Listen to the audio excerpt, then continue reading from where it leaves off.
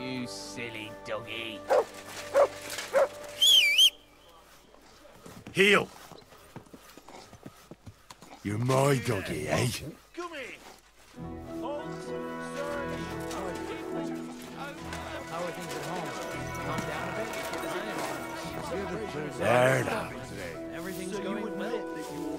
I mean, it's almost odd how well things are. Hear ye! Hear ye! Slow down! Easy, good horse. Whoa, whoa.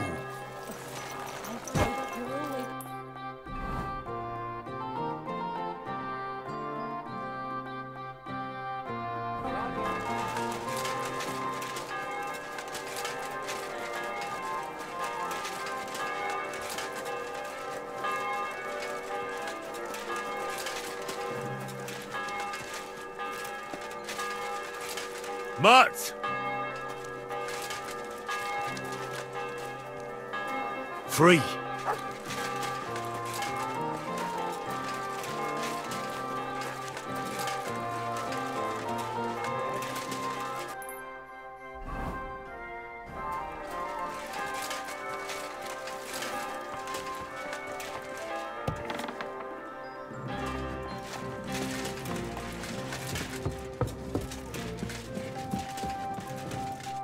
Henry, how are you doing? You know how it goes. It could always be worse. The war might be over, but the stench of it doesn't fade so easily. And more to the point, how are you, sir? I'm sorry you had to abandon your fortress. It breaks my heart, too. To think I wanted to get out of here not long ago. Foolishness. But that's behind us now. Life goes on. Anyway, sir, I don't mean to be rude, but I doubt you just want to ask how I'm doing. No. You're right. Let me get to the point. I need help with something, but I have no one to ask. Even though I know you have a lot on your plate. Well, I'd be happy to offer my services. What's it about? An old friend of mine reached out to me, Albik of Unichov. Does the name ring a bell?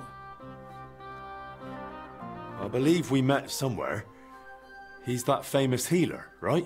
Physician would be the more accurate term. But even that barely does him justice. He's one of the greatest scholars of our age, and also King Wenceslas' personal physician. It's whispered at court that the king has fallen seriously ill while imprisoned in Vienna. Sigismund focuses on plundering his kingdom, and Wenceslas's health hardly seems to concern him, does it? Maybe. Damn. That does sound serious. When Master Albik heard about it, he decided to act. He wants to go all the way to Vienna to see the king? No. For now, he's heading to Sedlec. Abbot Jan holds considerable influence at Sigismund's court. Albik wants to visit him and ask for his intercession. Makes sense. You can't just show up in Vienna and knock on the door. A mediator is needed. Only, I don't know if Albik chose the right man. The abbot is a politically shrewd figure and might well use Albik's visit to his own advantage. And how does all this concern me? As I said, it's a matter of security. God forgive me, our king's health is of course above all. But right now, I'm more worried about Albik. It took some effort, but I convinced him to wait, at least until I find him a reliable escort. And believe me, it wasn't easy. That mule's got a scholar's head, but it's a stubborn one. What's that got to do with you? Albik and I go way back. He's been living over the Alps for a few years, studying at the university in Padua. As soon as I heard about Wenceslas, I asked him to come back. It's a serious matter, and when it comes to the king's health, he's the best there is. But I didn't expect him to act so rashly. Can you tell me more about the abbot? Sorry, but it sounds like you're afraid of him.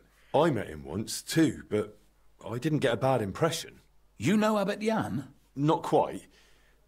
We had dealings once. Something with bones. But never mind that.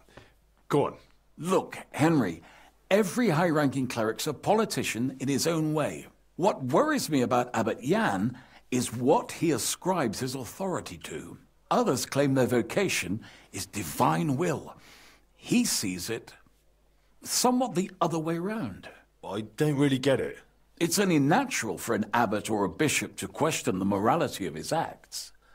One must act, even if it means confession and penance later. Abbot Jan, though, seems to think that his every move and scheme is divine will itself, and that could be dangerous. So, if I've got this straight, you want me to escort Wenceslas's court physician to the Sedlets monastery, where they don't usually let anyone in, and the abbot is as thick as thieves with Sigismund, so Albic, who was dead set on going himself, can try to get access to the imprisoned Wenceslas? No, actually, yes. That's exactly it. All right, I'll go with Albic. Last time I was at the monastery, it was, quite an experience. Experience? That's a long story. So what do you want me to do? Stop by Albic's place, will you? He lives across the street with the quack. And give him this letter so he knows I'm sending you in person. Tarmark, apothecary. All right, I'll go find him. Good luck. I'll be in your debt.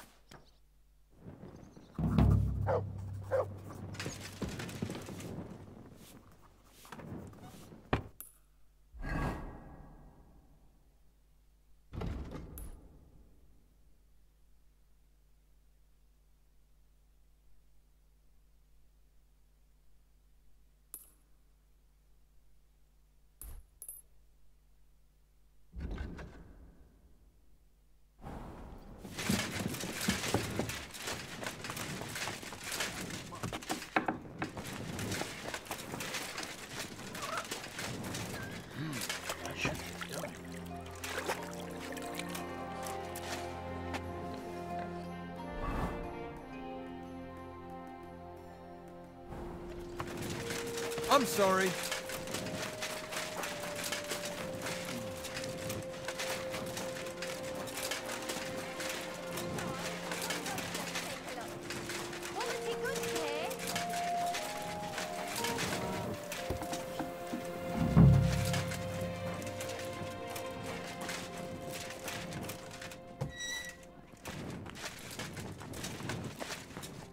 Good afternoon, sir. I'm looking for Master Albic. I heard he lives here. That's right, but he's not in at the moment. What do you want from him? I've got a letter for him from Lord Peter of Pisek. Do you know when he'll be back? No idea. He went over to the neighbors in quite a rush. The women of the house sent for him. Apparently, their mate's unwell. Albic is treating a common mate. Well, that's just the kind of man he is. Who are these neighbors? Just townsfolk. Same as any around here. They live 2 doors down towards the square. That's all I needed. Thanks. Möge Gott mit dir sein.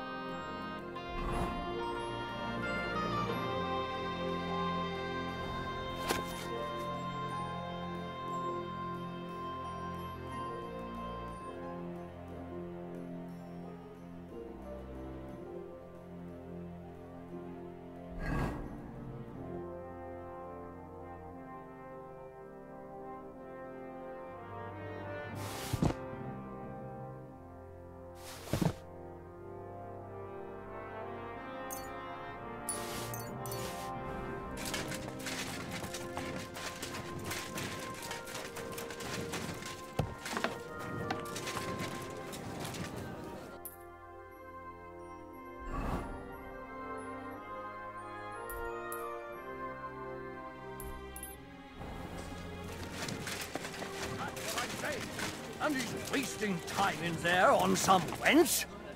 I'm not letting this go. Not I!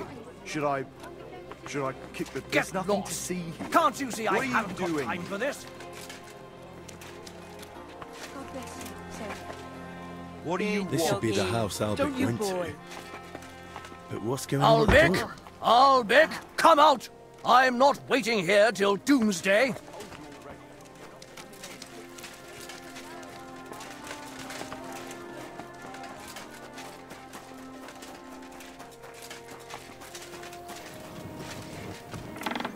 Fine day for some fine wares. Come and take your pick.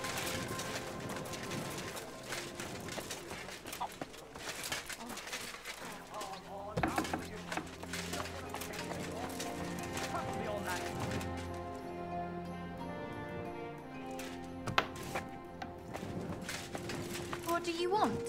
How did you get in? Where are you, old man?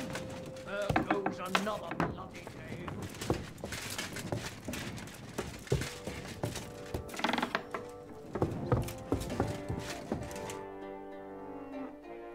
Master Albic?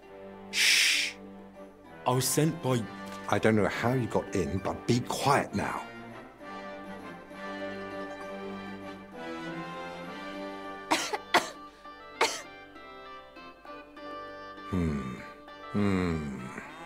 Take a deep breath.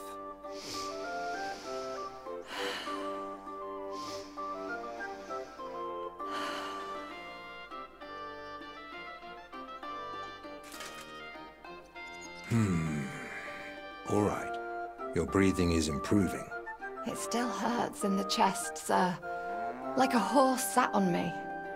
A nettle compress will get your blood flowing. It'll ease off. Ribs aren't broken and the lungs sound clean. I have a potion made for you. Take it every morning and night, and stay in bed for a few more days. But, sir, who'll see to the house? Who'll cook? My mistress won't allow. I'll speak with her. What you need is rest.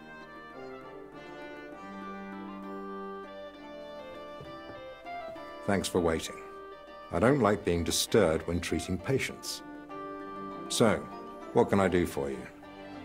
Are you feeling unwell? Me? No. Lord Pisek sent me to see you. Ah, I think I know what this is about. Sir Peter of Pisek gave me this letter for you, sir. Really? Let's have a look. Here it is.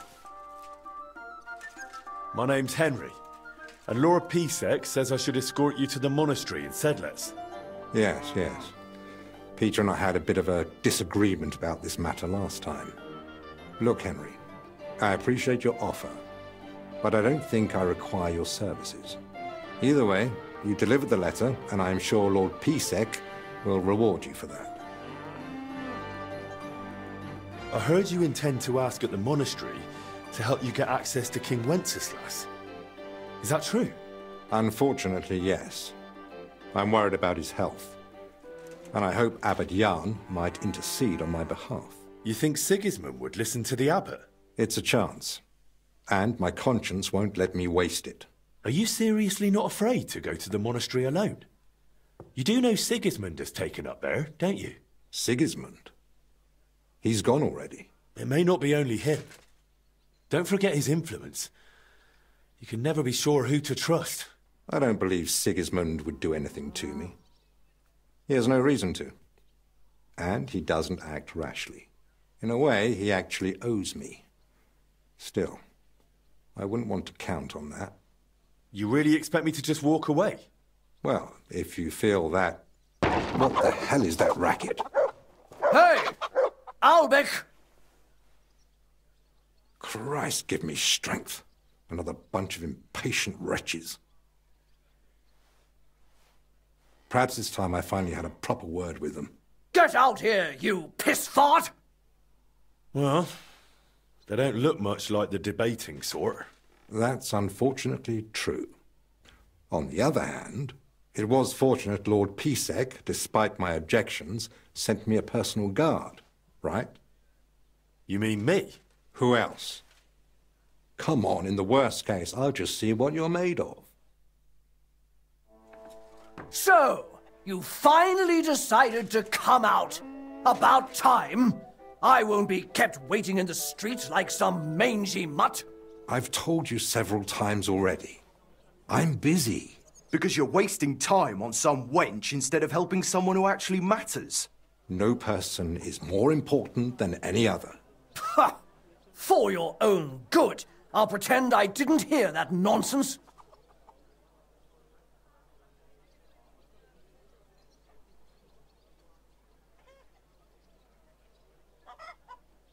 Calm down, sir. A respectable man like you surely understands that violence solves nothing. If you harm Master Albic, who will help you with your, ailment then? And I'm supposed to let myself be treated like a doormat? Of course not. But this outburst isn't exactly dignified either. Go home, and Master Albic will come to see you soon. All right, let's go. Good gracious. Henry, that was impressive. Hats off. Perhaps it truly would be best if we went to the monastery together. So, shall we go?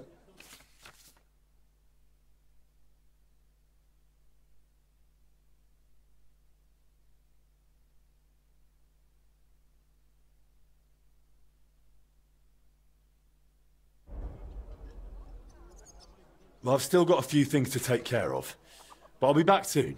All right. You know where to find me.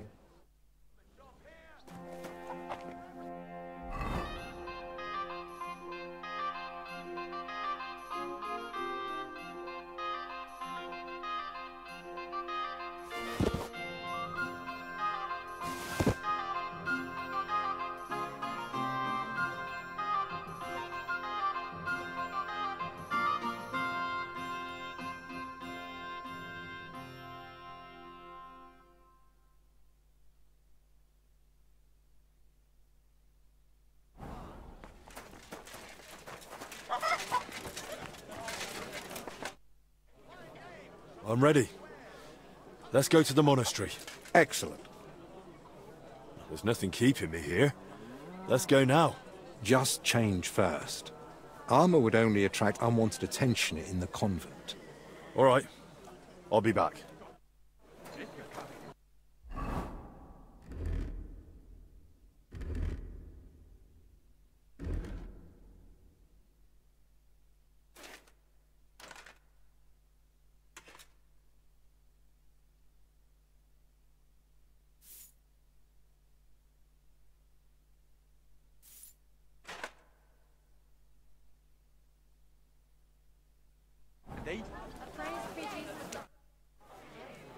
I'm ready. Let's go to the monastery. Excellent. There's nothing keeping me here. Let's go now. First, get dressed. If nothing else, those monastery halls can be pretty chilly. All right. I'll be right back. I apologize. Guten Tag, mein Freund. Komm her. Was möchtest du, mein Freund? Show me your wares.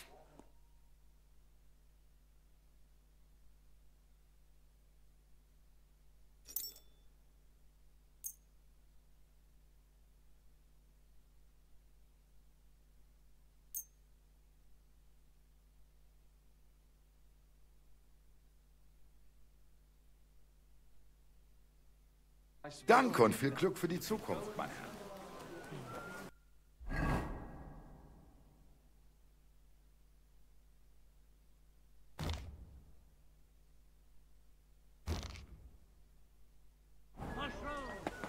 Come and get some.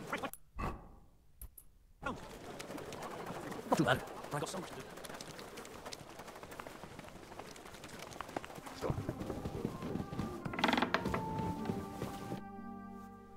I'm ready. Let's go to the monastery. Excellent. There's nothing keeping me here. Let's go now. I'll just grab a few essentials. All right, then. I think we can go. I've got everything I need. And you? I'm ready too. Let's go. Off we go.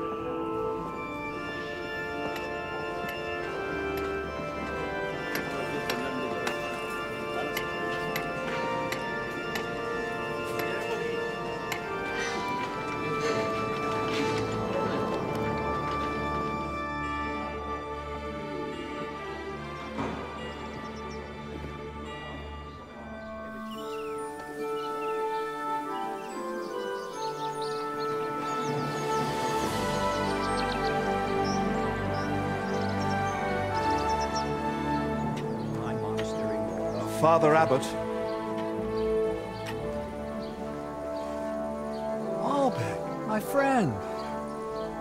Christ be praised.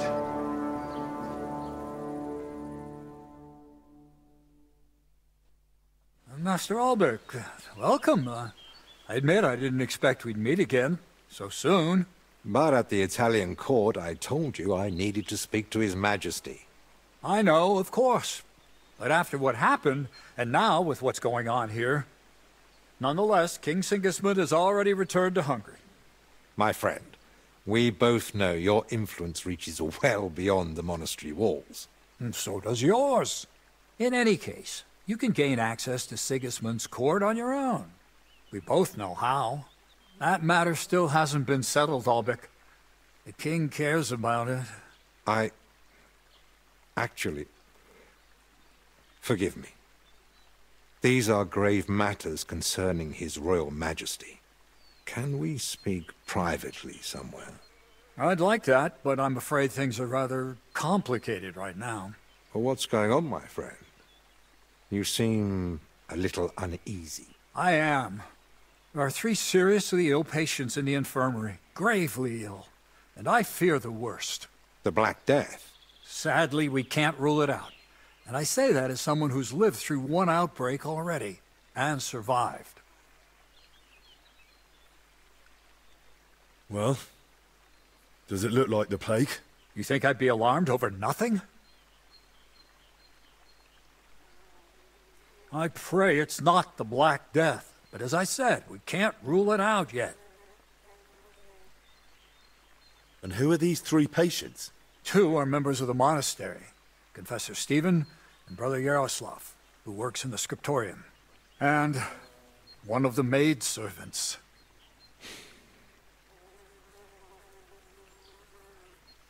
That doesn't make any sense. How could all 3 of them get infected? When the plague strikes full force, it's swift. That's not what I meant. You said yourself one of the sick is a maid. And as far as I know, women aren't allowed in the cloister. True. So how could she have caught it along with 2 monks? That, alas, I don't know. Where would it have come from? The monastery is isolated. Few are allowed inside the cloisters. Before King Sigismund decided to stay here, we took in many folk fleeing his army.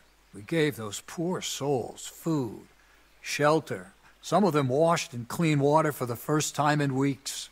And in poverty, hunger, and filth, all sorts of illnesses thrive. On top of that, there's construction going on inside the church. There are all sorts of craftsmen and laborers in the monastic courtyard. What are we going to do, Albic?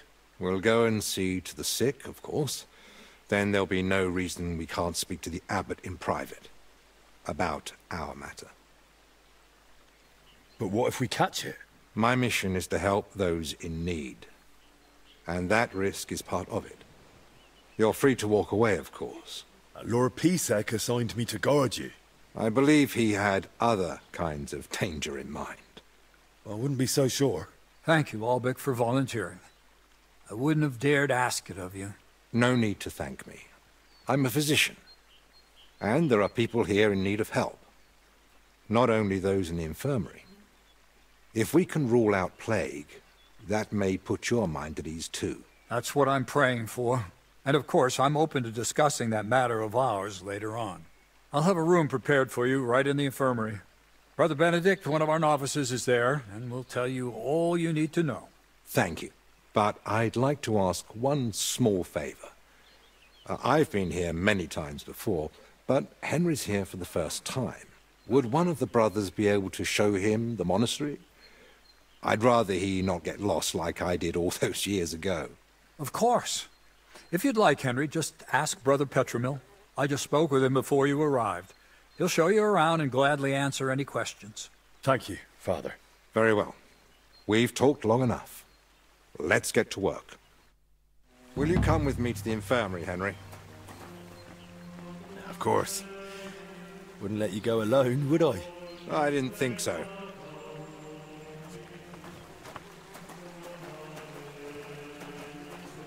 Tell me, Henry, didn't the abbot seem anxious to you? Yes. Although it's not like he tried to hide it much. The plague's a terrible illness.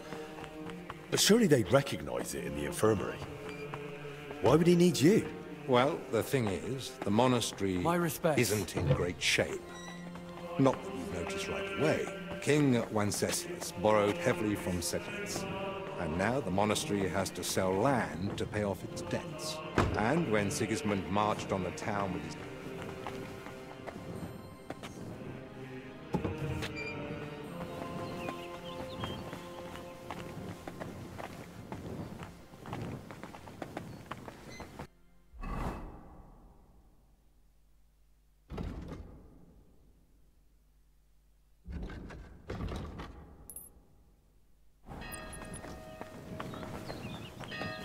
Good to see you. Careful!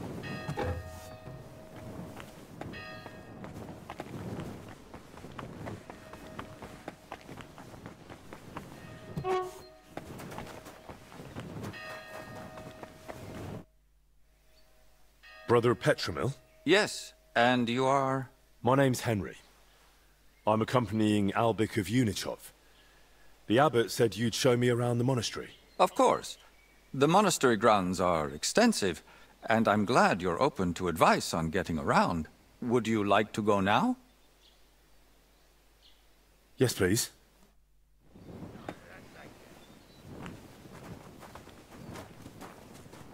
Our monastery was the first Cistercian monastery in Bohemia, and is thus the mother of all our order's monasteries in these lands.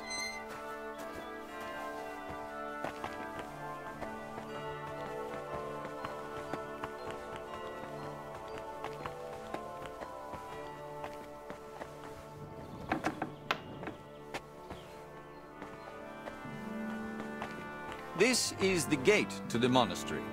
Within the monastery grounds, you'll find the workers' dwellings, farm buildings, and fish ponds. And on the far side of the monastery, we've got an orchard and gardens. I saw quite a few knights here. Do they live here? Those are brothers of the Teutonic Order. The abbot offered them lodging while they're gathering resources in Kuttenberg for their next campaign. Sigismund, knights.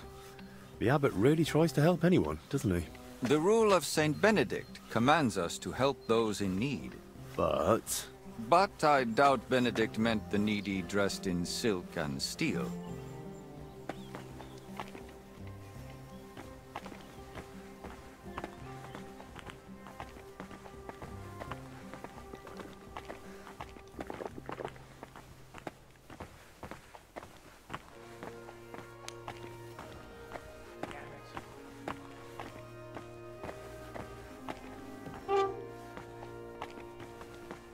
This is the kitchen. From here, Salarius Julian oversees the state of the monastery stores and the meals for the brothers. Good to know where to come if I get hungry. Yes. But please, try not to speak with the other brothers too much. Why not? Have they taken a vow of silence? The rule of Saint Benedict encourages the cultivation of silence. The brothers shouldn't be chatting idly, but rather turning their minds to work and to God. What if I need something? In case of need, of course you may speak to them. But for ordinary tasks and objects, we've developed our own gestures. You don't need to learn them, though. As a guest, you won't need access to such things. Let's continue the tour. Please, follow me.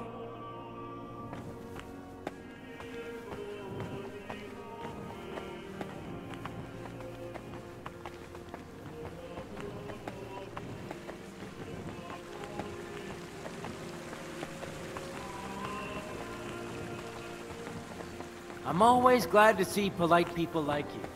God be with you. Cheers. I hope you have an uneventful shift.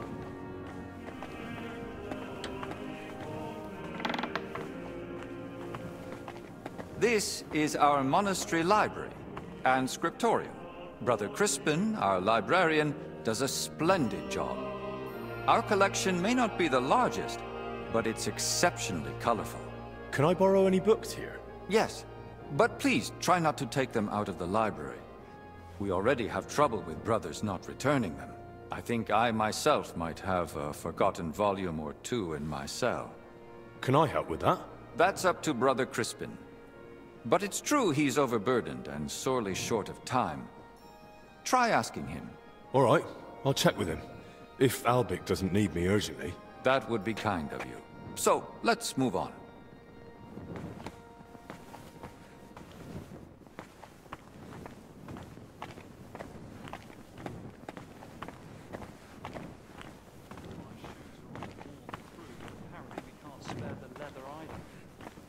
Soon will be the order of barefooted brothers. At your service, sir. Trudge through life barefoot from birth to death. This is the chapter hall.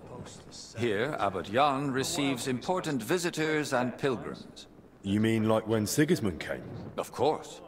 That was the most important visit, and duty of recent years. And what was his visit like?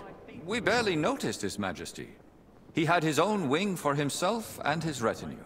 We're now returning it to a more appropriate state for the monastery's needs. Until then, it remains closed.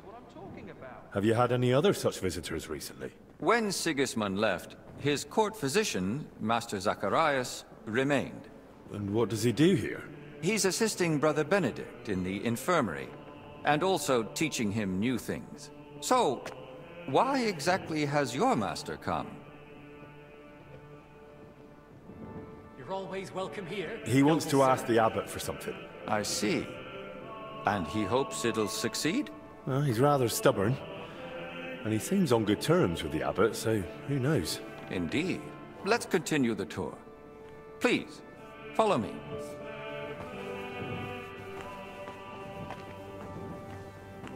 Next, we'll visit the beating heart. God be with you. Please, ignore Keep the peace, ongoing work. We'll stay friends. Blah, blah, blah. What a load of shit.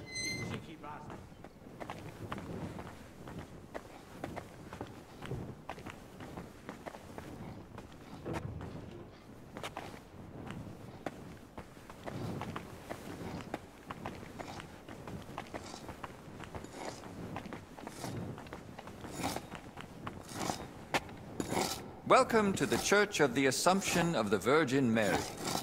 It's the pride of our monastery, and the dominant landmark of the region. What's with the hole in the floor? Yes. That's one of the hazards of ongoing repairs. But that's not something a guest need concern himself with. I don't mind. Tell me. There's not much to tell. During repairs, the floor collapsed into the cellar spaces, and we're working on fixing it. Oh, come on. There's got to be more to it. A cellar under the church? Storing onions on sacred ground? Not onions, but bodies. Beneath the church is a crypt where abbots and other esteemed benefactors of the monastery are laid to rest. I see why you wouldn't want to spread that around. It doesn't look like a good omen. It certainly doesn't. Perhaps we should leave the laborers to their work and move along.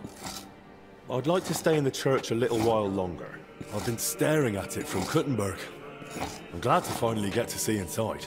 And soon, it won't be the only spiritual beacon in the region. What do you mean? The Church of St. Barbara, being built outside Kuttenberg, belongs to a different parish. And so the spiritual oversight of Kuttenberg will be split between our two churches, as decided by the papal legate. You sent for a papal envoy? No one else could justly resolve the dispute, but a representative of the Holy See.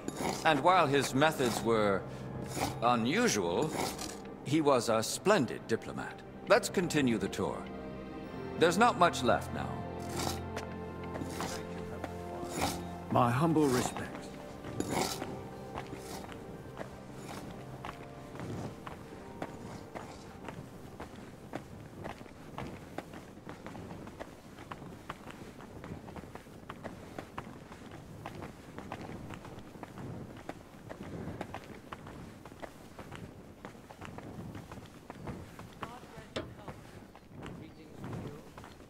Did you notice the cemetery by the monastery when you arrived?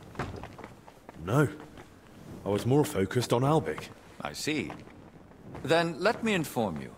Over 10,000 bodies are buried here, and some were brought from over 100 miles away. Dragging a body all that way?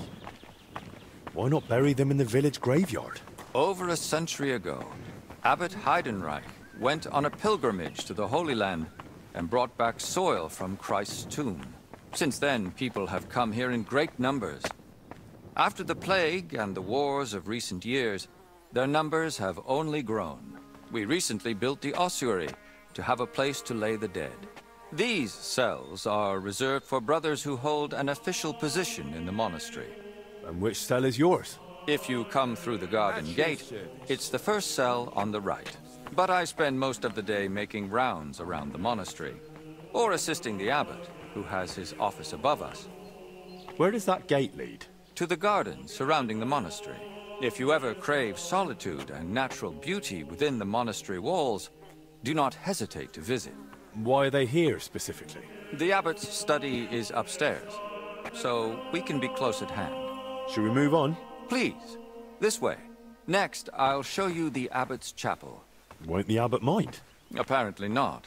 The Right Reverend instructed me to give you as thorough a tour of the monastery as possible, including the chapel.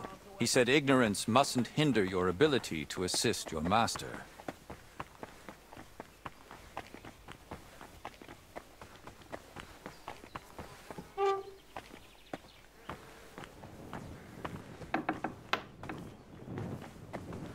The last part of our tour.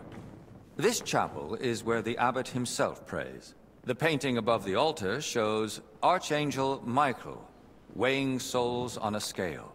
We see sinners cast to hellish beasts and pious souls rising to the gates of heaven. But if I buy indulgences, I can avoid hell, right? For lesser sins, yes. Remember, indulgences only lighten your soul and shorten your time in purgatory. But no matter how much you give to the church, indulgences won't save you from mortal sin. I'll now take you to Master Albic in the infirmary. Please follow me.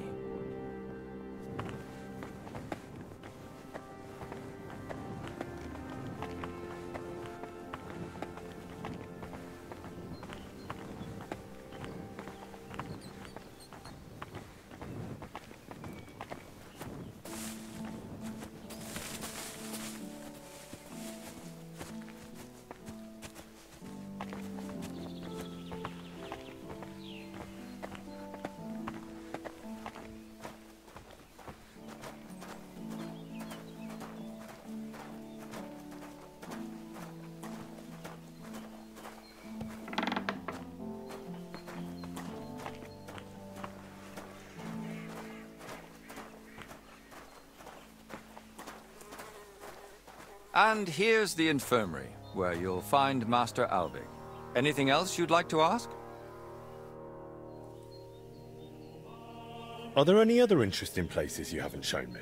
What exactly are you helping Master Albic with? Mostly I make sure Albic has everything he needs. Then I'm sure you'd enjoy meeting Brother Crispin in the library. He has books that might prove useful to you both. Are there places I'm not allowed?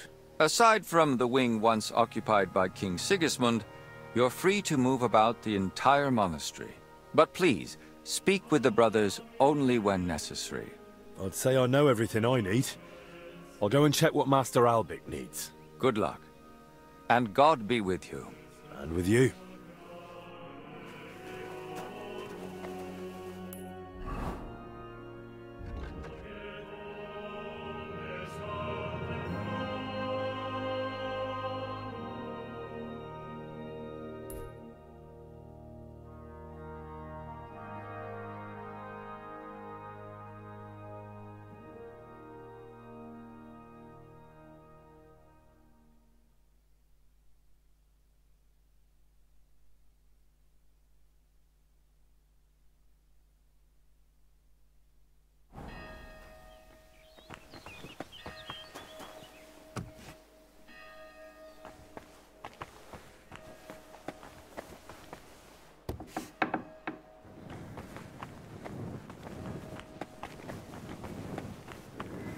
Is this where Voita's altar could have stood?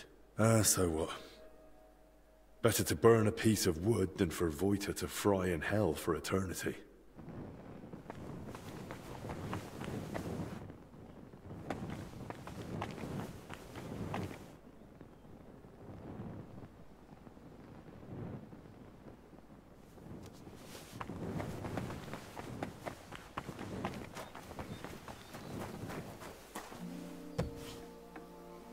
It's your bloody fault anyway.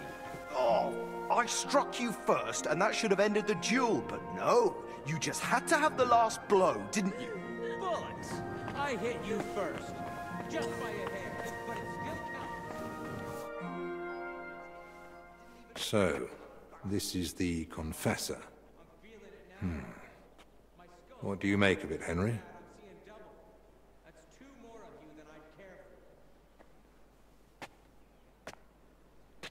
He looks worn out.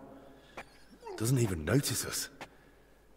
Whatever's wrong with him is clearly taking a toll. Exactly. At his age, any illness hits far harder than it would a young and healthy man. Well, the good news, I suppose, is that he's not in agony. Pain's part of life, but no one deserves to suffer too much.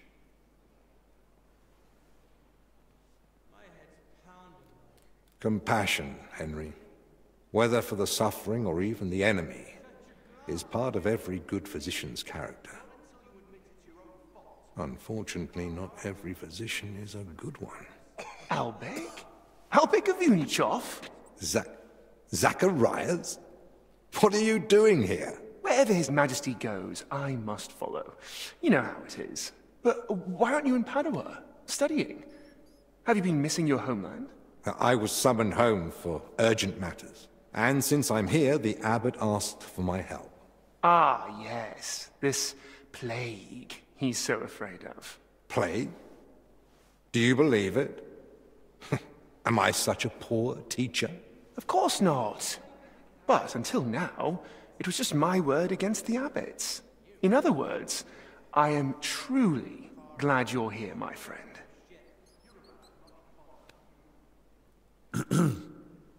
Begging your pardon, sir, but who exactly are you?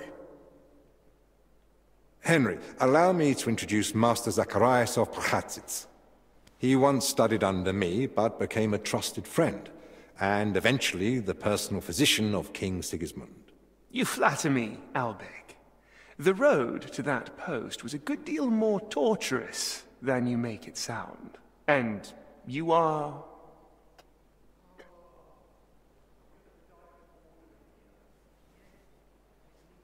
This is Henry. Peter of Pisek recommended him to me as an escort. Strongly recommended him, if you get my meaning. Quit complaining. You might find an aide like him more useful than you think. Anyway, this here is Dinesh. He didn't come entirely of his own will either, but he's proven a reliable man. Dinesh Latskvi. Gentlemen? Well then, now we all know each other, shall we finally return to the matter of the patients? Zacharias, I presume the abbot summoned you for the same reason as me. Aye, though I've only had time to merely examine them all. So what did you find out? All three share the same symptoms. It begins with weakness, then comes fever, rash, and later bloody diarrhea. By far the best off is the confessor here. He can still talk. The maid and the translator from the scriptorium are much worse. They sleep most of the day, and when they do speak, it's nonsense, because they're delirious with fever. Right. In that case, first we need to bring down the fever. Have they given you anyone to assist? Yes, Benedict. He's a novice and a bit odd, but he knows more about alchemy than most. We'll need linen and clean water for compresses. Pre-boiled water is best. Have you got chamomile decoctions? Benedict brews a fresh batch every evening. And what are they feeding them? Mostly bread, fruit. Yesterday they had fish, but they haven't eaten much of it. That doesn't sound like proper food for the sick. If they've got a fever, they need to be drinking a lot, don't they? You're right. This is no good at all. They might as well be feeding them dry pretzels. They should be getting something light and nutritious, ideally in liquid form. Broths, stews, thin porridge. Agreed. Dinesh will speak to Solarius Julian. You know the way to the kitchen, right? Consider it done. Then fetch herbs from Joachim. I gave him a list of what we'll need. Gentlemen? Joachim, you say? Well now. Who's this Joachim? You know him? The monastery herbalist. He lives in a hut in the garden behind the infirmary. But if I were you, I wouldn't bother him too much. He's a grumpy old fellow. You say that because you don't know him. I'll tell you more about him, Henry. But we have more pressing concerns right now. Can I help in any way? The best thing you could do is find out what the patients were doing before they ended up here. Diseases spread through foul air. So if we find where the three of them were breathing the same air, we'll find the source of the infection too. Who should I start with? If I were you, I'd start with the confessor. He's the only one still lucid enough to speak. Better hurry. He might take a turn for the worse any moment. Who should I ask about the maid? As far as I know, her name's Blezhna. She gets her work assignments from Steward Zdenek. So I'd go and speak to him. And apparently, she's got a friend here. She might know something too. Try and find her. Who might know the monk who was translating in the scriptorium? Everything to do with books is handled by the librarian. His name's Crispin. He likes the sound of his own voice, but if you're patient, he might tell you what our patient was working on.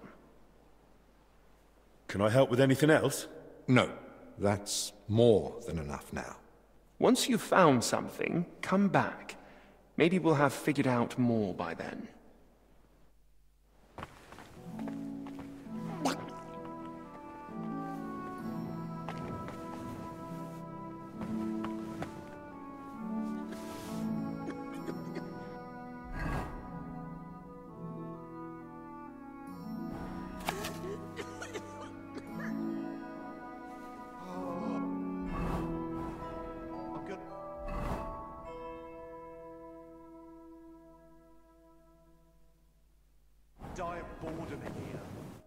How do you feel?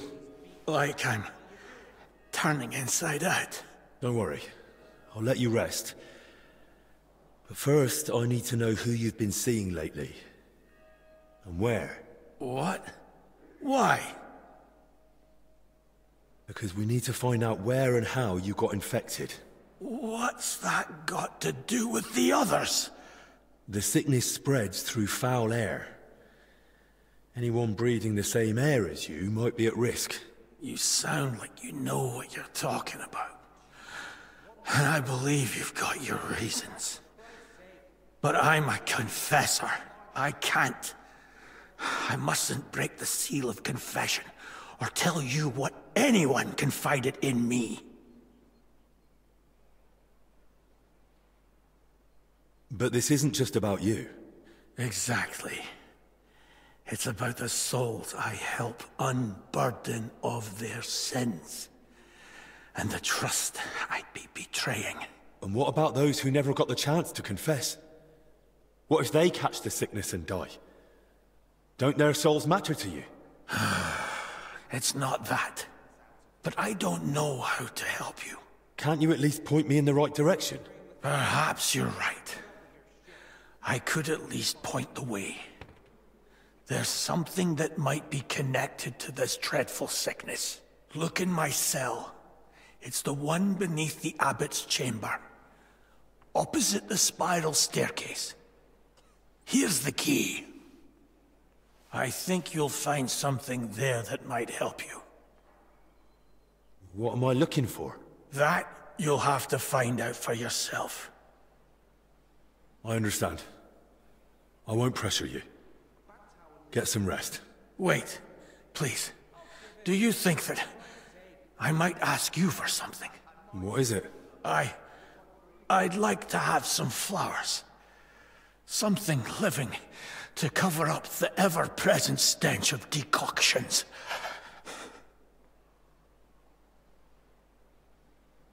I'll see what's growing nearby and bring you some. It'll brighten the place up a bit at least. Thank you, lad.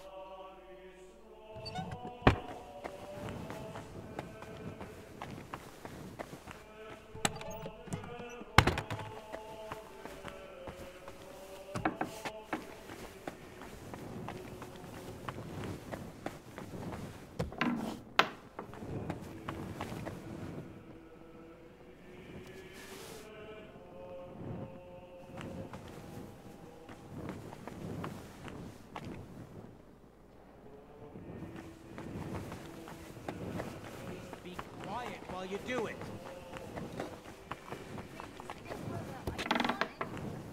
Nothing's helping.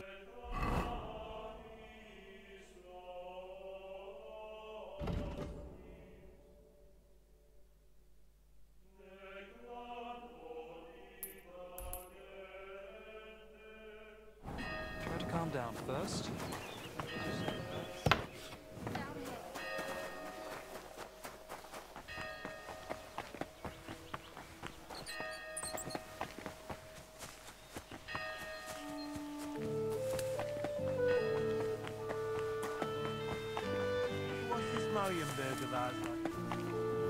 Good to see you. Bugger off. I'm not going to forget such insolence.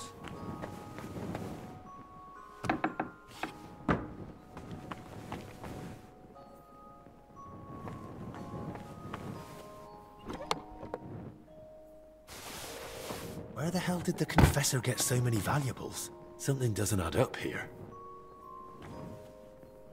So that's why the Confessor wanted flowers from me. He must like them.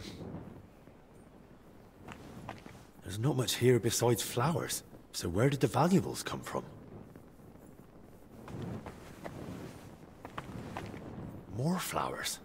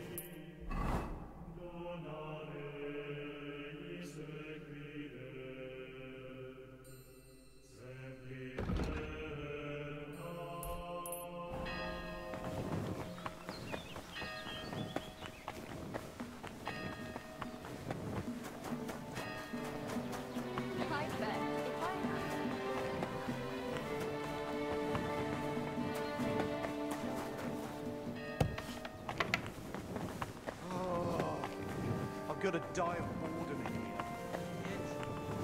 At your service, sir.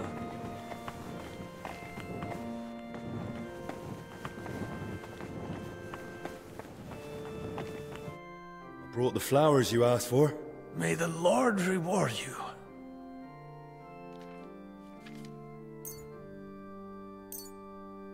Here they are. Thank you, lad. Would you put them in the jug for me? You'll have to explain something to me. I expected all sorts in your cell, but jewelry? What's the meaning of it? You'll have to figure that out. I've already told you more than I should have. That's no help to me. It was all about the jewelry from the start, wasn't it? You sent me to find it. I didn't send you for anything. You found it on your own. How did you even come by that jewelry? Honestly, that much I can tell you.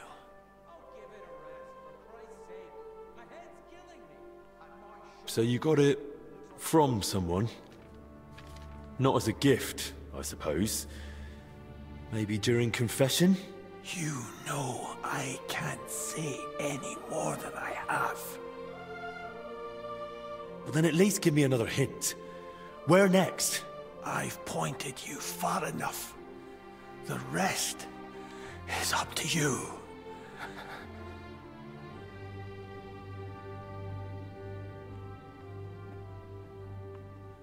If you don't tell me more, I'll have to go to the Abbot. The Abbot can't help here. The only one who can release me from the obligation of silence is the sinner himself. Wait, so someone really did steal that jewelry? And you confiscated it? Or they gave it to you during confession? Those are your words. Thank you, brother.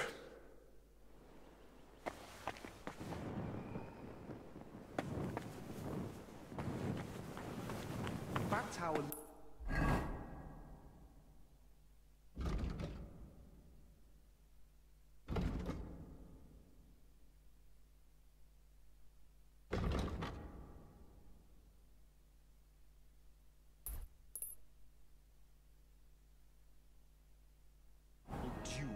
One more thing. Oh, give it a rest, for Christ's sake. My head's killing me. And my shoulder.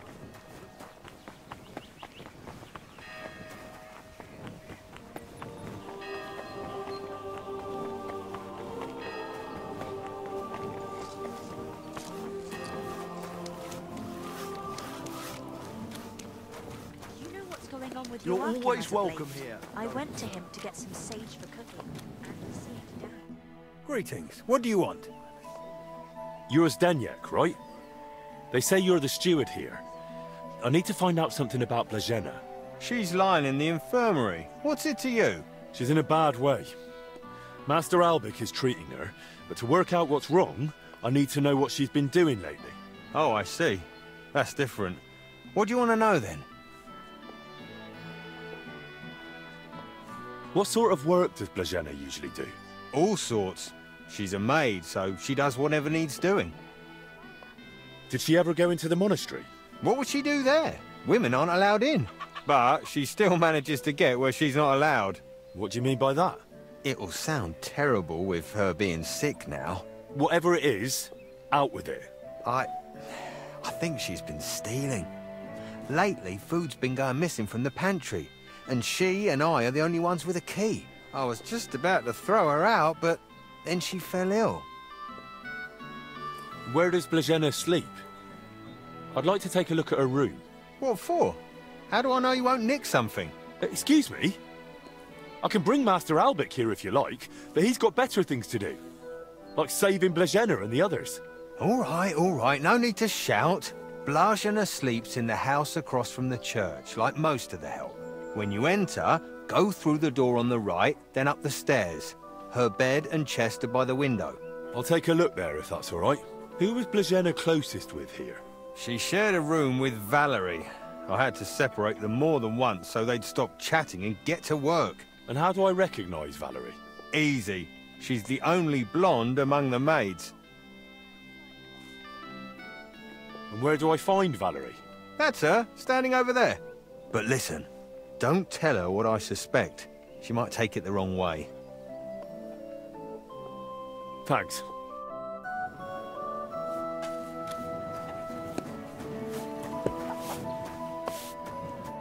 Greetings, sir. What would you like? I need to find something out about Blazena. And they say you know her better than anyone. Well, we share a room, but we're not that close, really. Why? I'm helping the physician treating her, and anything I find out could help. I spoke to the steward, but he wasn't very helpful. Zdeněk? I don't know. I doubt I'll tell you anything he hasn't already. What is it? Why are you suddenly on edge? When Blazena fell ill, I was there. I sleep right next to her. What if I caught it too? Don't pretend. You were calm until I said your steward sent me. Shh! Quiet! What is it? I'll tell you something, but not in front of him. If he heard, he'd skin me alive. Don't worry, I won't let that happen. If it comes to it, I'll speak to the abbot in your favour. And the abbot will listen to you. If not to me, then he'll listen to Master Albic for sure. He's a royal physician, and that counts for something. All right then. What did Zdeněk tell you about Blazena?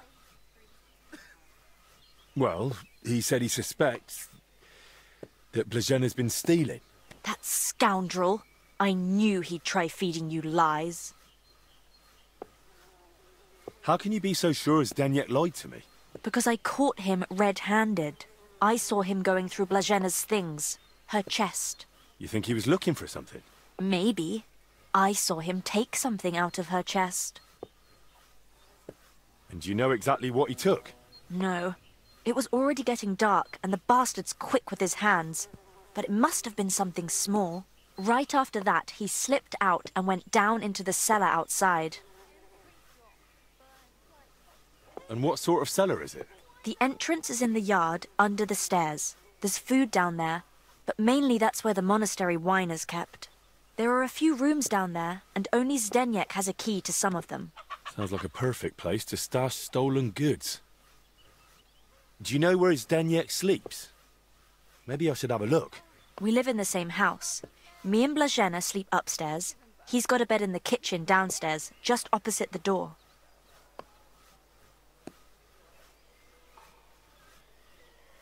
But why would Zdeněk lie about Blazena stealing? I don't know what went on between them, but lately he's been giving her a hard time. I think he wants to get rid of her. Now? when poor Blažena's ill? That's just grist to his mill. The poor lass can't even defend herself, and he wants to take advantage of it. Why would the steward want to get rid of an ordinary maid? Isn't it enough that he's a scoundrel? Maybe he fancied her and she laughed in his face. Serves him right. Did Blazena have a sweetheart? That? I'm not entirely sure. So someone's been sniffing round her? I only ever saw her once, chatting cheerfully in the doorway of the monastery with some monk. Monks aren't supposed to talk to women, right? And I haven't told anyone but you about it, and you keep it to yourself too. Blažena's got it hard enough as it is. Where did Blazena usually go around the monastery? All over? Right, but that doesn't help me. Where did only she go? Zdeněk gave her the pantry key, so she was the only one who had access to it. And where is that pantry? That same cellar I already told you about. The one I saw Zdeněk run into. That'll do for now. I'll take a look in that cellar and see what I can find. Right, but how is all this supposed to help Blazena get better? Well, to be honest, I don't know myself. But Master Albic said to find out what I can. And how is Blazena doing? Honestly, it's not looking good. She's burning with fever and spends most of the time rambling. Poor girl. I'll pray for her. Let's hope she recovers. I miss her high spirits. And her laugh. Without her, it's so horribly quiet here. See you soon, my friend.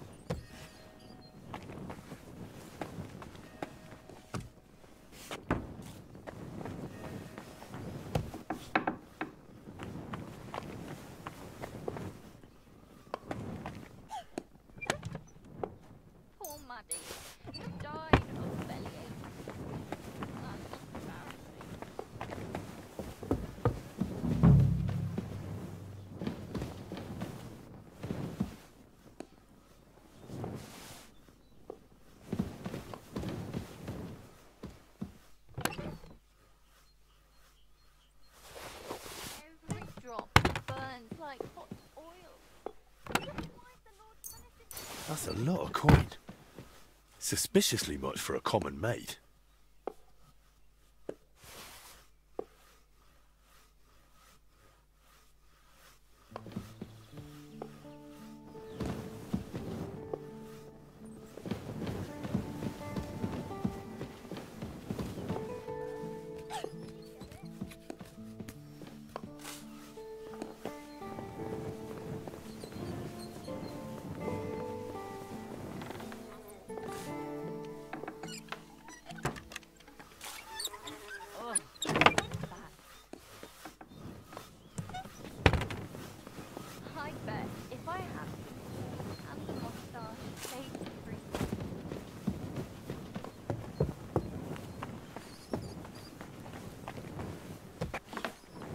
What are you poking around that door for, eh? Sir.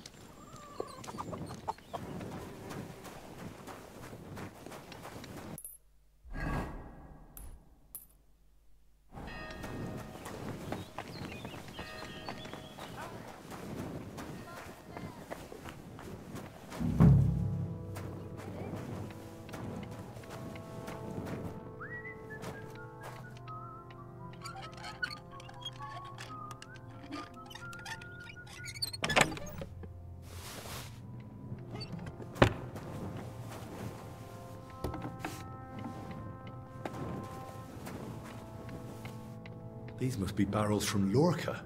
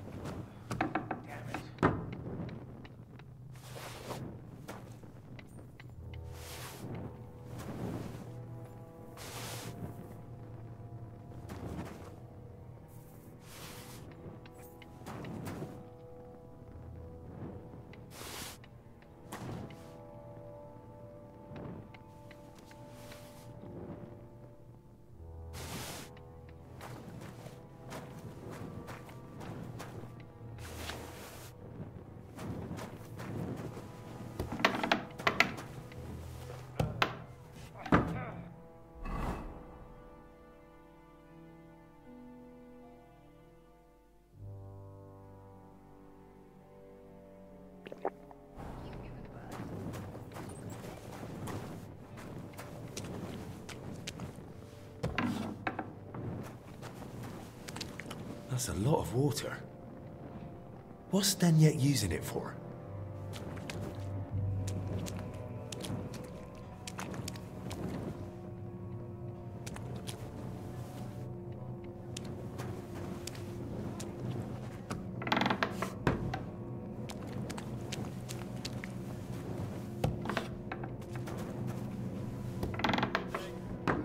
Someone's been hammering these barrels shut. An empty wine barrel. Of course. Now I get it. Steward Zdeněk's watering down the monastery wine. If the abbot found out about this, he'd throw him out.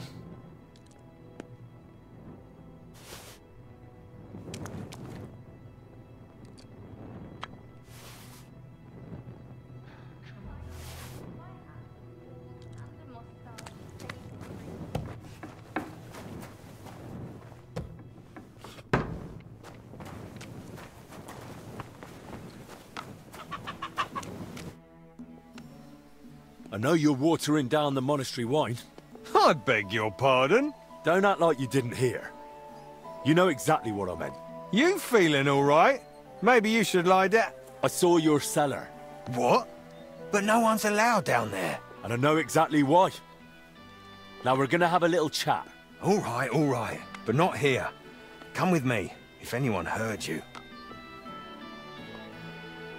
I'm not going anywhere with you. We're talking here and now. Oh, come on. No, come on. Shh, not so loud. What, you don't want anyone to hear? Then talk. All right, I won't say another word. Just stop shouting. So what the hell do you want from me? Coin? Why did you lie to me about Blazhena? About her stealing? What's Blazhena got to do with all this anyway? Did that bitch tell you something? Don't speak about her like that, you hear me? The poor girl might die. And anyway, why would she tell me anything? Because she figured it out too. One time I forgot to lock the cellar door behind me and she caught me at it. So that's why you lied about her?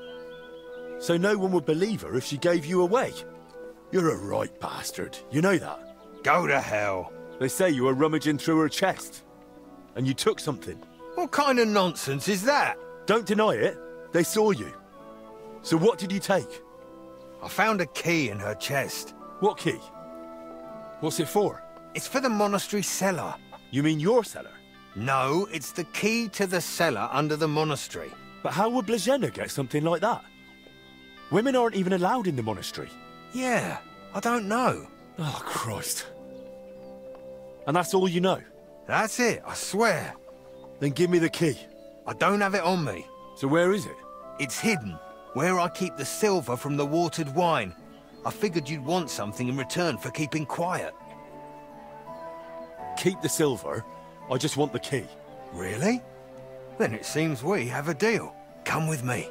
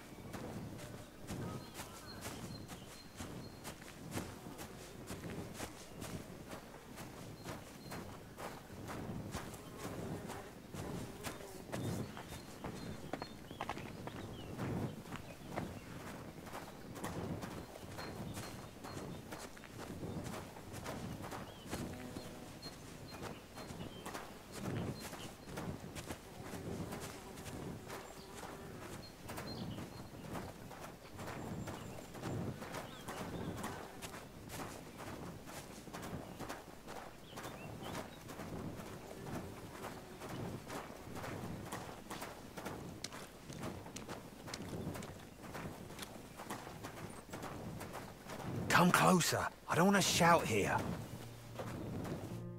So where's the key? Here it is. Just like I promised. Wait! Promise me you won't tell the abbot about the wine. He'd have me hanged. Or kicked out if I'm lucky. But if I stay here at the monastery, I could be useful to you. How useful? As the steward, I can get all sorts. Lockpicks and other handy things. We'll see. I'll think about it. But now clear off.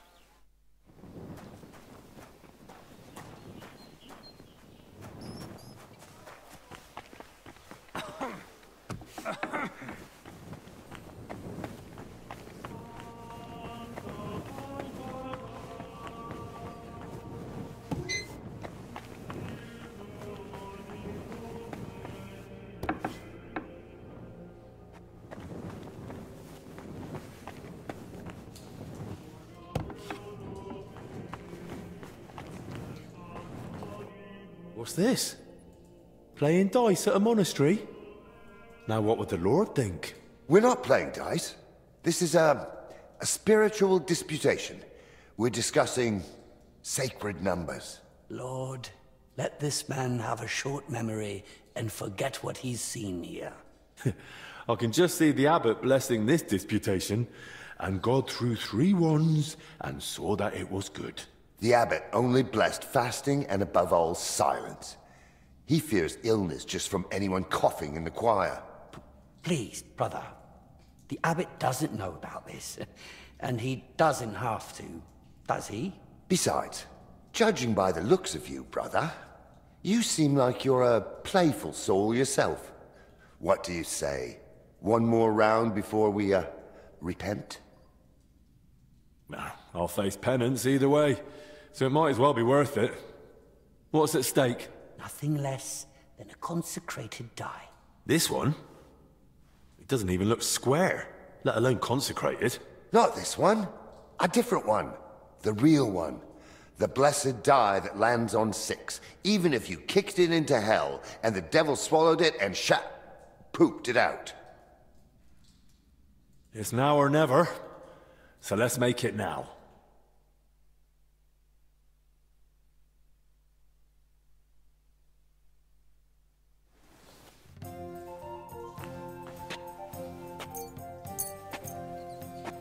Maybe you're not playing for the first time, but you can't beat me.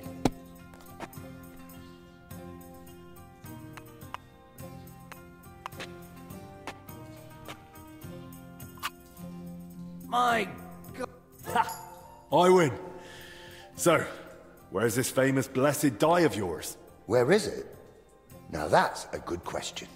They say it lies where the sun doesn't shine, but grapes ripen nonetheless. Where the wood is firm, but hollow. The 4th one on the left. So, I have to find it myself? What kind of prize is that? A great one. In the spiritual sense, that is. In the spiritual sense, you can kiss my arse. Besides, why didn't you pull it out yourselves? You see, we would have gone and picked it up, if only it wasn't possibly, maybe a little bit, cursed. It's what? Not for sure, though. Just possibly. Theoretically. Ah, that's just a harmless rumor. An old monastery myth. One that says it brings luck to the good-hearted and to the foolish. A lifetime of phlegm and 5 years of embarrassing accidents. So, nothing too serious. Well, thanks a lot.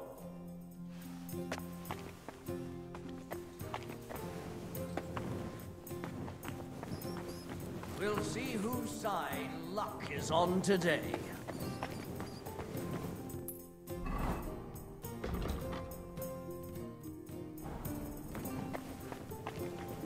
I'm sorry.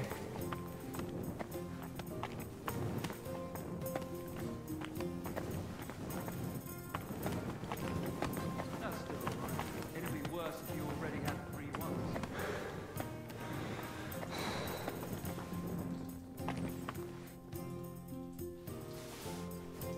What's that?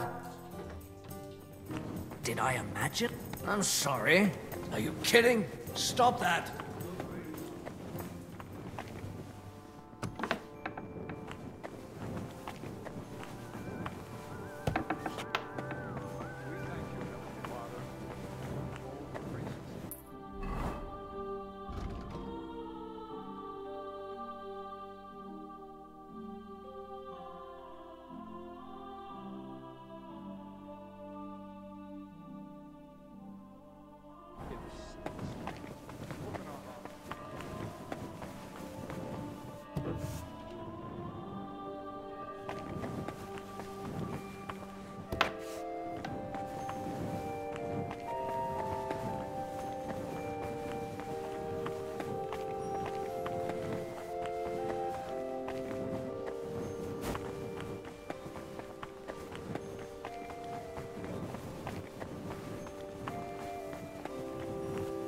At your service, sir. Your brother Crispin, right? I'm here about Yaroslav. I heard he works here as a translator. Ah, yes. Poor Yaroslav. I pray daily for his recovery. God has blessed him with an extraordinary talent and a sharp mind. It would be a terrible loss if... But no. Such thoughts help no one. And who are you, anyway? My name is Henry. I'm helping Master Albic in the infirmary. Very well. What do you want to know about Yaroslav? Could you tell me, please, where he was staying? He has a cell in the dormitory upstairs. Go up the stairs in front of the scriptorium and turn right. Then it's the 5th cell from the door. Thanks. I'll take a look. What exactly was Yaroslav doing here? He's working on a translation of a book that came to us all the way from Genoa. While he was well, he spoke of nothing else. He knows Latin, Italian, and French. And thanks to his work, we have several valuable translated volumes in the library. What book was he translating? It's called the Decameron. And what's the Decameron about? I've not read it myself. I'm not as well versed in Italian as Yaroslav. I was waiting for him to finish the translation, but he spoke of it as a groundbreaking work of indescribable value. He even believed it might one day uplift the Christian people beyond their worldly suffering. He was so excited he barely ate or slept, just kept working. I thought it best to let him focus solely on the translation and assigned his other duties to others. Where did Yaroslav work? Here in the scriptorium, of course. You'll find his usual place right by the entrance. But be careful, he's got something unfinished there. He's spent so much time on it that it must be nearly done by now. It'd be a shame to ruin it just before completion. Don't worry. I'll be careful. Who here knew Yaroslav best? Most likely, Brother Celestine. He helps with copying books too, though he doesn't have nearly the same talent. Celestine, you say? I should speak to him. Thanks. That's all I needed. Till we meet again.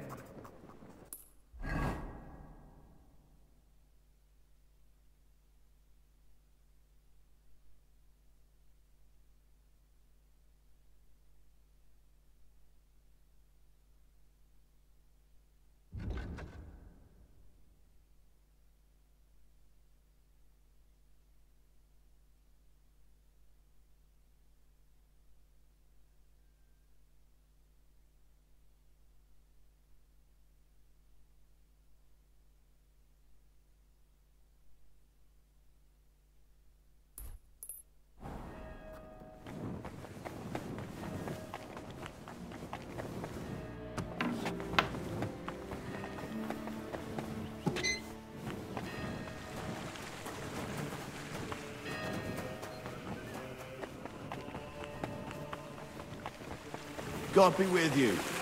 Keep the peace, and we'll stay friends.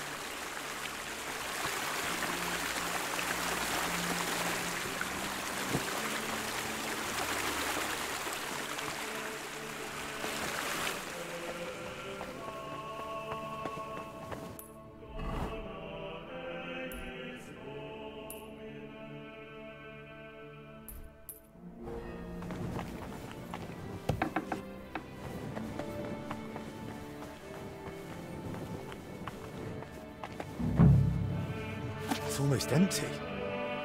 What was Yaroslav working on all those days?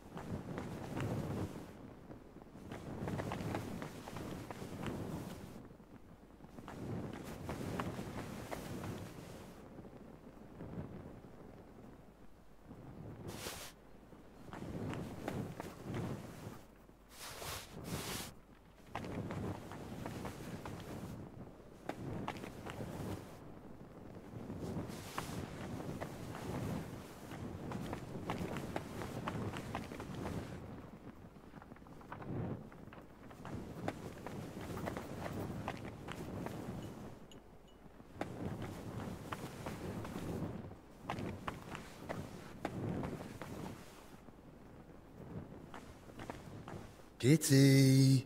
Kitty! What are you skulking around for, you crook?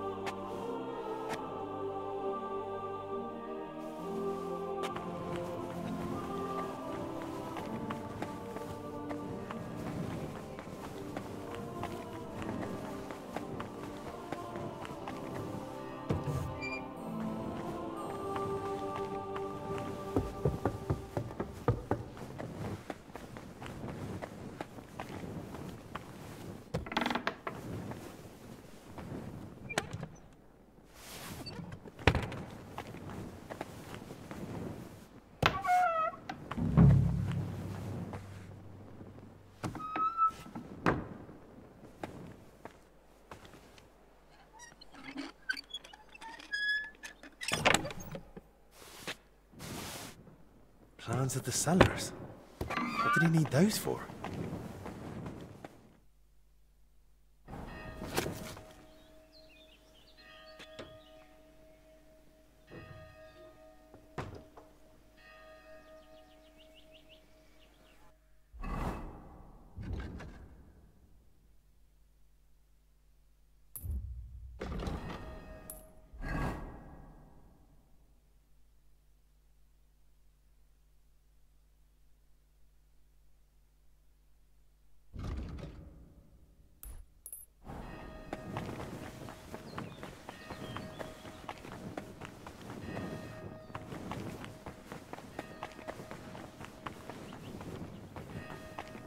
Careful!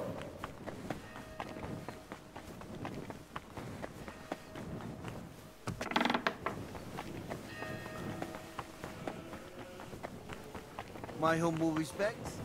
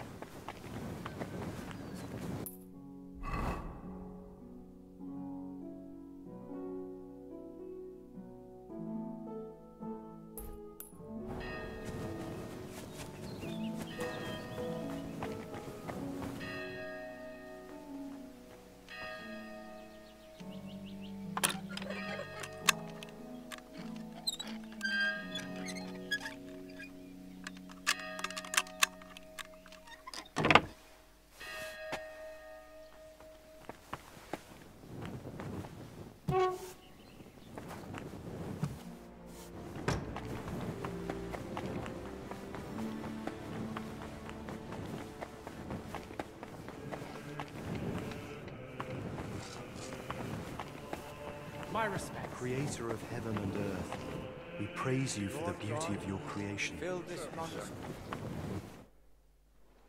What do you know about Brother Yaroslav? The librarian said you knew him better than anyone. That's right. We joined the monastery at the same time and just got on somehow. How does Yaroslav spend his time when he's not in the scriptorium? Why are you even asking? Master Albic put me up to it. He's treating him now. He said it might help if we knew more about Yaroslav. I see. And how is he? Is the treatment working? It's not looking good so far. He's still delirious. Barely reacts even when someone speaks to him. God have mercy. If you tell me what you know about him, it might help him. What did you want to know?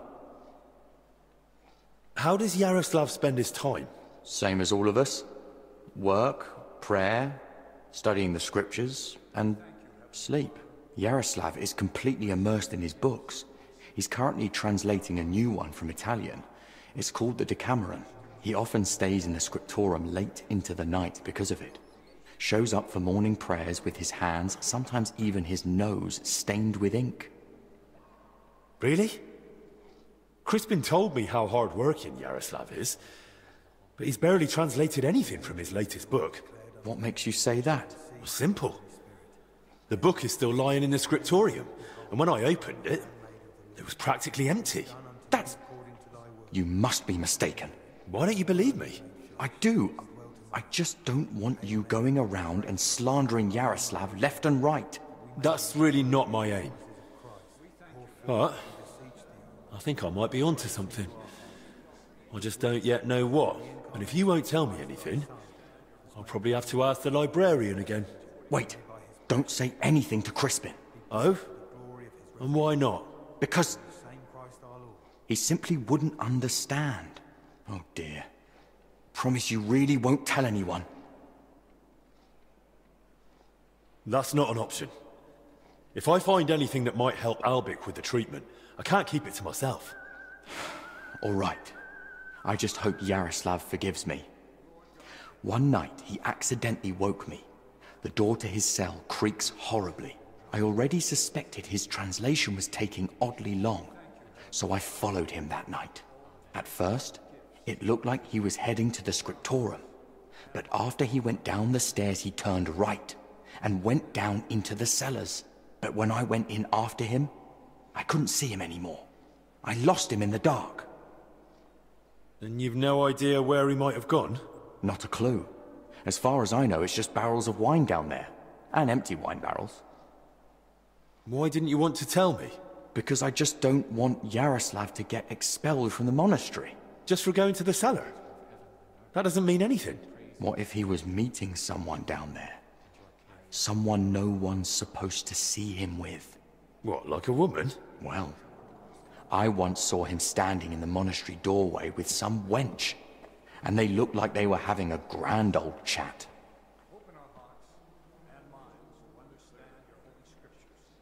There's just one more thing I'd like to know. Has Yaroslav spoken to Brother Stephen recently? About confession, maybe? I don't think so. Yaroslav doesn't neglect prayer or fasting, but he only rarely resorts to confession. So you mean he sins, but avoids confessing it? He hardly sees anything as sin. How can I put it?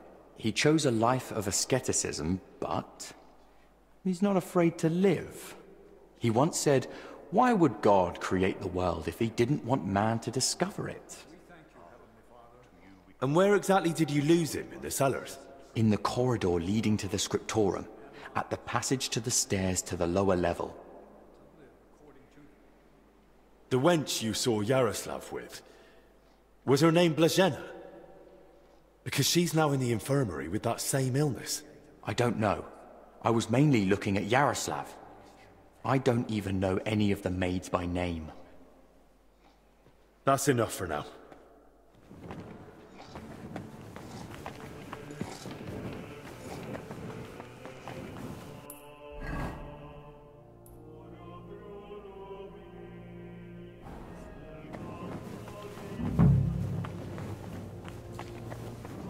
There's wine in the air. Someone must have spilled a cask.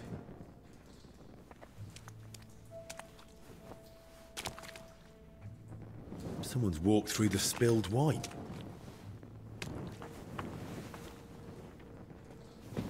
The trail continues here.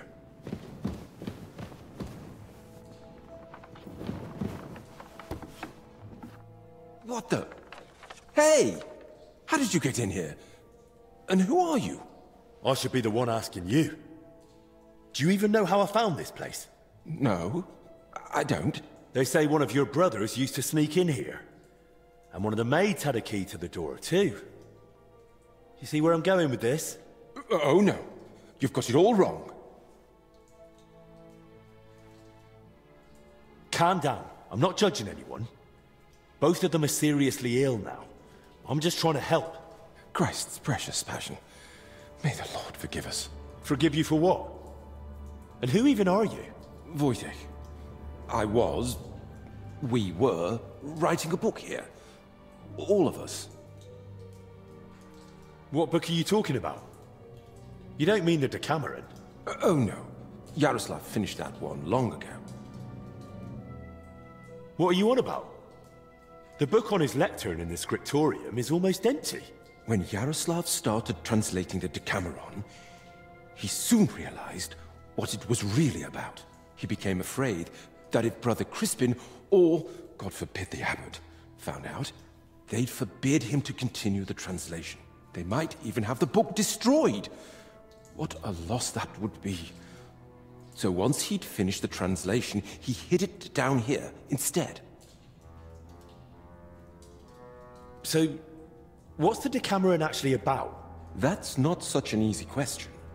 And you don't look like someone who came here to talk about literature. Then at least tell me why Yaroslav was afraid to hand over the book.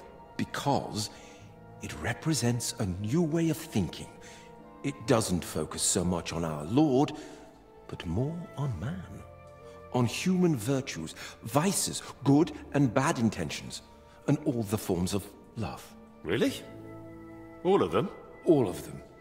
Mind you, the book pokes fun at the church a little. And you, as servants of God, were fine with that?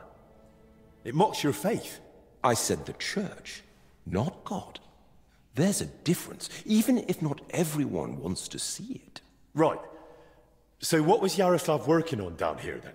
The Decameron left a strong impression on him. He decided to write a book of his own, in the same spirit, to celebrate what is as valuable to man as love, or the spiritual life. He later asked Brother Ernest and me to work on the book together. And what exactly did Yaroslav want to write about? About humor, wit, laughter. About everything that can make a person laugh. Why would someone write about that, of all things? I thought books were meant to be about... Something lofty? Oh, something like that. Yaroslav believed that a sense of humor could help a person in hard times just as much as strong faith could. Those are strong words, especially from a monk. Some might say it's not far off blasphemy. Yaroslav didn't put laughter on the same level as God. On the contrary, he saw it as a precious and wise gift from our Lord. But as you say, not everyone would understand his thinking, especially among the brothers. That's why we met and worked in secret. Sometimes we'd write all night, other times we'd get into heated debates. And sometimes we just tried to outdo each other with witty sayings. So, basically you were sitting down here telling jokes all night? Among other things, but mostly we were working. Go on then. Tell me one of the jokes you came up with. Now? All right then. All right. Here's one. Do you know why monks lie down in the meadow among the sheep? Because they're waiting for the good shepherd.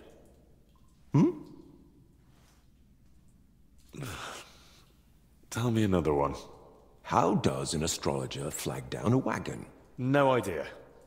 By his sign. Tell me another one.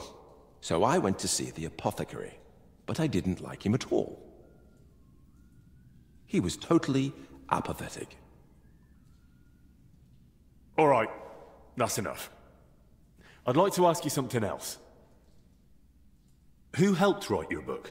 Me, obviously Yaroslav, and Brother Ernest, and also Blazina. And what was Blazena doing here? She's a maid. She probably can't write. And women aren't allowed in the monastery, are they? I didn't get it at first either. Why Yaroslav brought her here. If anyone had found out, the abbot would have thrown us all out. But I soon understood. Humor isn't just for the educated or wealthy, let alone just for men. Laughter belongs to everyone. How could we grasp its breadth with just our limited experience?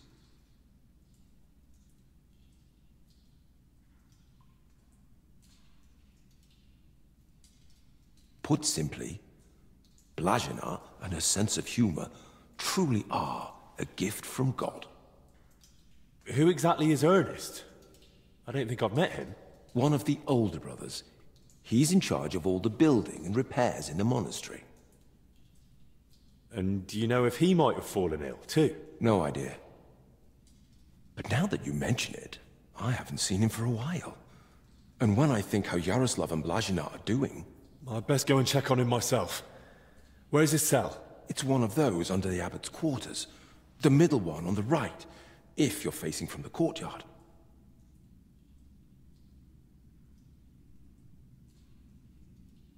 And how are you feeling, anyway? Are you all right? Yes. At least for now. No symptoms? Weakness, rash, fever, anything? Nothing like that, I swear. If you start feeling bad, report to the infirmary at once. Understood? Of course.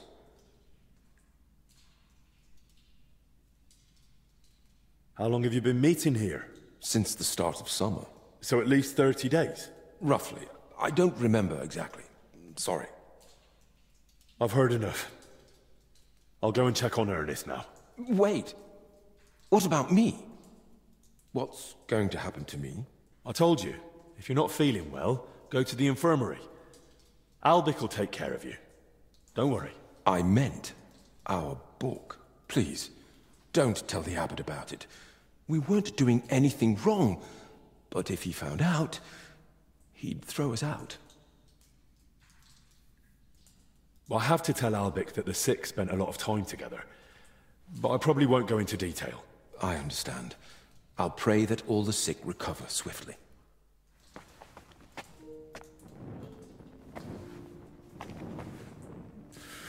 Whew, it's damp, chilly, but the air is clean. If the disease really spreads through foul air, then they must have caught it somewhere else. I'm sorry?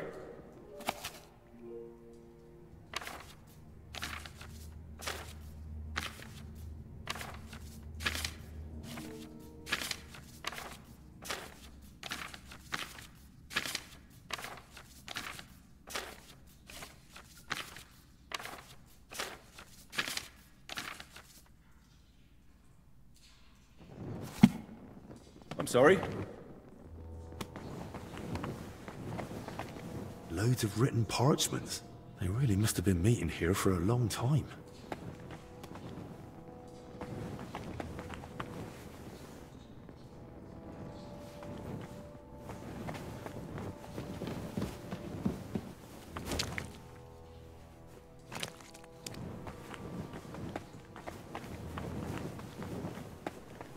God bless. Greetings to you, friend. Christ! I'm too late. A rash. Same as the sick in the infirmary. But he died sooner, so he must have been the first to catch it.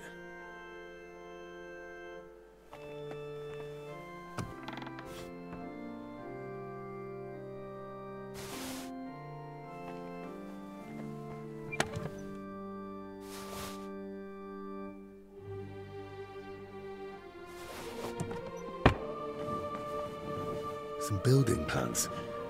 Looks like a church, and underneath, probably a crypt?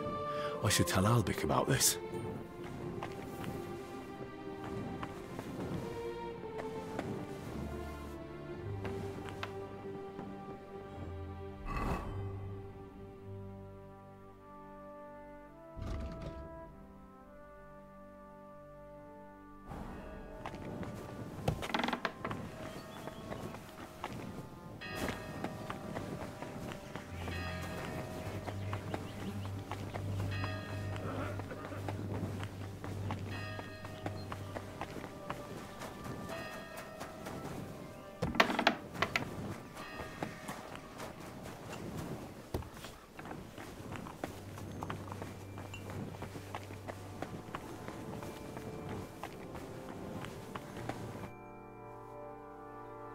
I found another infected.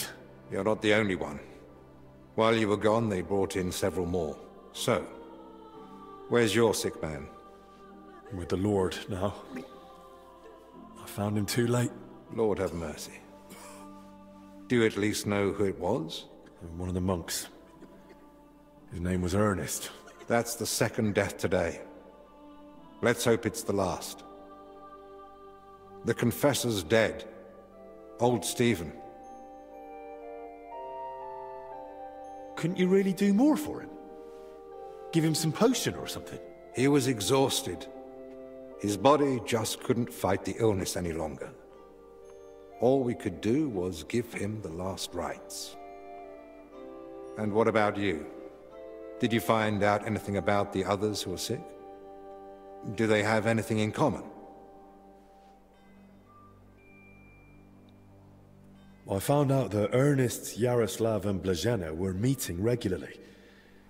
There's a secret copying workshop in the cellar. A secret? But why? And what in God's name was she doing there? From what I gathered, the translator got hold of some indecent book in the vernacular. I think it was called... The Decameron? Yes. You know it? It caused quite a stir at the university in Padua. The students loved it, the masters forbade it, and the clergy cursed it. But back to the matter. What else? Yaroslav was only supposed to translate the book, but it ended up inspiring him to write something of his own, and that's what he was working on with the others. That explains why those three got infected. Do you think it happened in their workshop? Did you notice dampness, mold, any strange smell or bad air? Nothing like that. It was damp, but the air was otherwise clean. In that case, someone must have brought the illness to them. But who? Probably Ernest. If he died first, it would make sense. Or maybe the illness just killed him faster because he was older. Like the confessor. That's possible too. I found some jewelry in Stephen's cell. It looked quite old. Jewelry? Where would he have got that from? He might have stolen it. But given how strict he was about the seal of confession, it doesn't seem likely. Maybe someone else stole it, but guilt caught up with him, and he gave it to Stephen during confession. Maybe. But surely we'd have heard about such a theft by now. Unless... They stole it from someone who can't tell anyone anymore. Do you think we've got a murderer here? I've no idea. It's all just guesswork. So, what are we going to do now? We'll go to the abbot. You, Zacharias, and I. This is getting out of hand, and the number of sick keeps rising. To the abbot? Right now? You think waiting will solve anything? You've all come. That can't mean anything good. The truth is, more are falling ill and the infirmary's filling up fast. We're trying to give them all they need. But soon there'll be no beds, and they'll have to lie on the floor. How many have died? The old confessor, Brother Stephen. And Brother Ernest, too. Ernest? He died in his cell. No one even knew he'd fallen ill. So, it started then. Ernest wasn't treated. Even mild illness can be deadly without care. And Stephen's age didn't help either. When the Black Death last swept the town, it also started slowly. The old, the sick, those no one missed were the first to die. And then we couldn't even bury the dead in time, let alone give them the last rites. Now, the Lord is punishing us for it. We do have some good news. With Henry's help, we might soon uncover where the infection's coming from. We know that Brother Yaroslav and that maid both met with Ernest, so the illness must have spread between them. They all met? Even the maid? Why? Well, I didn't mean they were all together at the same time. Just that both Yaroslav and Blazhena had encounters with Ernest. Why would a maid be meeting with Ernest? That makes no sense. Ernest never left the monastery grounds. He did, in fact. Fairly often. He was one of the few allowed out for work reasons. Then they must have run into each other by chance, somewhere outside. Very well, then. Just breathing the same foul air as someone infected for a while puts you at risk. And since I found Ernest already dead, we believe he's the one who brought the sickness among the others. If he was the first to die, then he must have been the first to catch it, right? But where did he catch it? I don't know yet, Father. But I have certain suspicions. I found building plans in his cell. Looked like a floor plan of the church. That means nothing. Ernest oversaw all construction work in the monastery. And what had he been working on lately? He'd been supervising repairs in the church. A floor had collapsed above the crypt recently. He was assigning tasks to laborers and overseeing the work. Which crypt do you mean? Some important nobles are buried there. But most of all, it's the tomb of my predecessors. May their souls rest in peace. That might be the source of the foul air. The illness could have spread from the exposed crypt. I ought to go into the church and inspect everything thoroughly. Especially that crypt. That's not a good idea. If the illness is really spreading from there, no one should go in. I understand your concern, Zacharias. But Henry is right. At this point, it's just a supposition, and we must put it to the test. Enough. What nonsense is this? No one's going into that crypt. The disease is spreading. The infirmary is full. We've already got 2 dead. Father, I understand you're afraid, but... Afraid? I'm not afraid. I bear responsibility for the whole monastery, for every living soul. And it's my God-given duty to do everything I can to protect them from the plague. Father, wait. Just give us a day. 2 at most. I'll just find out where the sickness came from. You won't get another hour. The monastery is to be sealed. No one goes in, no one comes out. All the monks are to withdraw to their cells. What about us? You want to keep us here against our will? I don't want to, but I must. And at the same time, I humbly ask for your help. Believe me, you'll be repaid when the time is right. You came to me with a certain request. Help me, you may consider it granted. It's for the best, Albec. Even if it turns out not to be the plague, it's still a deadly illness. And we're within sight of the town. If it spreads to Kuttenberg, it'd be a disaster. I know. But as you wish. I'm sorry, Henry. But I'm afraid we have no choice.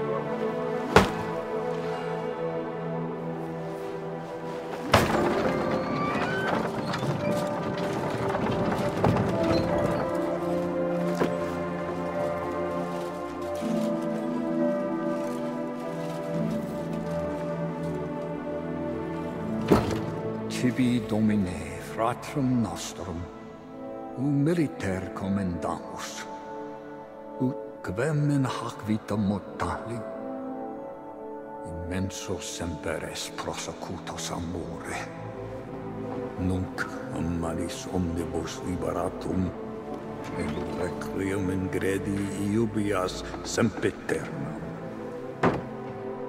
Tuam ergo clementium deprecamur, ut via prima iam transierunt, illum in paradisum tum begnine perducas, ubi neque luctus, neque clamor, neque dolor erit ultra. Sed pax et gaudium, cum Filio Tuo et Spiritus Sancto, in secula seculorum. Amen.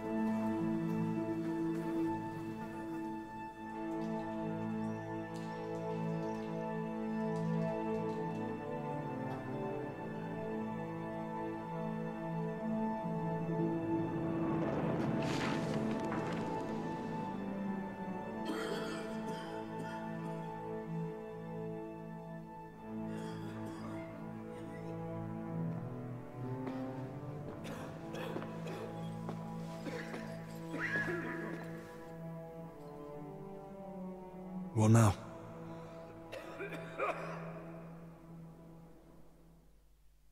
This whole situation keeps getting worse. How am I meant to treat a disease I know almost nothing about? This can't end well. Then what do you suggest? The abbot's forbidden us from going anywhere outside the infirmary. Not only that, he's had the monastery gates shut. No one's allowed in. Or out.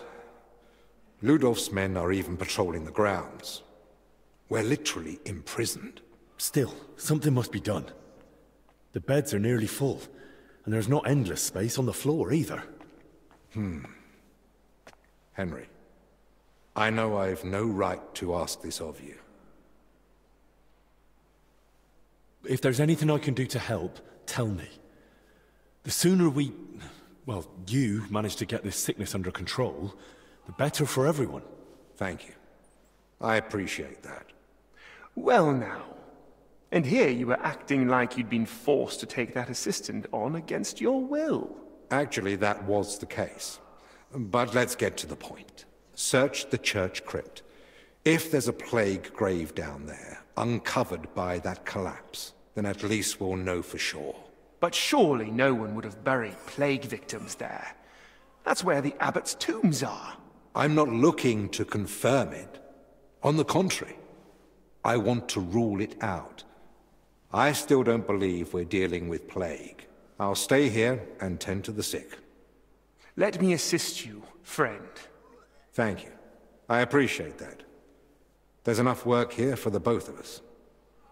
Henry, try speaking with the workers repairing the collapsed floor. In the best case, they might have noticed something. In the worst case, they'll already be showing symptoms of the disease. And how do I get there? I'm not even supposed to poke my nose outside. The knights are patrolling the grounds. If they catch him wandering somewhere he shouldn't be, they'll have him thrown out. And the abbot will find out we're investigating the source of the outbreak despite his explicit orders. But this is about lives. Henry, I believe you can do it. But still, be careful.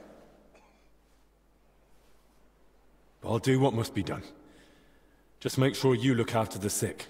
Hold on. In Italy, physicians wear a kind of hood with a mask. It protects them from foul air and perhaps even the plague. True. I've heard the same in Padua. Sounds good. But where am I meant to get one around here? With a bit of skill, you can make it yourself. All you need for the hood is a piece of leather. You'll need to hang fragrant herbs around the collar. Something like mint or sage. Might as well perfume myself all over. You jest. But yes. The less foul air you breathe in, the better. You can use the workbench in the alchemical workshop to make it.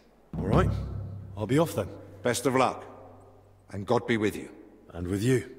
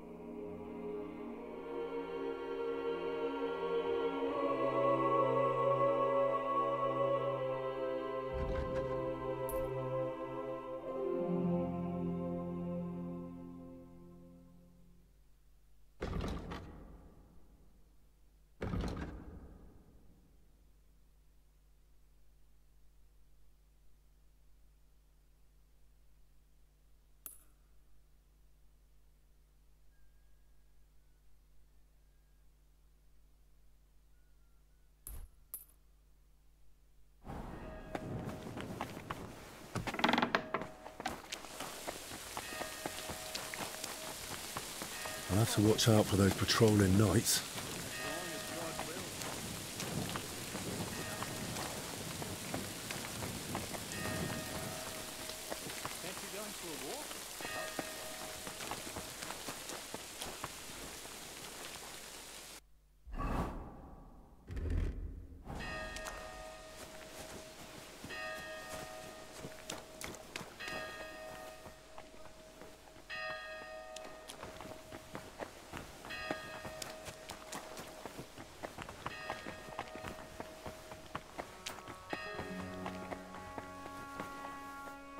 Hey, get out of here!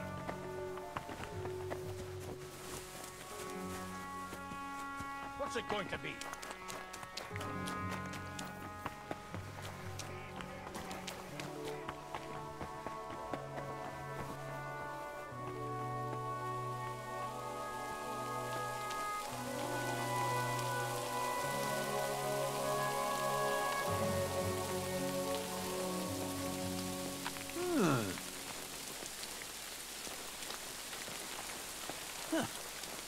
Strange.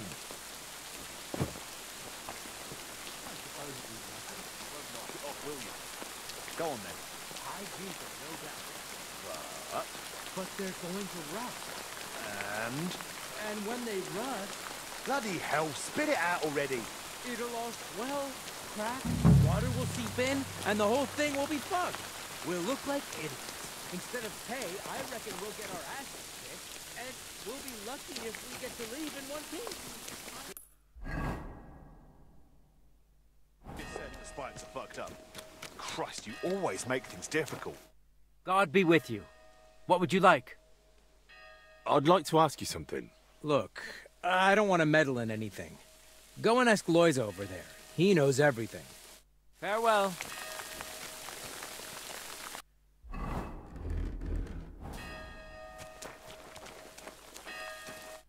I need to ask you something. Look, you probably shouldn't be here, right? You heard the talk. They say there's some pestilence going round. Yeah, that's exactly why I'm here. I'm not exactly feeling... My best. Tell me what I need to know. Oh. And I'll be off. Christ almighty! What do you want to know? I'll tell you anything, just don't come any closer. Have you noticed anything odd lately? Suspicious? What? During work?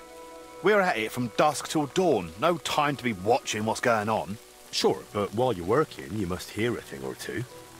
You know how folk chatter while they work. Well, I suppose there are two groups of workers here. Us lot working above ground, and another lot working down in the crypt. We don't talk to each other much. Why not? They're a right bunch of bastards. Maybe because they've been at it longer than us. They hardly ever come up before we knock off. Some of them probably even sleep down there. Ugh. Why are there two crews here? We take care of everything above ground. They're dealing with that collapse into the crypt. We hardly ever see each other. Where can I find the other crew? Their tents are right next to the monastery wall. Who's in charge of your lot? Andra, our foreman.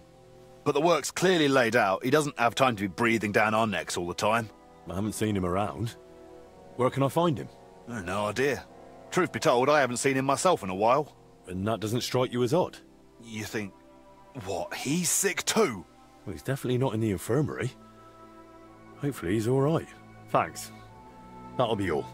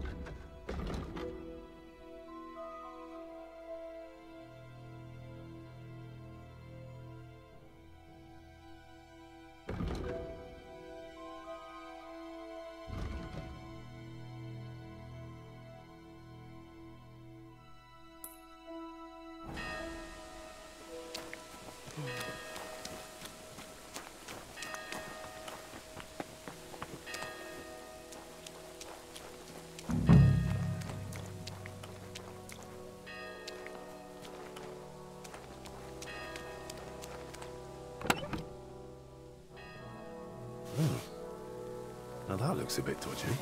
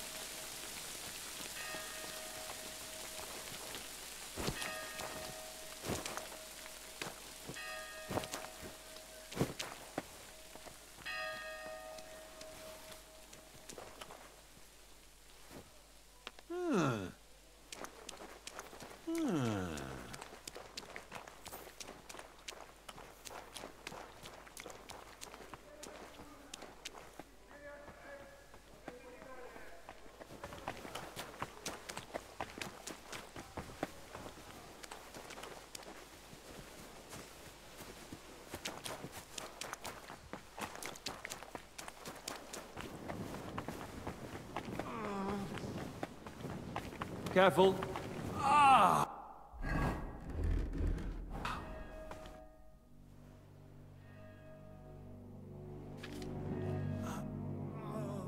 Is there anything I can help you with around here?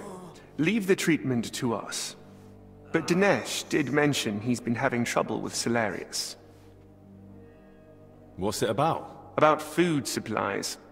Even before the monastery was closed, old Julian was a miser. But now we have to haggle over every morsel.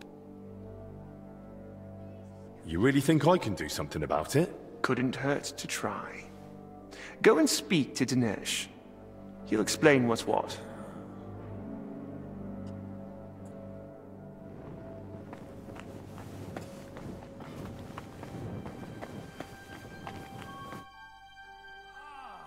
I heard you've been having some trouble getting supplies for the infirmary. That's right. Old Julian seems to think the sick can live on decoctions and ointments. We get nothing but scraps.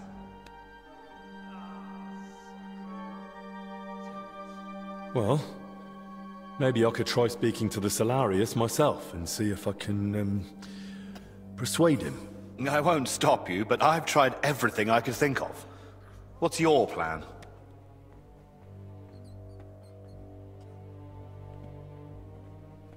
This is serious.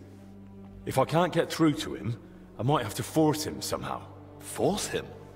How? Don't worry. No need to prepare another bed at the infirmary just yet. But if I put a bit of pressure on him, he might give in and agree.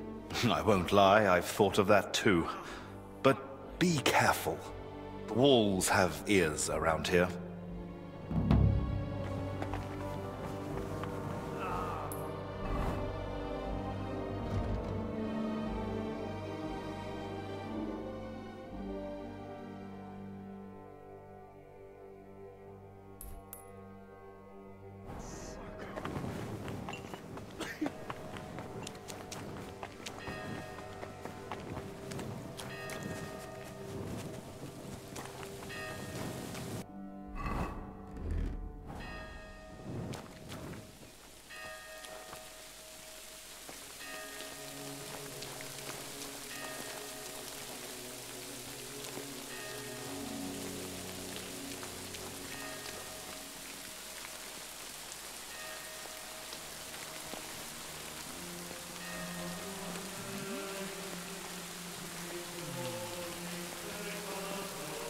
I heard something.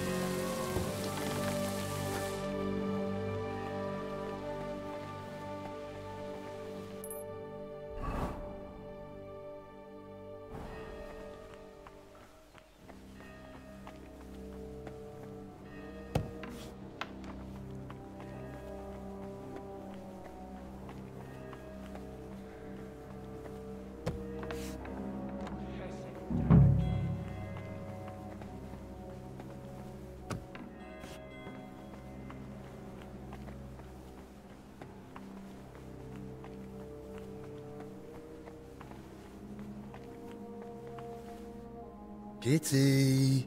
Kitty!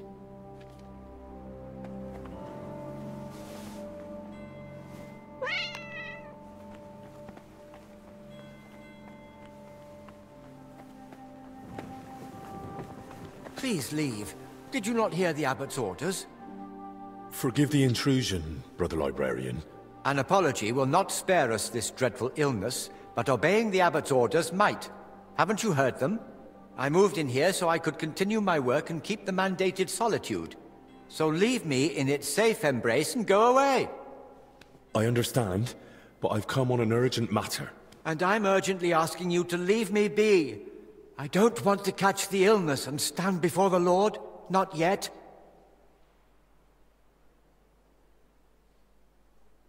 Brother Librarian, I understand your fear, but remember our Lord Christ. Did he fear the lepers? And what did he say to the Samaritan who returned from the church to thank him? Your faith has healed you. You see? There's no need to fear the dreadful illness if your soul is pure. So you believe this illness is a test for us? Well, yes, I think it might be. But I'm only guessing. I wouldn't dare pass judgment on the Lord's intention. Ah, you've spoken wisely and humbly. I can never compare to our Lord Christ, but in your words I find comfort and a spark of hope. May I ask you a favor, then? But please, keep it brief. Brother Librarian, I need your help. What is it?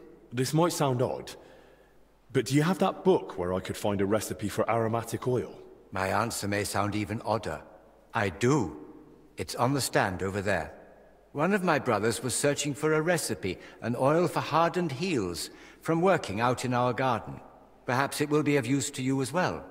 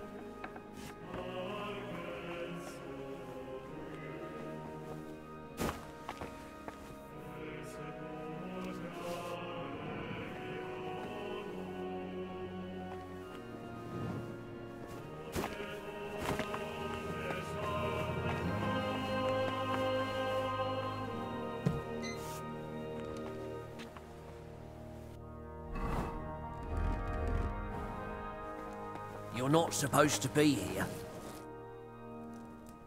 I hear you and Dinesh are having a bit of a dispute over food supplies for the infirmary. A dispute? Is that what he told you? Well, not in those words exactly. I really would like to help, but you must understand that I can't. No one knows how long the monastery will stay closed. The whole convent has to live off the supplies, and if we are to endure, we all have to tighten our belts.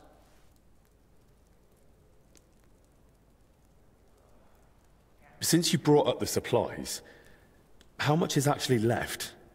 Are we talking days, weeks, months? Months. Not even in my most hopeful dreams. With small portions, fasting, and assuming we don't get a hailstorm that destroys what's yet to be harvested, we'll last 2 weeks. 3 if we're lucky. Then Albic had better get a move on. Look, I know it's difficult for you, but we can't just let the poor infirm suffer in hunger. If you help me, I'll be glad to repay the favor. Is there anything I could do for you? Well, to tell you the truth, magpies have built a nest in the tree in the monastery garden. They perch on rooftops, screech like mad, and I can't get any sleep. And they're so brazen. One of them stole my spectacles yesterday. I can't read without them. I'll see what I can do. All right. But make it quick. How else can you save on food? Other than shrinking portions and thinning out the gruel and broth with water, I can't think of much. When the Black Death ravaged the land, Solarius Vendelin ran the kitchen. They say that even though he had limited supplies, he... What, perform miracles? Don't blaspheme! But it's true that he kept most of the Brethren alive, even with famine looming. Where could I learn more about this Vendelin? There might be a small manuscript in the library. He wrote it himself once, long ago.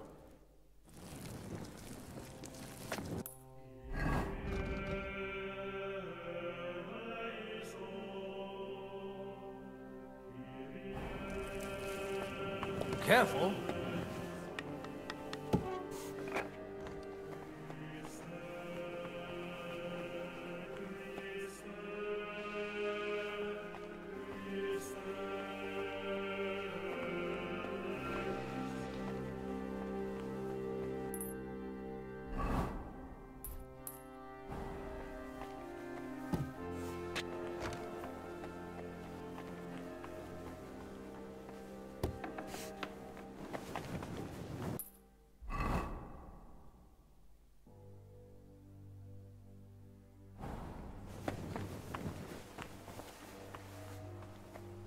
You can't be here!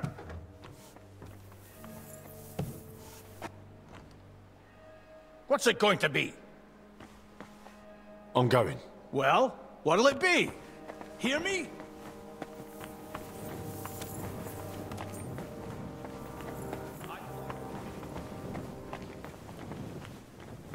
Hey, a 6. Ha! So you'll be clearing out the spiders.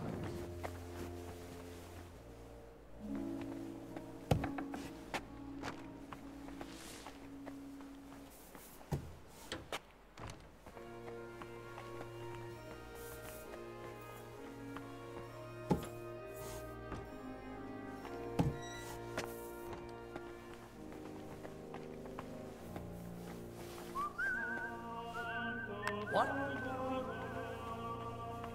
Did I imagine? Who's there?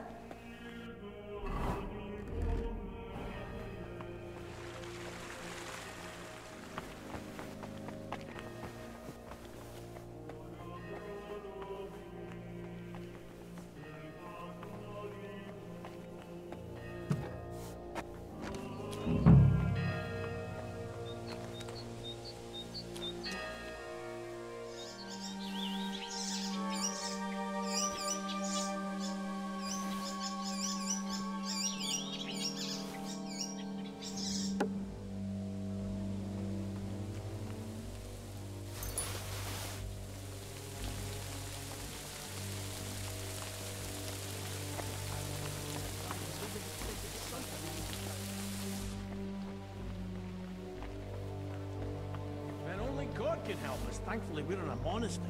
Hang in there. Everything will turn out fine. Huh?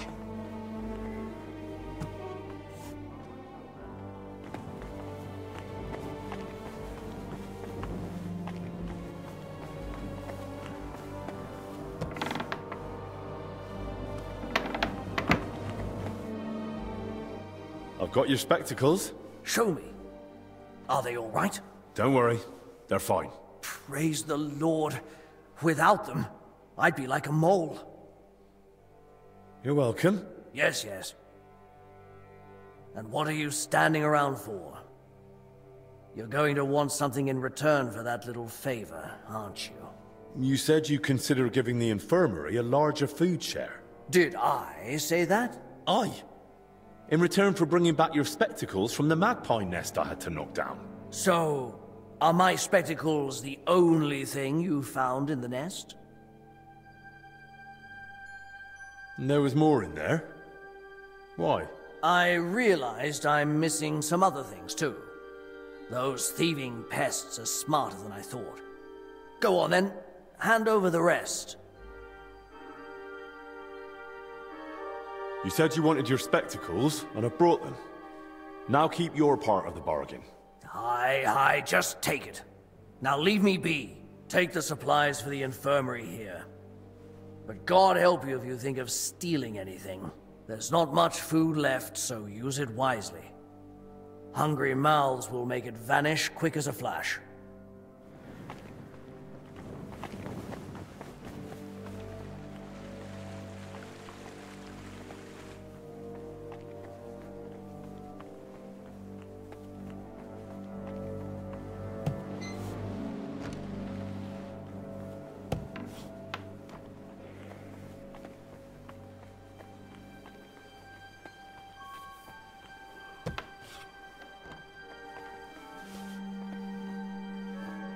What's that sound? I heard it.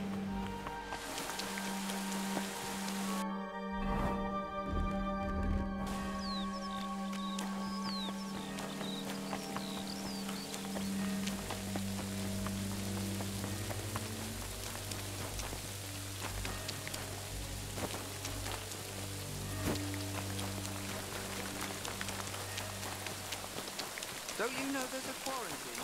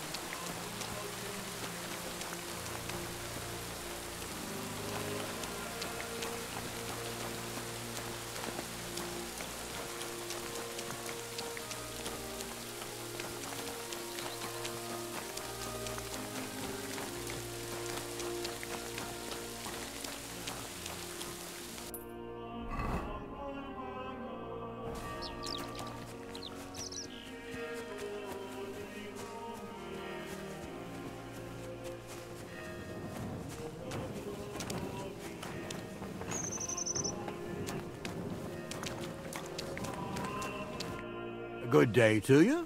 What brings you here? What are you doing in the garden? Shouldn't you be inside? What a beautiful day the Lord has given us. I feel in my bones it might rain, though. But no need to dwell on that now. What are you doing here in the garden? You know, people often don't cherish the simple gifts life offers. At least not until they lose them. But why shouldn't one rejoice in each day and share that joy with others? Just look. The roses, for instance. Such splendor. I planted them here myself, years ago. What? Why aren't you with the other monks? Ah, it's beautiful here. The birds don't sing like they used to, but at least I can still watch them. Don't you wish you could fly too? Soaring on the wind and gazing upon the wonders of the world. Are you even listening to me? I'm asking why you're not inside. I heard you. Well? You're asking what I'm doing in the garden. Just look around. Where else could I wish to be in this very moment? Inside? Because there's a contagious illness roaming around? Look at me. What could some illness possibly take from old Brother Constantine? By the way, you look spry, full of strength. May I ask a small favor of you? First, I want to know what it is. You see, I didn't tell any of the brothers I was going out into the garden. That wasn't the wisest thing. I'd need you to let one of them know I'm all right, so he doesn't worry needlessly. I'll help you. But who exactly should I give the message to? And where can I find him? Find Brother Athanasius. He should be in the dormitory above the library. All right. I'll find him and deliver the message. Till we meet again.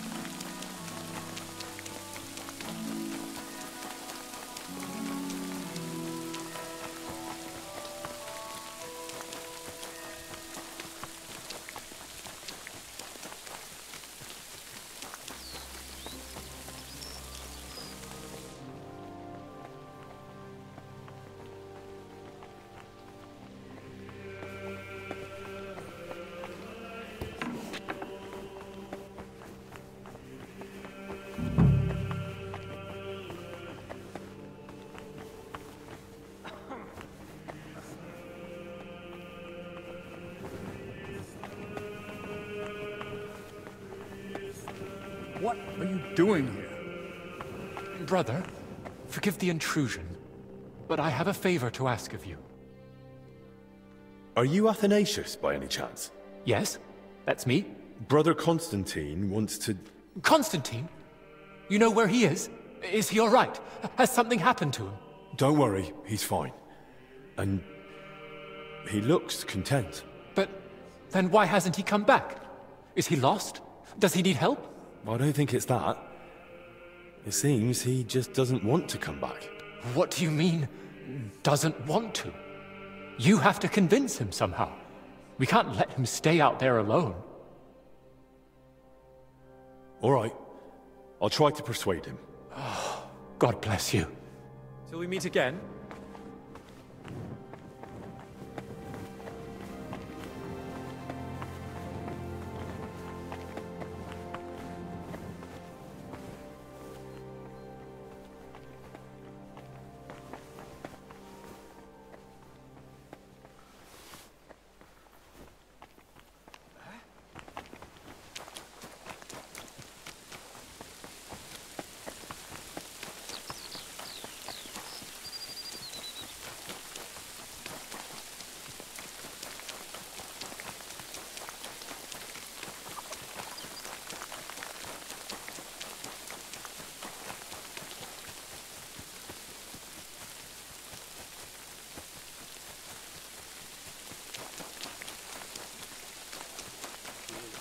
To be here.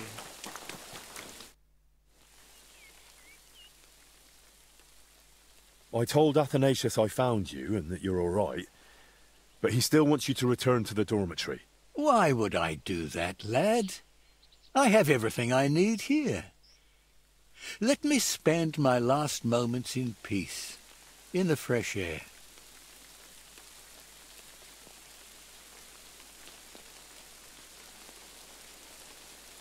If you won't go back for your own sake, do it for Athanasius. He truly cares about you. Oh, all right then. I won't add to his troubles for no reason. I'll go and see him one last time. Till we meet again.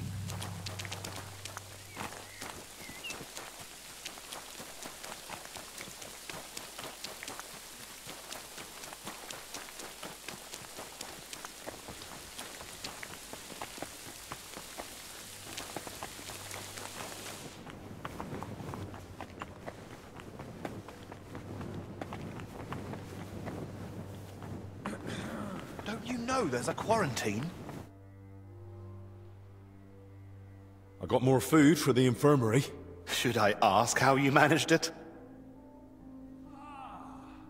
Julian had a score to settle with some magpies nesting in the monastery garden. Once I got rid of them, he was happy to share some of the food supplies with me. See, it never occurred to me I could run errands for a bit of extra food like some servant. Oh, is that so?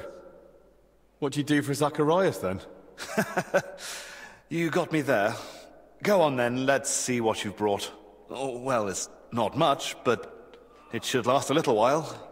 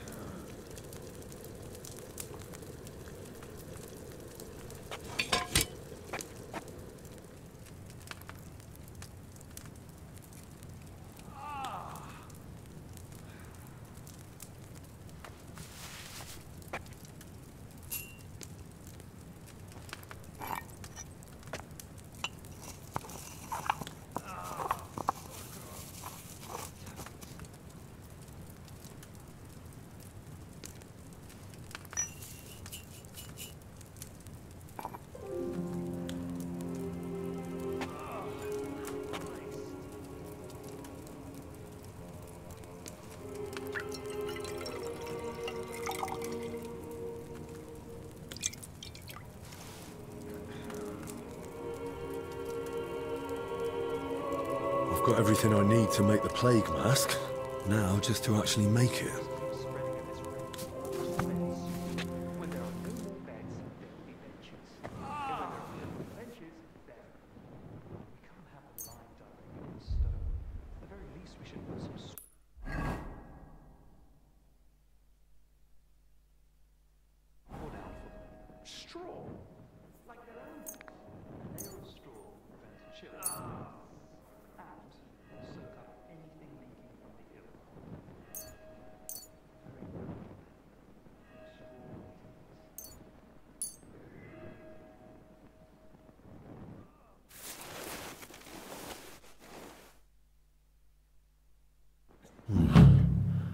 I hope this works.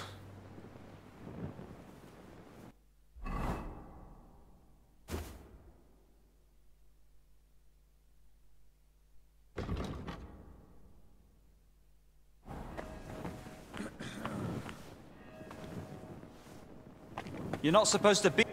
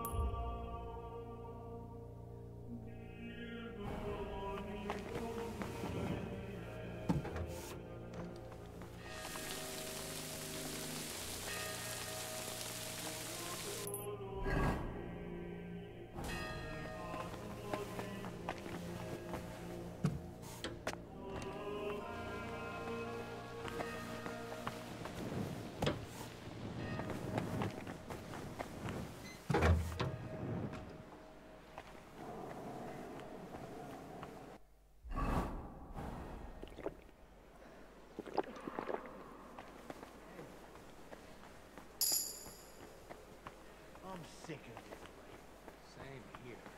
That prick boarded up and leave it. Didn't you hear the foreman? We've got to hold out. We'll get sorted out somehow. Yeah, still. I don't like it one bit. Better guarding up here than down there, though. Hey!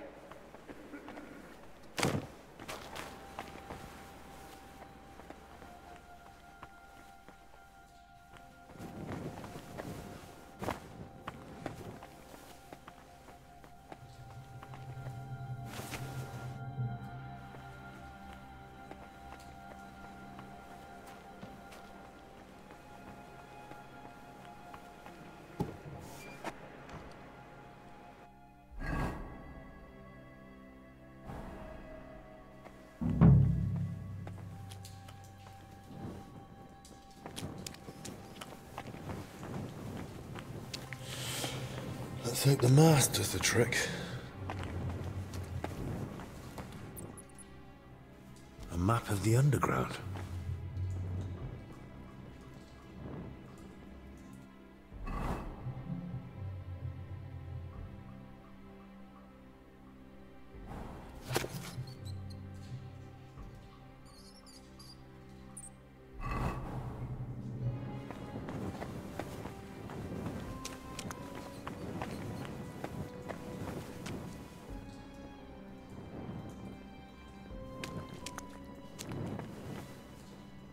They were robbing the graves.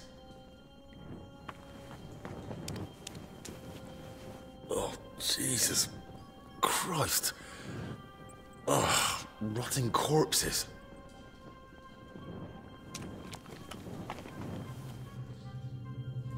A drawing of some kind of cross. Hey? What's this?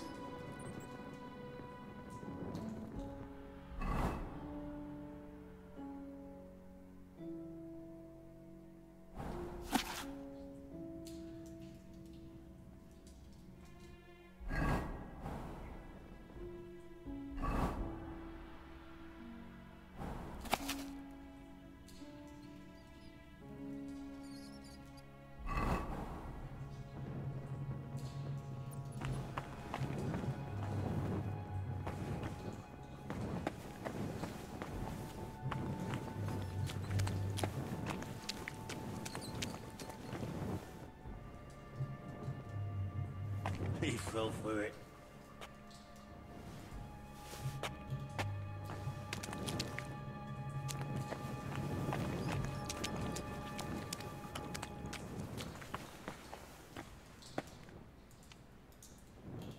The bastard. He must know about Bavo.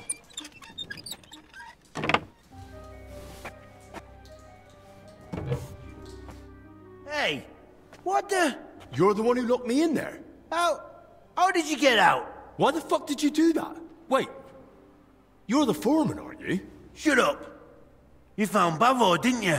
Hand it over. Calm down and drop the weapon, or I'll report you to the abbot. And how would you do that? You're not getting out of here alive. What the hell are you on about? What do you want from me? You know what I'm on about, Kavar. And I know he's here somewhere. Boslav Bavo. I'll rip it out of your cold, dead hands when I'm done with you. It'll look like an accident. You weren't supposed to be here. We tried to stop you. But it's high, and you broke your neck. I don't even know what you're talking about. Who's this Bavor, anyway? That doesn't matter anymore. Or anything else. Die! For an ass kicking, you piece of shit! In God's name! Come on, then! Should have handed it over. I'll beat you so bad, fucker! That was something! Getting out there, you got you horse, son!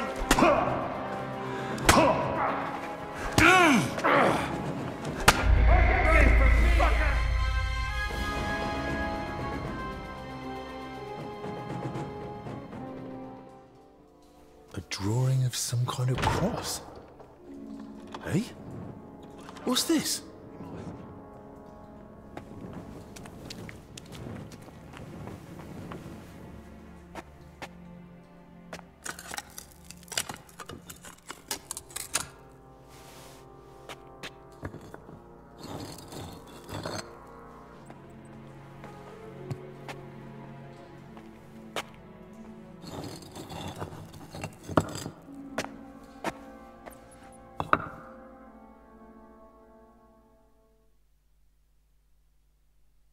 This crypt carries on.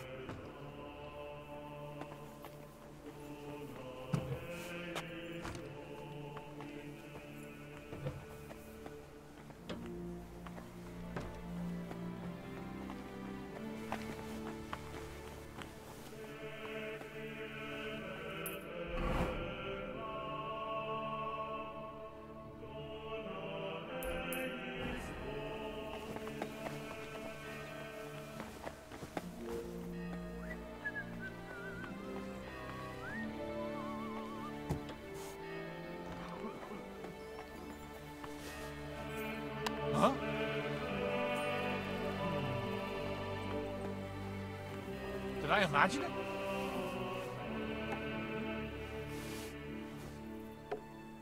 I heard something.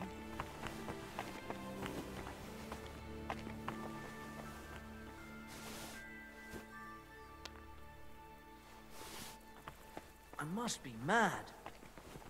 What?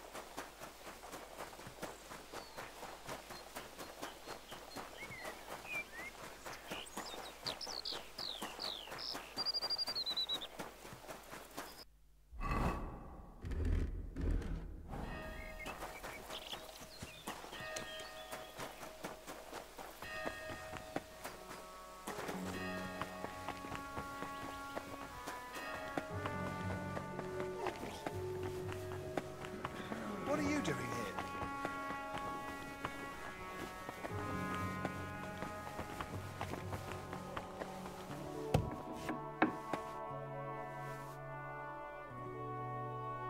Christ, Albic! What happened? Are you alright? I am, yes. But it looks like we've been robbed. Why? And who did it, for Christ's sake? Gentlemen, please, keep it down. You're disturbing the patients. For God's sake, what happened here? What a mess. What do you think? Someone was clearly looking for something. But there's nothing of value here. Well, actually... Albic! You brought them here? What were you thinking? And was I supposed to leave them unsupervised? And? Were they stolen? Thank the Lord, no. I still had them on me. Can someone tell me what exactly was nearly stolen? As you know, Henry, I spent a good part of my life at King Wenceslas's court, tending to his health. Thanks to that, I learned much about his private life, what ailed him, how and when he got injured, and what treatments I used. I recorded all my findings and methods, partly in case anyone cast doubts on them, and partly for others to copy, if necessary. If these detailed records were to fall into the wrong hands, I dare not imagine the consequences. Plenty of folk would pay handsomely for them. Or tried to steal them for that very reason. Who could have got in and made such a mess? I was busy tending the sick. I noticed nothing. Nor did I, I'm afraid. There's work here for 3 more physicians. That actually made it quite easy for the culprit. But we still don't know who to suspect. Surely you realize the abbot himself might be interested in those records. Father Jan? Nonsense. We've known each other for years. Not quite well enough. When he heard you were coming, he was pressing me to persuade you to let him read them. But that's out of the question. Absolutely not. That's exactly what I told him. The look on his face. If looks could kill, I'd be dead. How did he even hear about them? Their existence is no secret. Even King Sigismund mentioned them to me once or twice. And if he ever said anything in front of the abbot... And the thief waited until the monastery was closed? So, Albic isn't leaving. Even if he wanted to. Let's not jump to conclusions. And don't start pointing fingers. Henry, Go and ask Brother Benedict and Dinesh in the infirmary if they noticed anything. Maybe we'll get lucky. All right, then. I'll return to my patients and pretend nothing's amiss. No need to alarm them over this. Right. Agreed. Lord have mercy. Whoever it was, they went through everything thoroughly.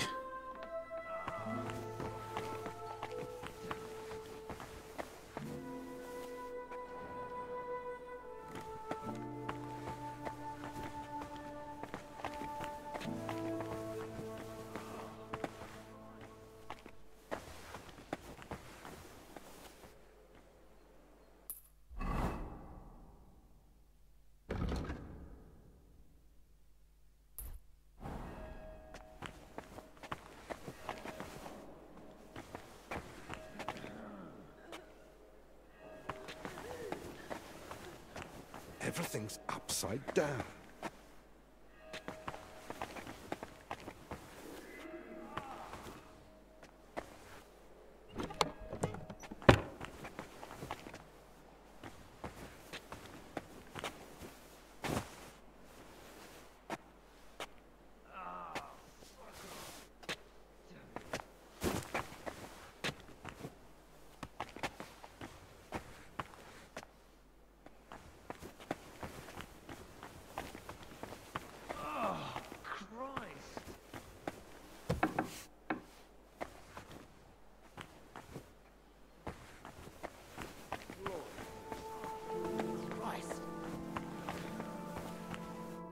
God be with you. What do you need? God be with you. Did you notice anything suspicious this past hour? One of the sick men has been throwing up constantly, and I suspect another one's faking it to skip work. No, I need to know if anyone's been nosing around our room. I spent most of my time with the vomiting one, or out in the yard scrubbing his bedding. I didn't see anyone. Someone went through our room, or rather tossed it all about. Likely looking for something. And what about the alchemy lab? Was that turned over too? No. I think that one's untouched. Oh, thank God. I'll go check it anyway, just to be sure. Was anything stolen? That's the thing. Nothing was taken, so we don't even know what they were after. I should have been more watchful, right? I'm sorry. I promise I'll keep a better eye on things from now on. Don't beat yourself up. It's not your fault. God be with you.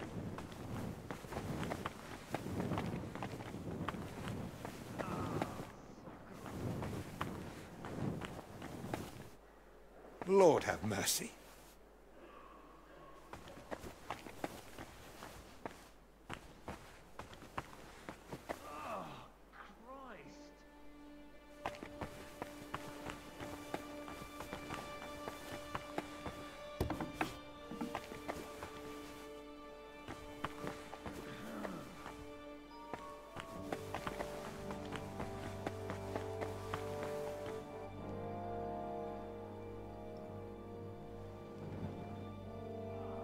Did you see anyone go in or out of our room? I'm not sure. I think I saw a monk go in. I couldn't say who. A monk? You mean Benedict? No, it wasn't him. But hard to say. Damn it, why do they all look the same in here? It's not exactly helpful, I know. Any idea when that was? Roughly an hour ago. Maybe 2. Has something happened? Damn it. Never mind. Better if you ask Zacharias.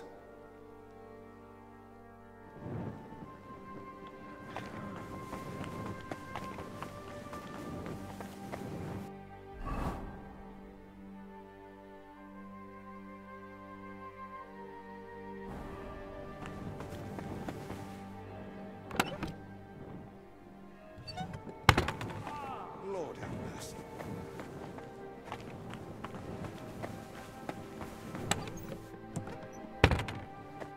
I spoke with Benedict and Dennis. Neither noticed a thing.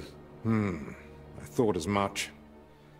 We've all had our hands full here, so we still know nothing. I might have something, but I'm not sure yet how it ties to those records.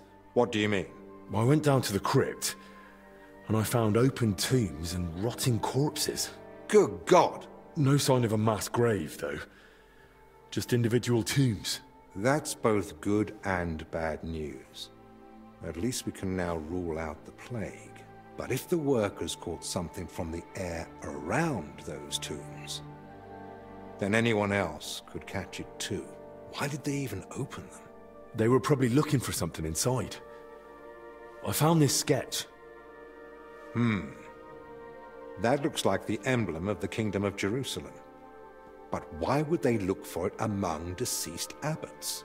Even putting aside that it's sacrilege, I don't see the connection. Nor do I. But there must be one, because they locked me in the crypt over it. What? I managed to get out and ran straight back to you. But I was interrupted by this ransacked room. Maybe we'd better keep all this to ourselves. For now, at least. You might ask Crispin about the coat of arms too. With luck, he'll find something in the archives that sheds some light on how it all connects to those open tombs. But best do it tomorrow. This evening's been more than enough. One adventure a day is plenty. Agreed. Let's clear up the room, then sleep. We'll be wiser come morning.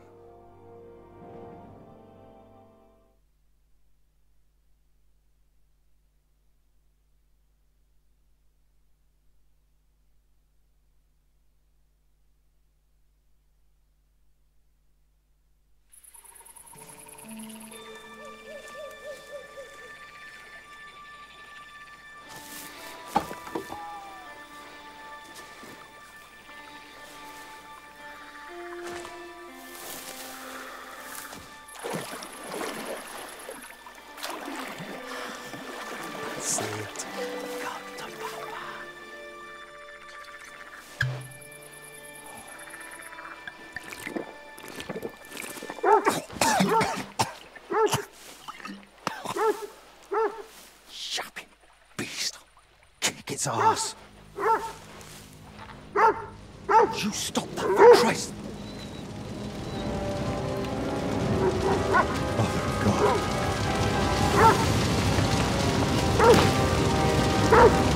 Mother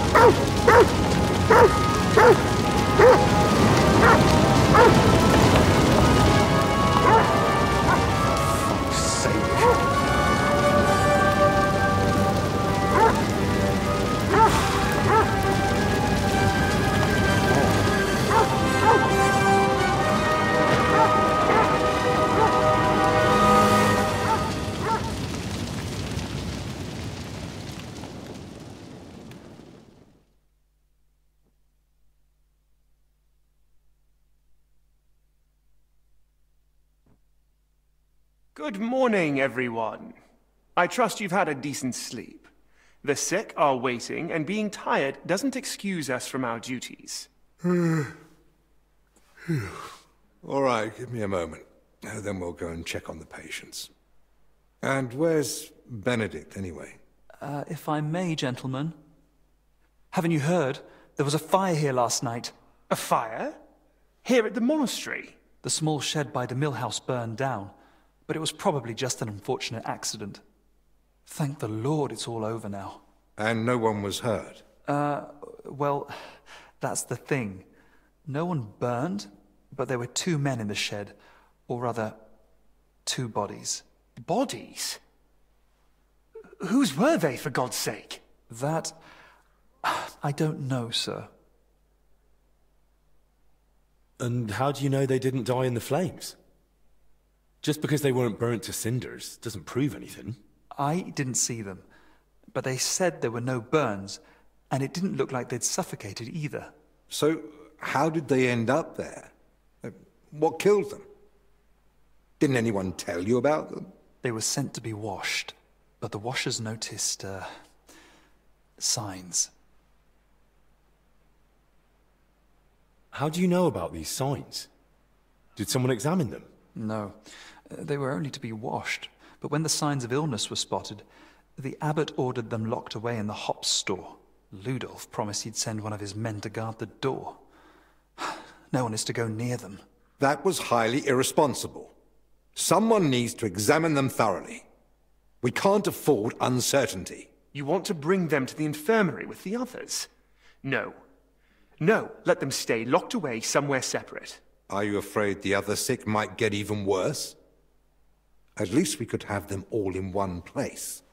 Who found them? And how did he get them out? Elijah, one of the lay brothers.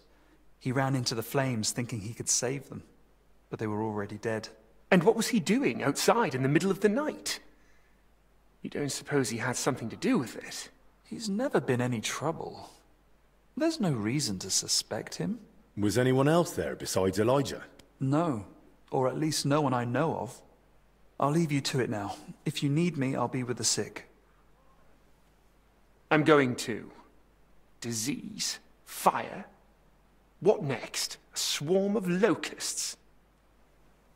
First they ransacked my room, now this. I don't like it one bit. Do you think the fire's got anything to do with what they were after in your chambers? Who knows? I feel like someone wants us gone. And they're trying to frighten us into leaving. All the more reason to get to the bottom of this. But I can hardly go poking around myself to find out what really happened. Don't worry. That's what I'm here for. Maybe Zacharias was right after all. You never know when an aid like that might come in handy. So, what's your plan? Quite a few things, actually. I'll take a look around the burned-down shed. There might still be some clues. Good idea. It might have just been an accident, but it won't hurt to make sure. I should probably speak with the lay brother who pulled the bodies out of the flames. Elijah, right? But be gentle.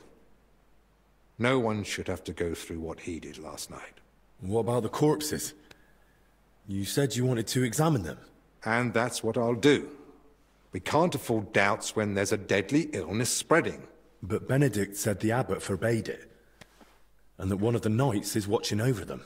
If he's got any sense at all, he'll understand this is serious. A proper diagnosis is key to the next step.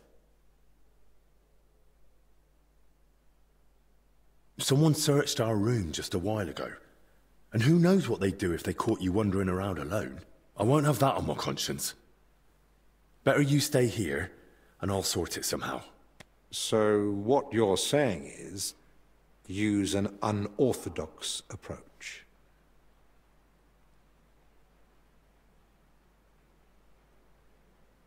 I could always bribe the guard. A few groschen might get me in to see the dead. If you want to waste coin on foul bribery. Like you said yourself, we need to be absolutely certain. Are we really going to argue about what that's worth? You're right. Ethics aside, this is no time for gallantry. When you do get to those bodies, take your time and make sure you do a thorough examination. Don't be squeamish. So, what exactly should I be looking for? Anything unusual. You know well the symptoms the sick here have, but a keen eye may spot other signs too. If you're not sure, just try to remember what you saw. If you describe it to me later, I should be able to identify it. I can't think of anything else. Nor can I. Well then, best of luck.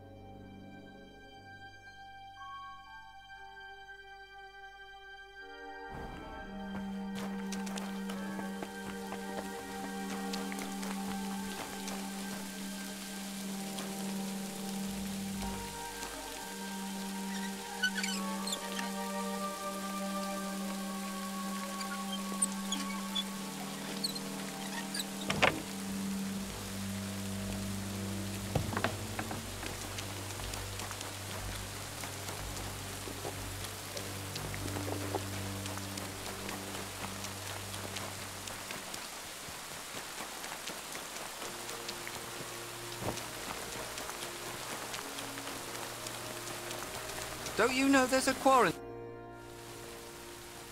Did you know there's a monk hiding in the garden? Ah, so you found him. I know he's in the garden, but I think that's how it ought to stay. Why should he stay there? Go and see for yourself. How much time could he have left, eh? I reckon he should be the one to choose where to spend his final moments. Don't you think? So that's how it is. You just leave him out here, then? It doesn't bother me having him around. And if you're worried he'll run off somewhere... Thanks for your honesty. Well, it's not like you gave me much choice. Take care, friend.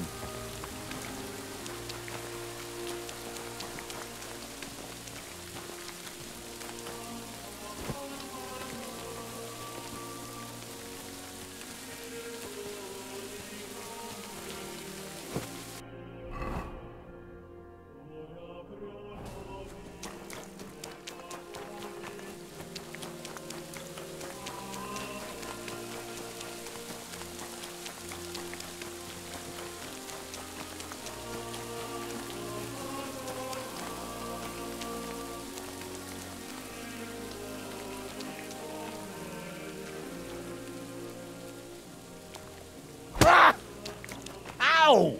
Are you looking for a fight? Leave me alone!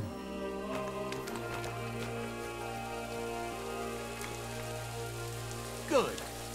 And don't do it again. Hey! Yeah, real funny.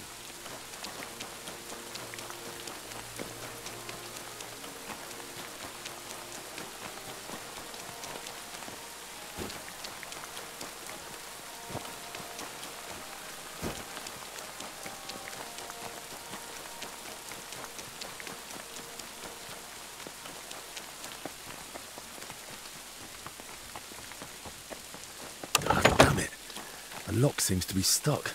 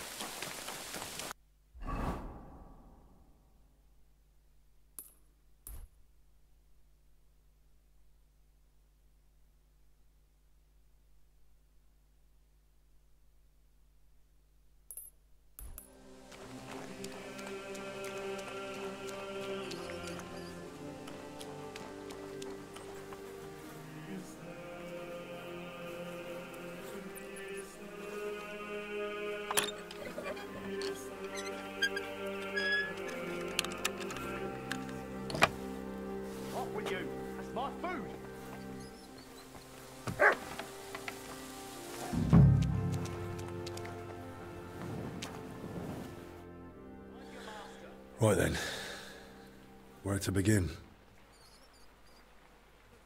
I'll start with the younger one.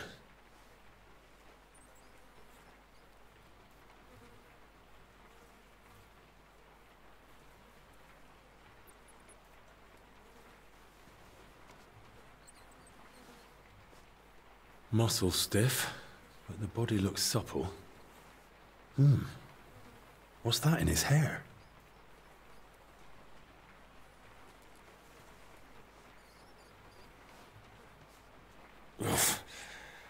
Better mind my fingers. Rigor mortis is wearing off. He can't have been dead more than a few hours. He vomited up his guts before he died. Just like that old confessor. It's all clumped together. Looks like flour, or maybe lime.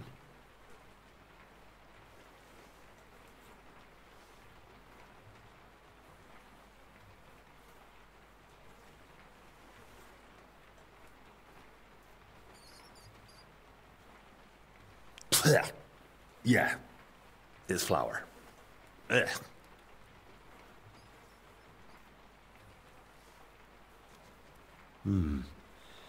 Bruising, some dried blood, but no broken bones.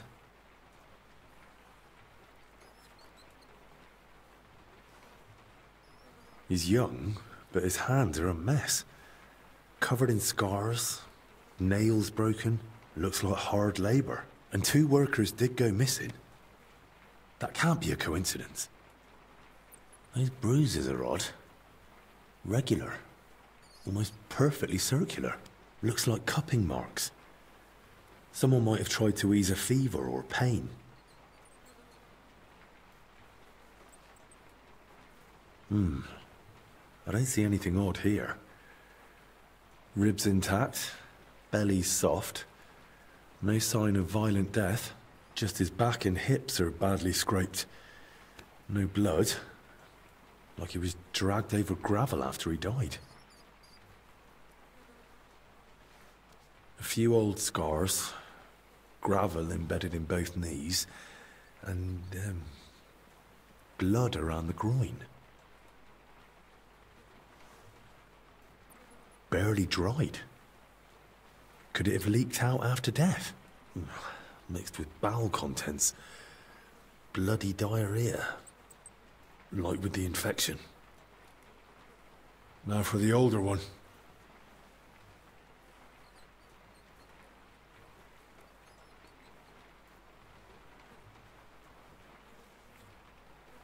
Pale. Sunken eyes. Missing some teeth, though that might just be age. But that hole in his head is someone's doing. Small, round, clean, like it was drilled. I've heard of that method before, used in cases of unbearable headache or seizures. But who tried that outside the infirmary?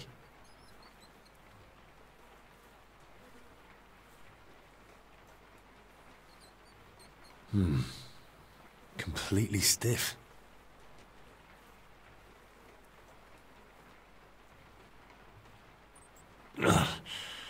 Clenched tight. Like he was ready for a fight. Rigor mortis well advanced. Died long before the fire. Skin's badly scratched. And there's a thorn stuck here. Maybe a rose? Stiff as a board. But no broken bones. Back and shoulders all scratched up. Like he was dragged through brambles.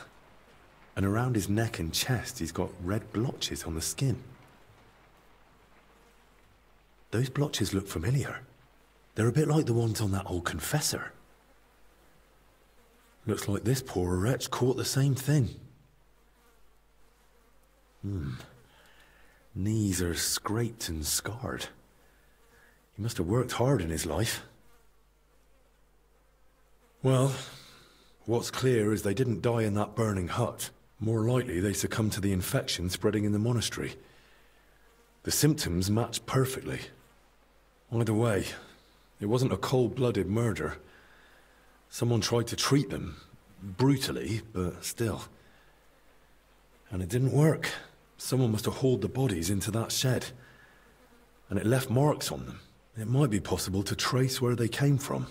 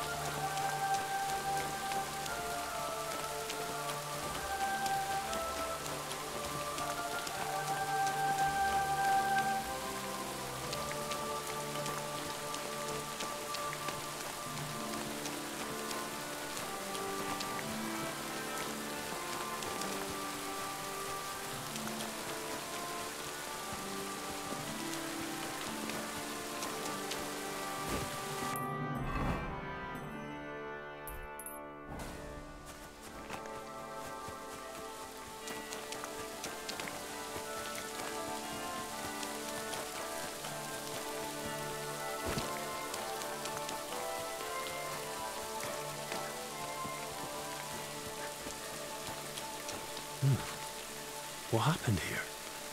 Was he climbing over the wall? But why? Either way, he really couldn't have picked a better spot. Was he trying to get out of here? Or maybe take something away?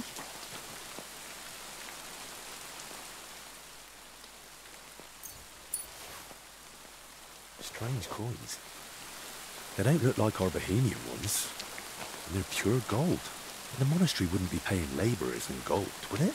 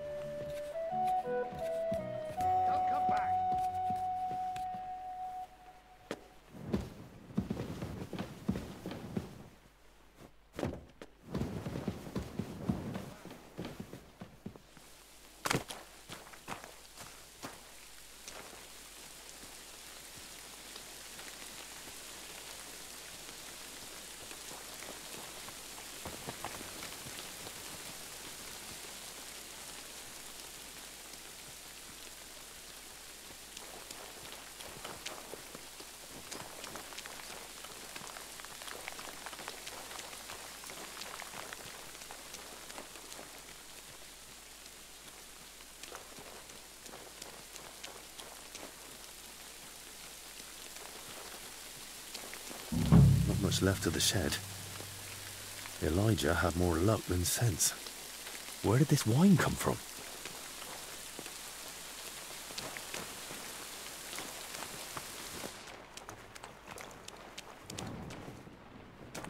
Overturned sacks, soaked ground, so that's why the dead man had flour in his hair.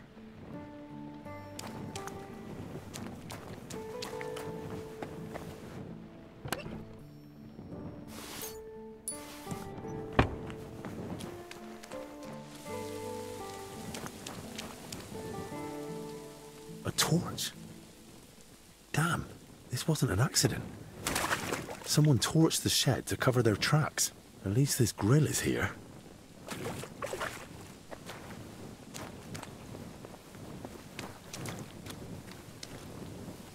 Oil. Burns like the devil. No wonder there's barely anything left of the shed.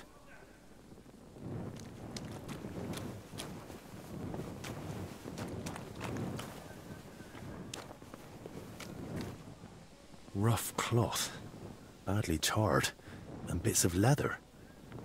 Probably used as knee protection for work.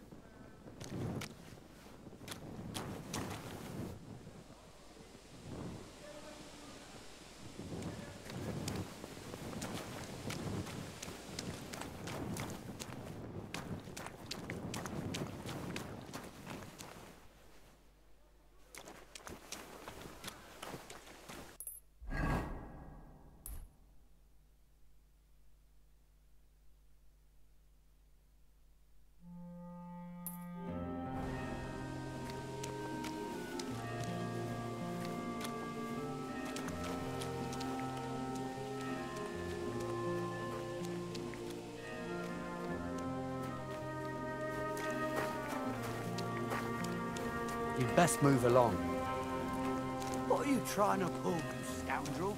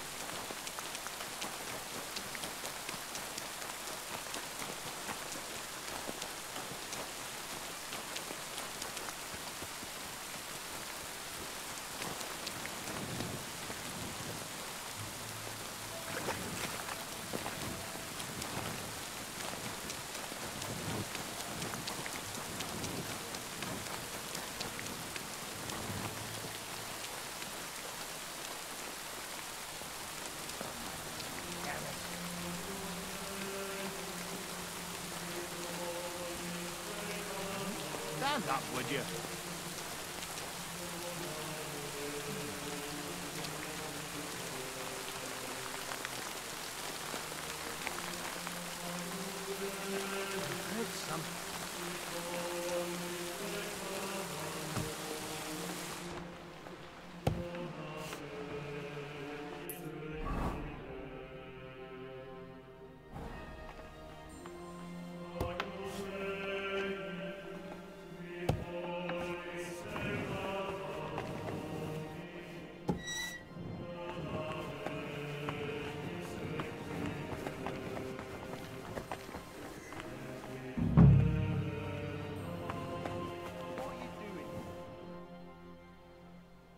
Do you know where Elijah is? I really need a word with him. I'm not sure if he's still there, but I think I saw him heading to the cellar this morning.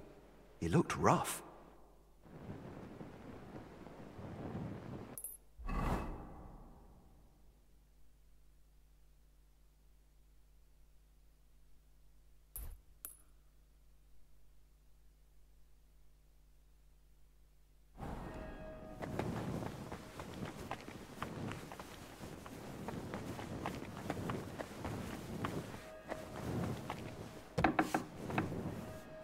There's a lot of you here.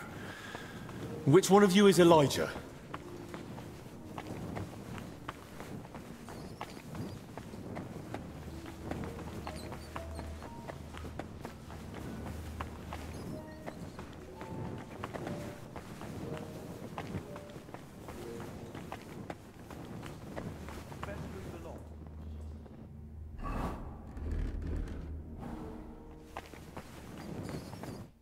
You're Elijah, right? What are you doing here? What do you think? Hiding and hoping everyone leaves me alone. I don't want to talk to anyone anymore. I get it. You don't want to remember. I've seen some nasty things too. But sometimes it helps to talk to someone. It's definitely better than drowning your wits in schnapps. Well, all right. What do you want to know? How did you even notice the fire? What were you doing outside? I couldn't sleep, so I went for a walk. It was just chance. Just chance? You sure? I don't think the abbot would be happy about folk wandering around at night. So what if I took a little walk? You sure you weren't sneaking off somewhere for a drink? You seem smart enough not to keep your booze where someone might find it. I bet you've got a nice little stash, eh? All right. Maybe I did head off to the back pond for a nightcap.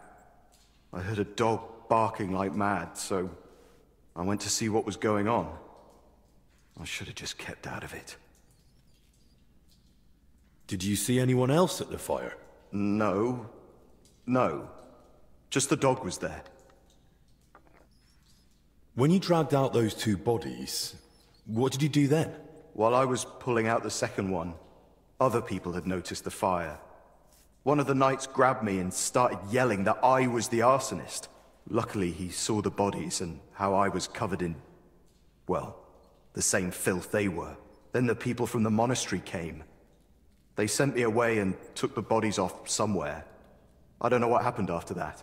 I've seen the corpses, and I've got a few questions. Does it have to be? I noticed some strange things about them. Like what? It looks like they died of the same illness that's spreading through the monastery infirmary. Christ! And I touched them. But I feel fine. So far. You'd best go and see Brother Benedict. He'll examine you, and at least clean up those burns. All right, then. They had something white left in their hair. Like lime or flour. Lime's used by the workers on the building site. And the mills just nearby. But how it got in their hair, I've no idea. Dead men weigh a lot. How did you even get them out of the burning shed? On my back? Like carrying a sack. Why? Their backs were badly scraped. So I thought maybe you dragged them by the legs or something. That must have happened before. Maybe when someone dragged them in... Godlessness. Do you have any idea who those two were? I've no idea. It was dark, I couldn't see their faces. Thank God. As it is, I'll be dreaming about this for a long time. Thanks. I'll leave you be now. Wait, I have no idea what to do with myself. I thought I'd finally do something right for once in my life. And how did I end up? Covered in shit, face burned, and humiliated. I'd rather never step outside the door again. What are you on about? You acted like a hero. Hardly. I'm a coward and a drunk. Who ran into the flames to save his fellow man. Aye. And what did it get me? If not for you, they'd have burned to ash and wouldn't even have a decent burial. This way they can pass on with dignity. So stop feeling sorry for yourself and be a bit proud, all right? Right. Right. Thanks.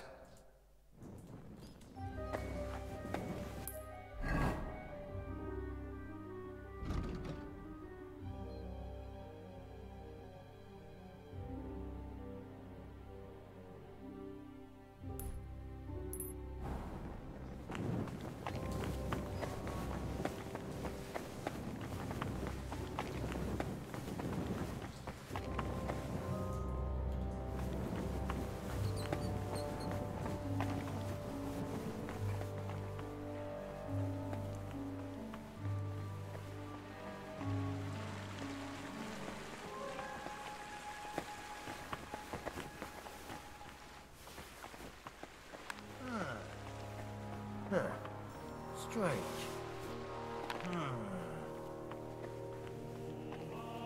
Some must be mad. What are you doing here? I'm investigating the source of that illness that's been spreading around here. And I could use your learned knowledge. I'm listening. I came across the symbol of the Kingdom of Jerusalem during my investigation. And I was wondering if you might have any records or anything that might be connected to it. If memory serves, something should definitely be here. I even dabbled in it myself long ago. We have the legacy of a knight named Boleslav Bavor, who journeyed through the Holy Land and visited Jerusalem. There was some connection to the monastery crypt, if I recall. Really? Because I actually came across it in the crypt. What? What are you talking about? Well, I ran into some laborers down there. From what I gathered, they were trying to rob some of the graves, and they were looking for something tied to the Jerusalem cross.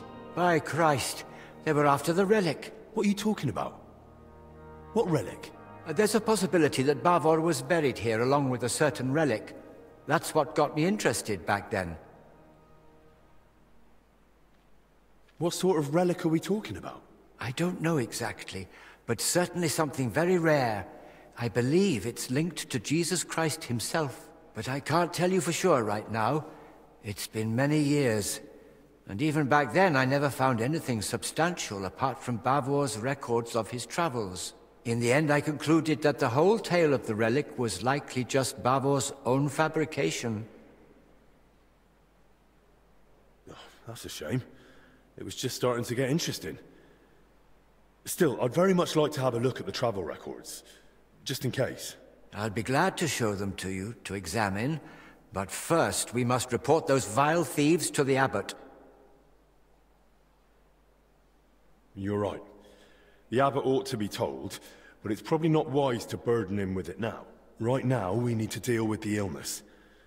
Once things have settled down, we can make sure those thieves get what they deserve. Besides, we've got almost no proof yet.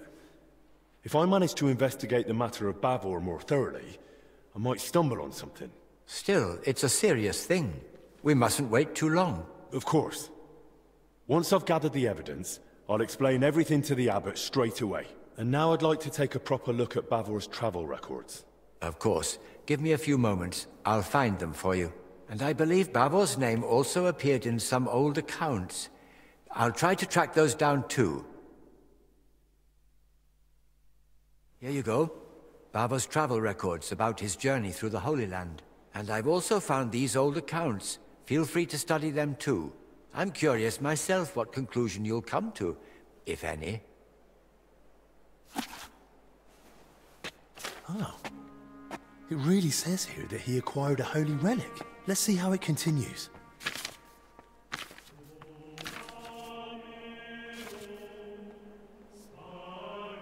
An intriguing tale. But I should read it to the end before drawing any conclusions.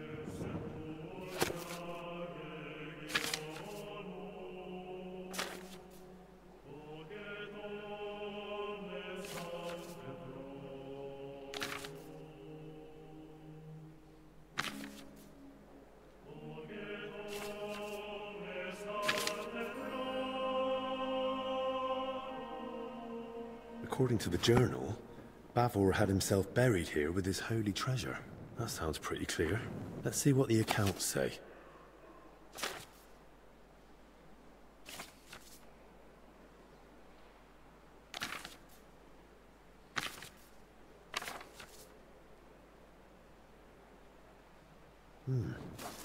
So Bavor gave the monastery a generous donation and paid for a chapel mural painting.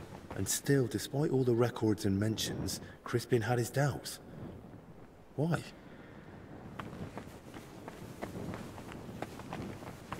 Well, are you still... I read the journal. A lovely tale.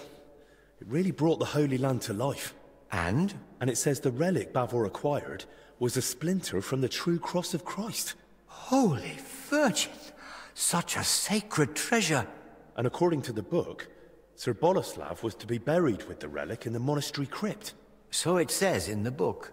I also found my old notes and remembered how it all went back then. I too searched for Bavor's grave. I even dared venture into the crypt, but despite all my efforts, I never found it. How is that even possible? A grave can't just disappear. Quite frankly, I don't know. And I didn't know then either. Once I was convinced none of the graves belonged to Bavor, I laid the matter before the abbot, but not our father Jan. This was over 20 years ago when Abbot Vitus held office. May the Lord grant him eternal peace. Together we came to the conclusion that Bavor's tale was likely at least partly, perhaps entirely, made up. Why would it be made up? Surely Sir Boleslav wouldn't lie about something so serious. The book's one thing, but there's not a single other mention anywhere. The grave's missing, the relic's nowhere to be found. Can you think of another explanation, then?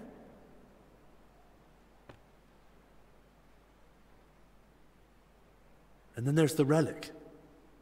If Bavor had just wanted to raise his reputation with a good story, why claim to have gained something so rare? Perhaps out of vanity? There's no shortage of that among the nobility. But his tale's already heroic enough without it. Making up a relic would only draw unwanted attention. That's a good point. It'd be too risky. The account books mention that Bavor had a sarcophagus made at his own expense. That's possible. Does it mean anything? If he paid for it himself, there had to be a reason. Masonry work like that is no small matter. And it's odd, isn't it?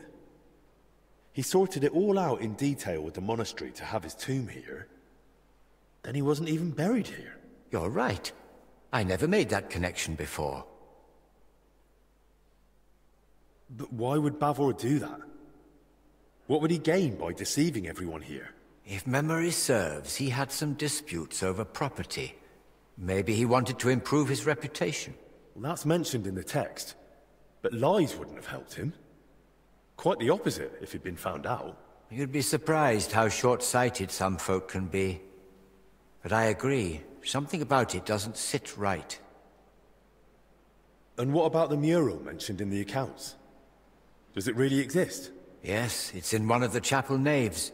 It depicts several scenes from Bavor's alleged adventures. Well, then that proves Bavor's story wasn't just made up. Surely the abbot back then wouldn't have approved such a mural in the main church if he hadn't believed it was true. If the former abbot believed Bavor wasn't a liar, but a real hero of the Holy Land, I'll believe him too. All the more reason I want to see it for myself. No harm in trying. At the very least, it's a fine piece of work. Bavor mentions in his journal that he received a great fortune from the King of Cyprus, and the account records say he gave a generous donation to the monastery. Do Do you think that was made up too? They confirm at best that Bavor had wealth, not where it came from. According to the late Abbot Vitus, he might have gained that fortune by plundering or as spoils of war, and the tale of the Holy Land was just a cover to mask the dishonorable origin of his riches. Well, I've never been to the Holy Land, but I've seen plenty of wrongdoings, even here in Bohemia. And if Bavor really wanted to cover up how he got his coin, he could have built a village, built a fortress, or who knows, bought up a mine. He could have done any number of smarter things than spinning a tale about a heroic journey halfway across the world, don't you think? I'm no expert in fraud, but yes, he chose a rather complicated cover-up if that's what it was. The crypt has a hidden side chamber, you know. Excuse me? What chamber? It had been walled up. In one part of the crypt, the masonry was loose, so I managed to get inside.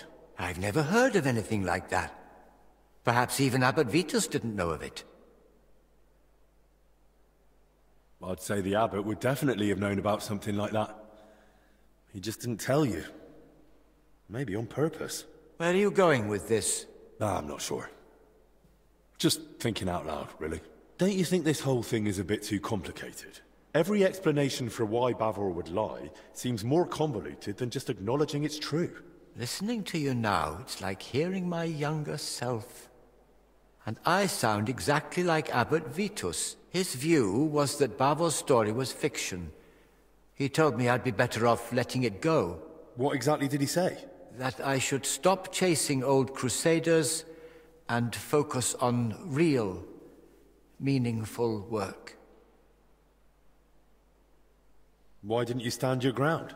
I couldn't argue with the abbot. What he said went. And I was just a lowly monk, barely past my vows. I had to obey. In time, I learned to let some things lie. Those who dig too deep may uncover what they'd rather not. I'm not blaming you. But I think it's time we reopened that old inquiry of yours and saw it through. And maybe we'll finally unravel Bavor's mystery together. If that relic really does exist, and it surfaced now, it'd surely be a sign from the Lord, a sign of hope in these desperate times. Don't get ahead of yourself. We've not even found Bavor's tomb. Without it, we're stuck. But you spoke of that hidden chamber in the crypt. If there's any clue, it'll be in there. Take this and study it closely. It's a drawing of Bavor's family coat of arms I came across years ago. According to this, you'll know if it's truly the grave of Sir Boleslav. Yes, the mural in the chapel, paid for by Bavor himself, also bears his coat of arms. Those workers, if they really were after Bavor, they only had a drawing of the Jerusalem cross. But if he was buried under his family crest, no wonder they opened the wrong graves. Yes, that could be it. Study that sketch well, so you won't make the same mistake. Thank you. I'll head off at once. Just be careful, please. You know the abbot's orders, the disease, all this misfortune. Don't worry. I'll be careful.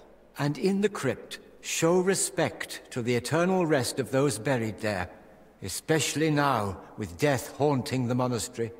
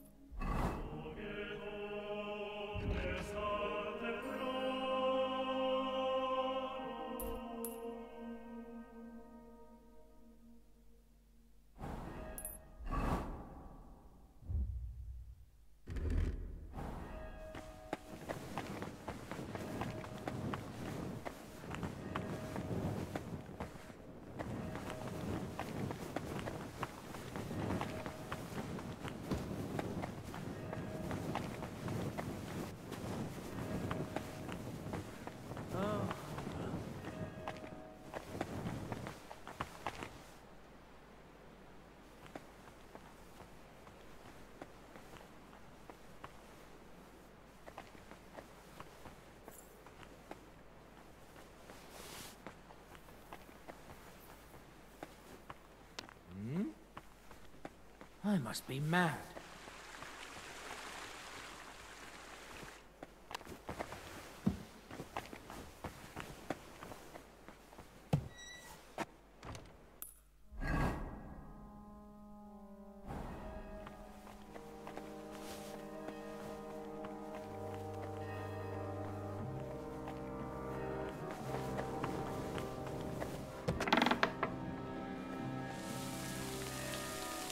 Stand up, would you?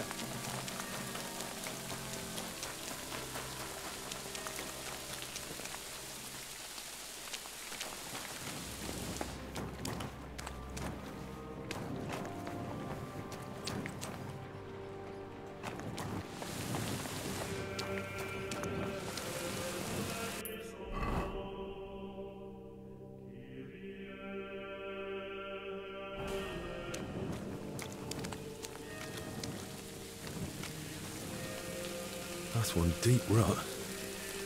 Whoever dragged them, the poor wretches gave him a rough time.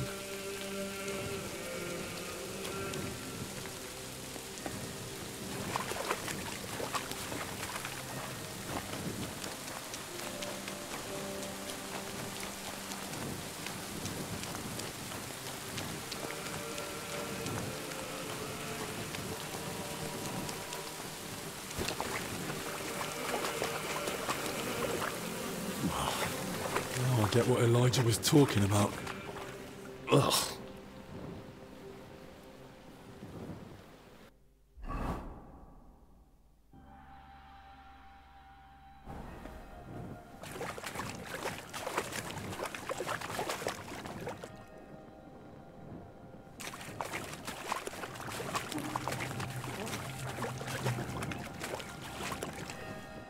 A cart and rose bushes. If he dragged them through the ditch, no wonder they were in such a state.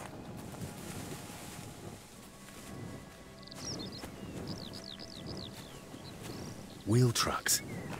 Headed that way towards the gate.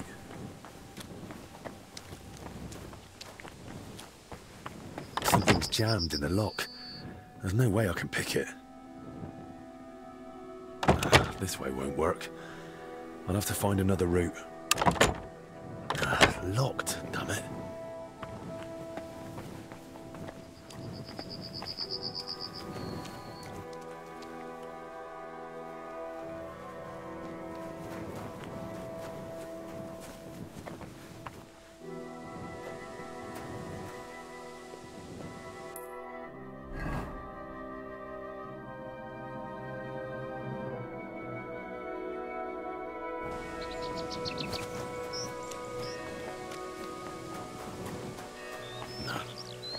Only a madman would drag them this way.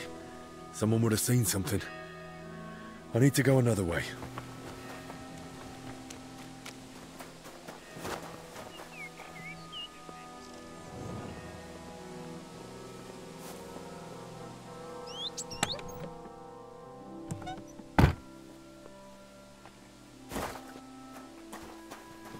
Nah, it's hopeless.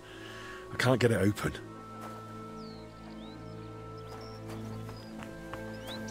The tracks are clear. That cart was bloody heavy.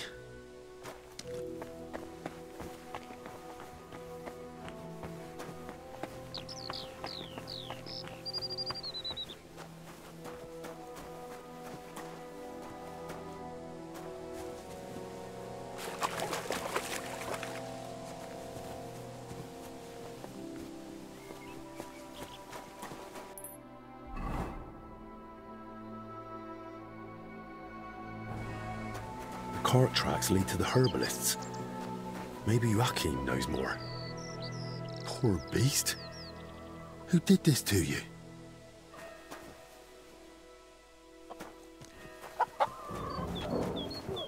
What in damnation is going on there?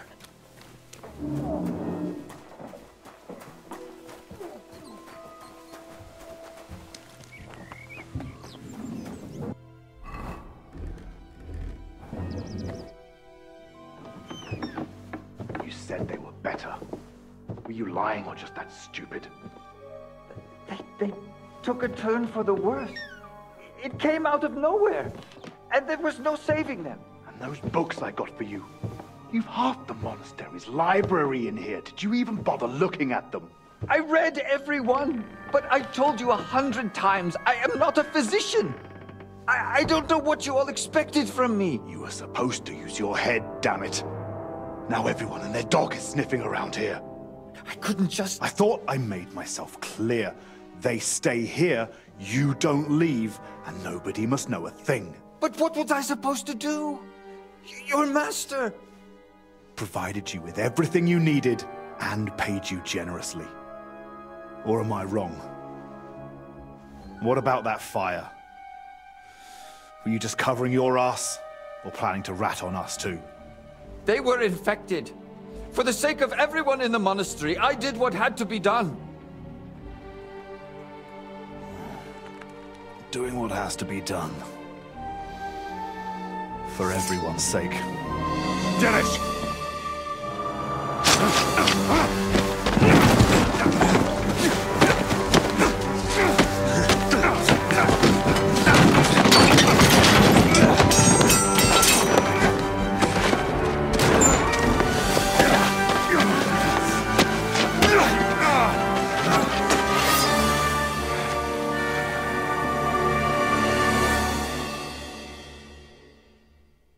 You're in for an ass kicking, you You've piece no of chance shit. against me! Shut up! Don't make it worse for yourself.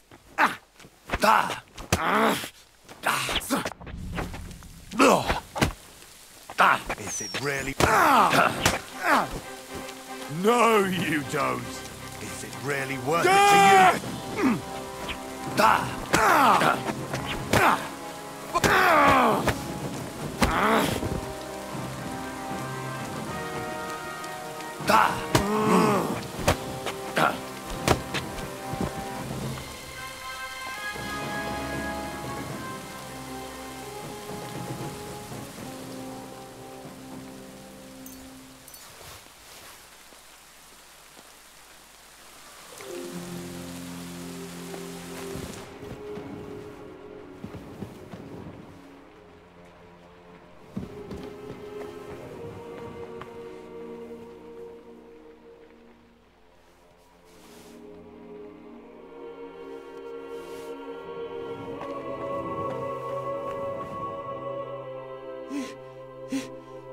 Did you?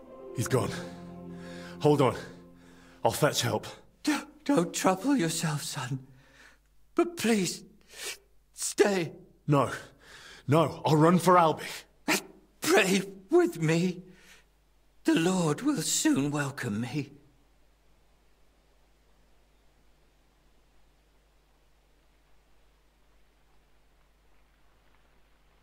All right. But I need to ask you something first. Yes?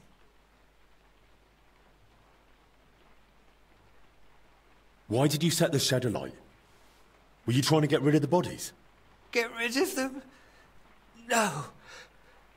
But should they rot under my roof?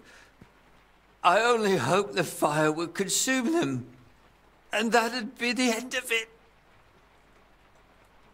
Did you try to treat those poor souls yourself? I did my best. On the orders of Master Zacharias, I tried everything, even against their will. But either the sickness had advanced too far, or I simply lacked the knowledge. All right. Another prayer. Our Father, who art in heaven.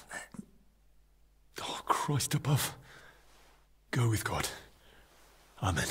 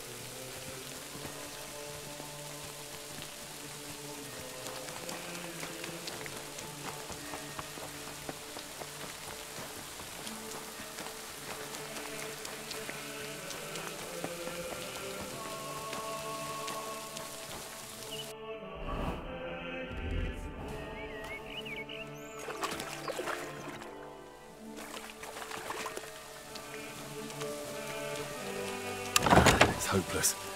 I can't get it open.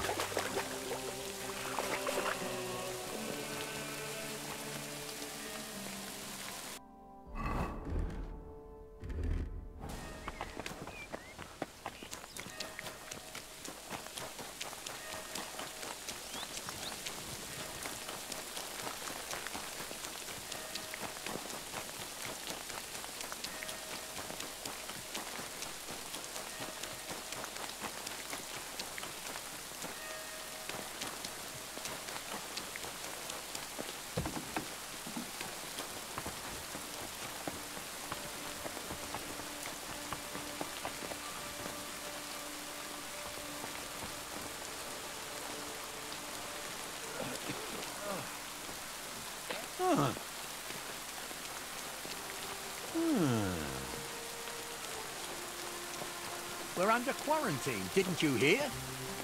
I was just leaving. Well, what'll it be? Hear me?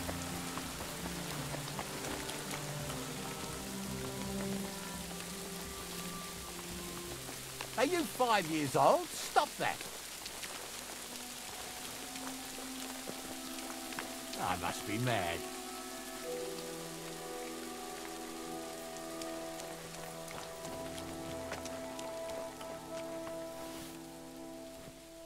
What's that?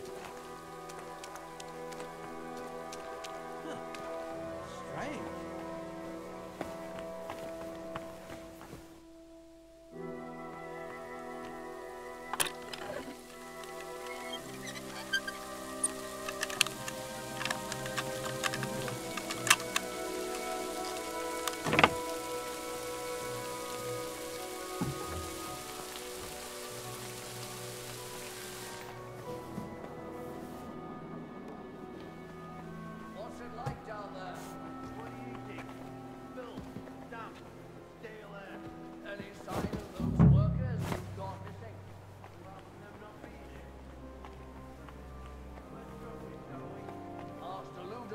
We're not to leave anything unchecked. And I mean to a plight. I'll give the place another once over. You take a proper look down below too. God's not too happy about those workers. You wanted it done, you should have planned this thing yourself.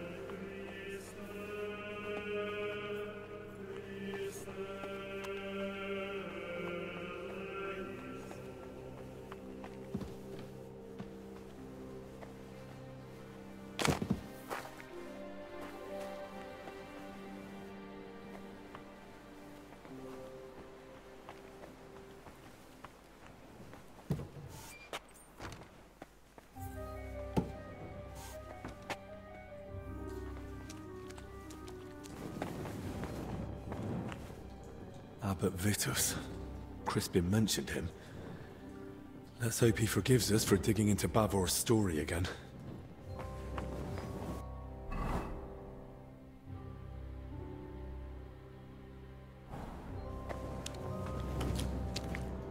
A crozier and mitre. That'll be an abbot's tomb. This must have been some knight. There's a cross above his head, but a rose in the crest, and I'm looking for an arrow.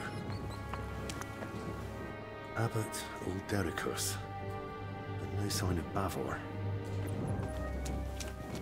Oh, good thing I've got the hood. Sarcophagus of a nobleman, disturbed by those workers.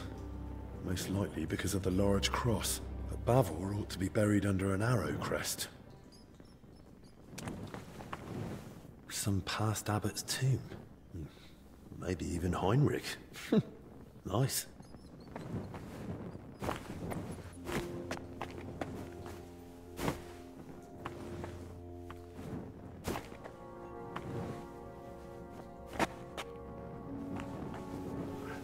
Looks more like an abbot's tomb from the carving. Good thing. I'll be shifting that rubble for days on my own.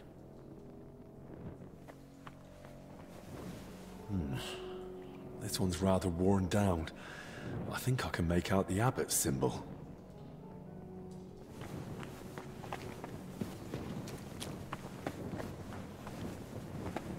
Bavor's crest. So it's true.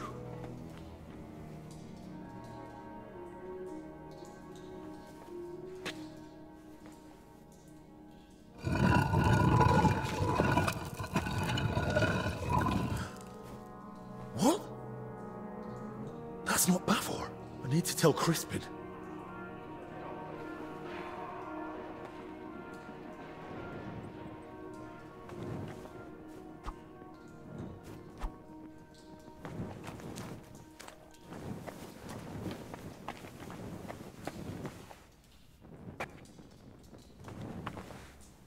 Bloody hell. God have mercy on your soul.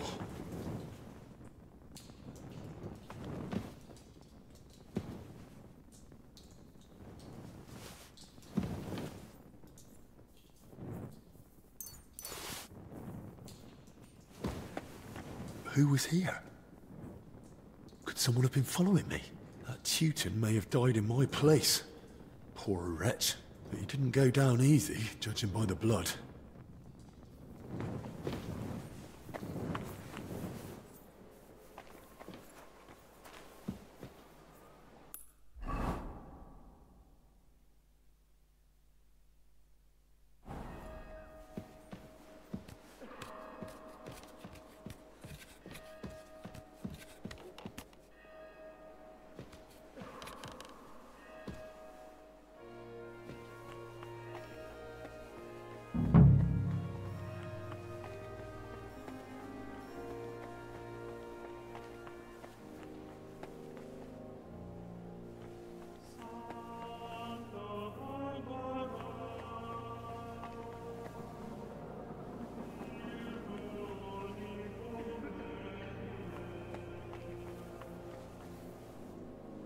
Holy relics hidden in barrels of olives.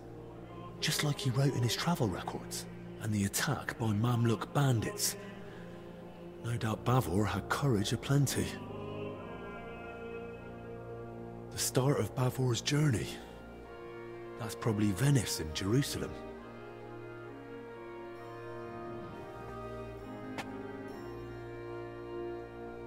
The King of Cyprus, Knight Bavor, and his relic. Though that shield looks a bit different than the one in Crispin's sketch.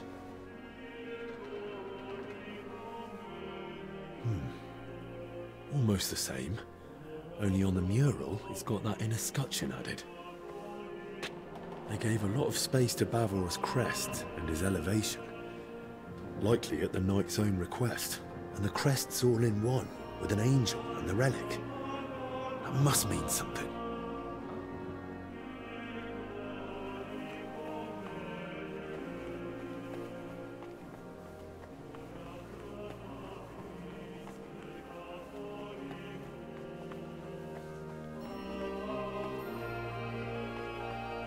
Huh?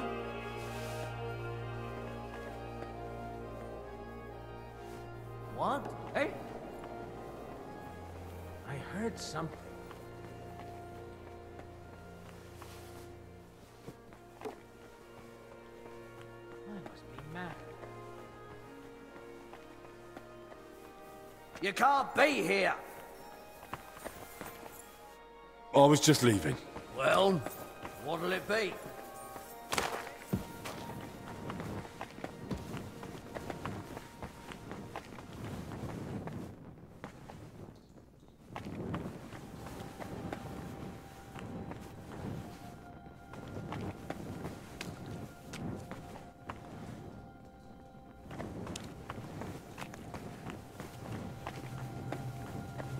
Looks like this one was shadowing me in the crypt.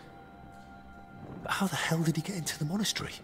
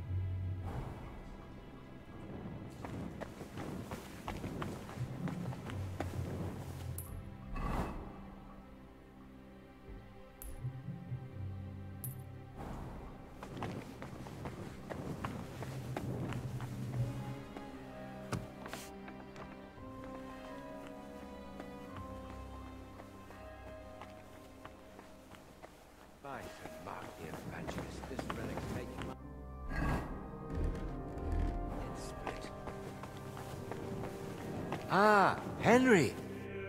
Brother Crispin? Henry, I searched through the archives again to see if I might still find something on Bavor, but so far nothing. And your search in the crypt?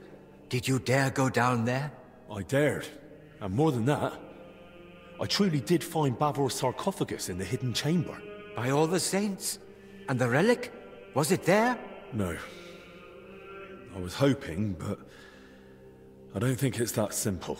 There's a sarcophagus with Bavor's crest, but Bavor isn't the one lying in it. What? You? I had to know. Judging by the robes, I'd say it's an abbot or some other high-ranking cleric. Good lord, that's truly strange. And do you know what's even stranger? I think someone was watching me down there. Watching? Who? Did you see anyone? He was some armed fellow. Definitely not one of Ludolf's men. Holy Virgin, an armed stranger in the monastery? How could that even happen? I've no idea. But it certainly doesn't help my peace of mind. There's not much we can do about it now anyway. Best thing is to solve this mystery about Bavor as soon as we can. So, you're saying you found a sarcophagus with Bavor's crest, but not Bavor himself? Exactly. I have no idea what to do next.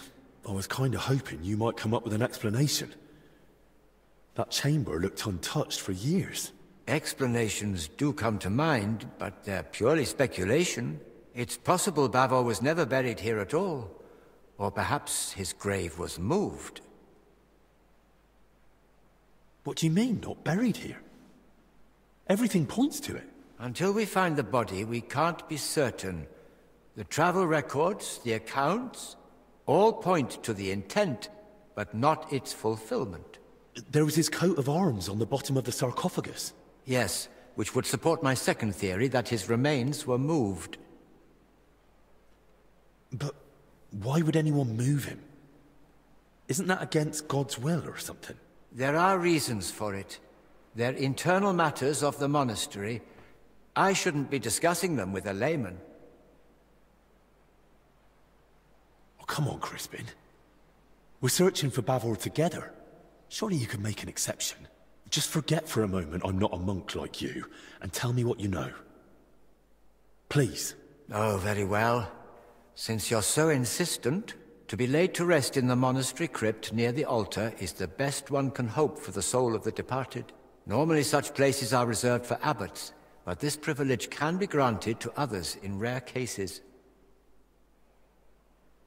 That would explain why Bavor might be buried there, but not why he isn't. I'm getting to that. A place of such honor may be given for great deeds, or a truly generous donation. But if the person has been dead for a long time, and has no surviving kin to speak for him, then it's possible the body may be moved, to make way for a deceased abbot, or a potential new benefactor.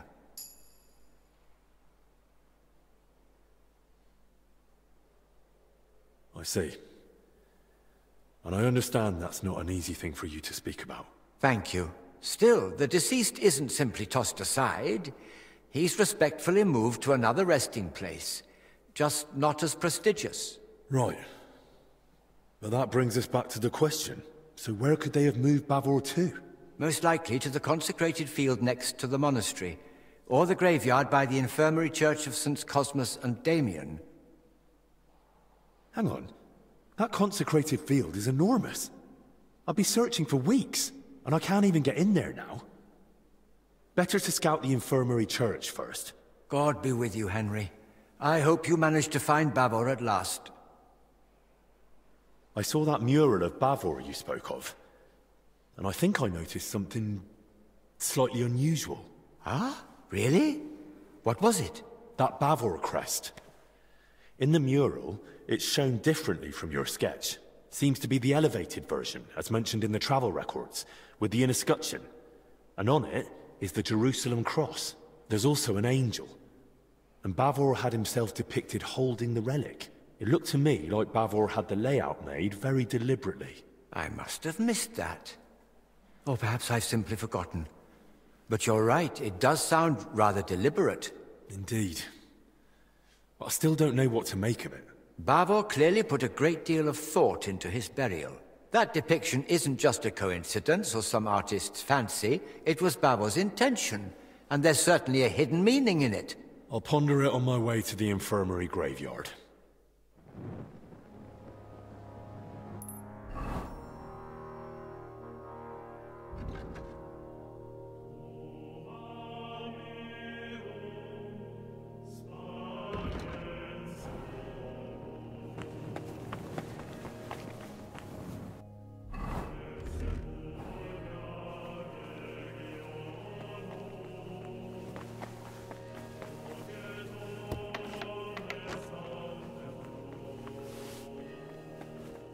Saint Wenceslas, King of Bohemia, and you, Saint.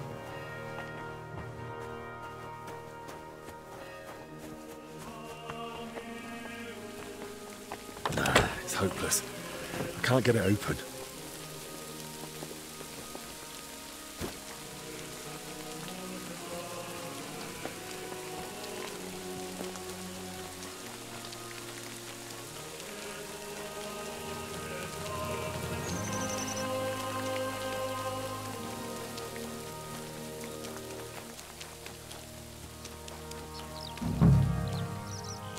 A bit neglected, but otherwise a nice place for one's final rest. I hope I find Bavor here, so I don't have to search the whole consecrated field. A humble grave. Doesn't look like Bavor's. Going by the crest, this was someone noble, but not Bavor. Who knows who lies here? Best not disturb them. Unmarked grave. Peace to your soul, whoever you are. All these dead are starting to make me uneasy. Memento mori. Master Bavor! Where are you hiding? What did I expect? Another unmarked grave. Who knows? Maybe I'll end up in one like this myself. And in a far worse place. I'd rather meet someone alive now.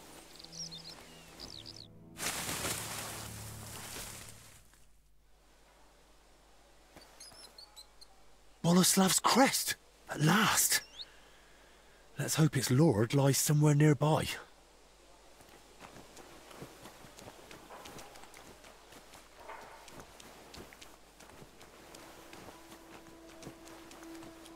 There's no time for that. I must warn Albic at once. There's no time for that. I must warn Albic at once.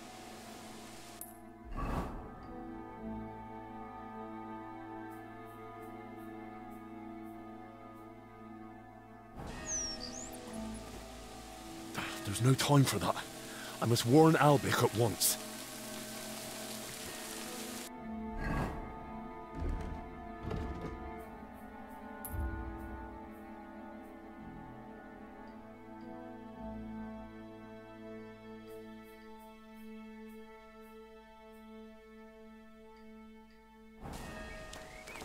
There's no time for that.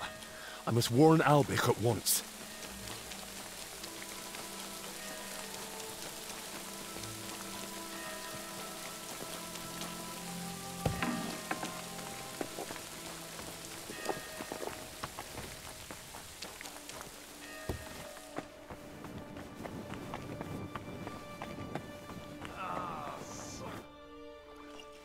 To your health, my friend. Hopefully the worst is behind us. May not a drop go to waste.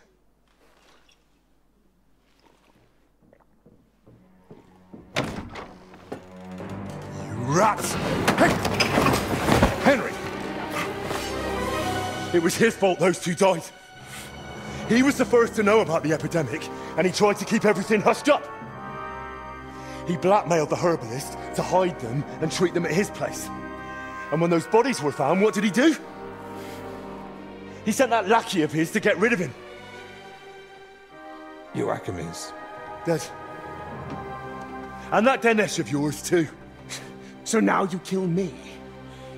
Give me just one more reason.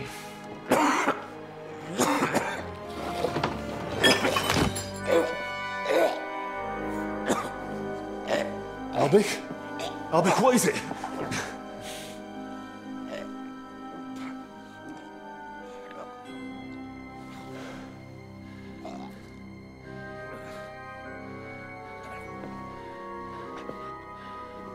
If I were you, I'd hold back a while.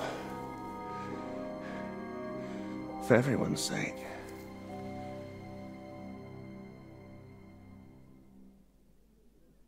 You poisoned him? Why? Calm down. He's still breathing. What do you mean, still? Whether he survives is up to you, and whether you're finally willing to cooperate. You're mad. You want me to help you? Now, after all this? If you're looking for someone to blame, try yourself. None of this would have happened if you hadn't kept getting in my way. Don't try that on me. Speak, traitor. What do you want from me? I want Albik's closely guarded records on the treatment of King Venceslas. What? Why? Don't play dumb. Albik spent a lot of time with him. I want to know what he wrote down. So, it was you who turned our chamber upside down? Me? No. That was Dinesh. You swine. Albik confided in you that he had them, and you poisoned him so that... I was hoping to frighten him. Maybe he'd give them to me for safekeeping. But the mad old fool went and hid them somewhere. So I need you to find them. And if I bring you the records, you'll give me the antidote? Not so fast. There's one more thing. Something King Sigismund himself would greatly value. Apparently, somewhere in this monastery, there's a relic from the Holy Land, brought here years ago by a knight. And that's what those workers were after. But they failed. Morons. I've no idea what you're on about. Sigismund wants you to find some relic for him. King Sigismund knows a legend of Sir Boleslav Bavor of Blatna, who brought a relic from the Holy Land to Bohemia. What he doesn't know is that Sir Boleslav was buried with it, right here in the monastery. So you plan to present it to him on a golden platter and hand it over in exchange for a medal and a fat reward? Something like that. I have good reason to believe the relic is of great value to the king. Once you've got the relic and the records, come to the church. We'll meet there. And one last piece of advice. Hurry. The substance acts slowly, but the longer you make Albik wait, the worse the consequences. And what's to stop me grabbing you by the neck, beating the antidote out of you, and dragging you to the abbot? The fact I'm not a fool. I haven't got the antidote on me, so we can go to the abbot and spend hours blaming each other. Meanwhile, Albik will die, right here on the cold ground in a puddle of his own vomit. If he's to survive, we do this my way. Do we understand each other? You miserable bloody bastard. I'll do it, but only for Albik's sake. I expected nothing less.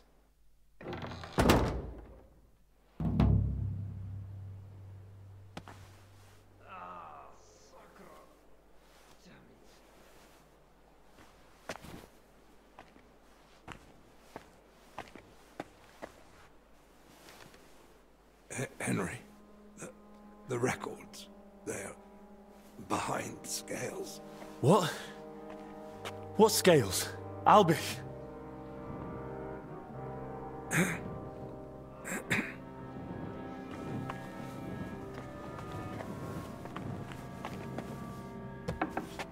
I can't just hand the real records over to Zacharias.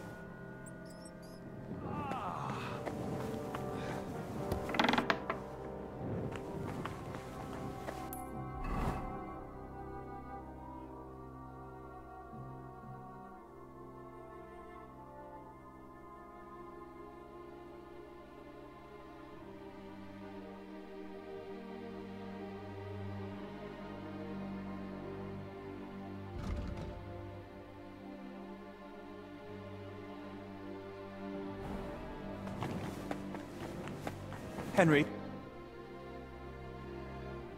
Henry, is something wrong? I just saw Master Zacharias. He nearly knocked me over, then ran out without a word. Benedict, I need you to take care of Master Albic. Lord have mercy. I had a feeling he couldn't avoid that illness forever. He's not ill. He's been poisoned. What? By whom? Zacharias slipped something into his wine. He's still alive, but if I don't get the antidote quickly... He'll die. But why would Zacharias do that? It's a long story. Right now, I need you to look after Albic.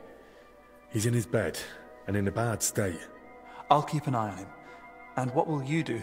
I'm gonna find the antidote, and then settle things with Zacharias. Very well. May God go with you. Actually, one more thing. Does the phrase, behind the scales, mean anything to you? The scales. Well, it's a symbol of justice. The Archangel Michael is often depicted on Judgment Day holding scales. Why do you ask? Albic whispered it to me. I hoped he was trying to give me a clue, point me to somewhere he hid something. Only, with the curfew, he couldn't have left the infirmary. Unless... No unless, Benedict. I'm running out of time. If you know anything, tell me now. All right, sorry. Albic did actually leave once. It was a few days ago, and he asked me not to tell anyone. Really? Do you know where he went? He wanted to speak personally with the Right Reverend Father Jan. But he's been warning us all along to stay away from him. I thought it strange too. But that's all I know. Even so, you've helped me. Thank you. Will you tell me more about yourself? I can try. What would you like to know?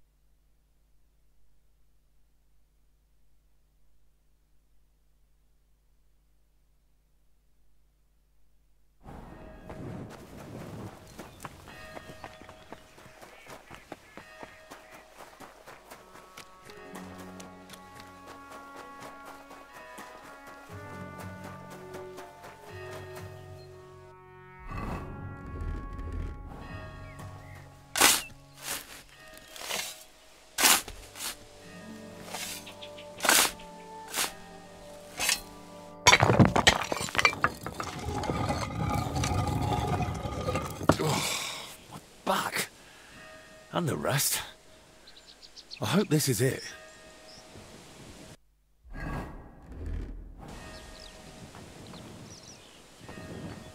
The armor, the crest, the sword. It has to be him. The valiant knight Boleslav Bavor. May his soul rest in peace. Only no sign of the relic. But then again, the mural showed that in his scutcheon in his crest. Forgive me, Master Bavor. You won't be needing it anymore. My God. A Crusader's sword that saw the Holy Land.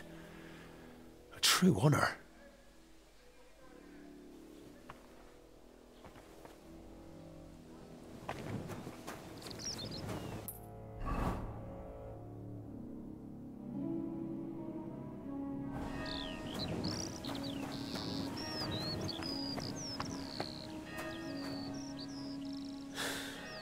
Let's see if I understood it right.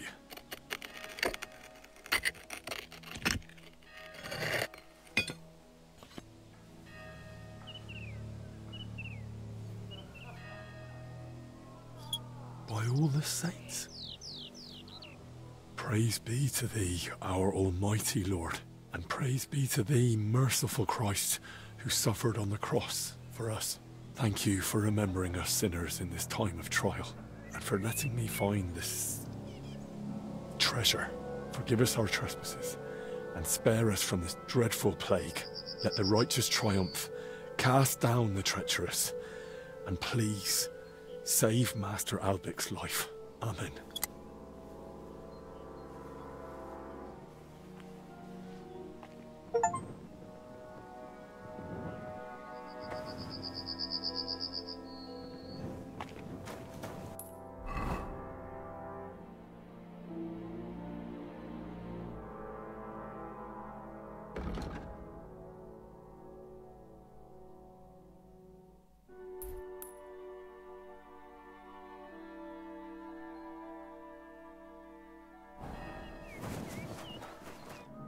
Halt! We received a report of a suspicious ruckus in the gardens. What happened here? And what are you doing in the graveyard? Zacharias poisoned Master Albic. Was? But what's going on here? Zacharias sent me here to steal a holy relic, which he means to trade for Albic's life. Holy Virgin, stand by us. You'll tell everything to the abbot. His grace will decide what happens next.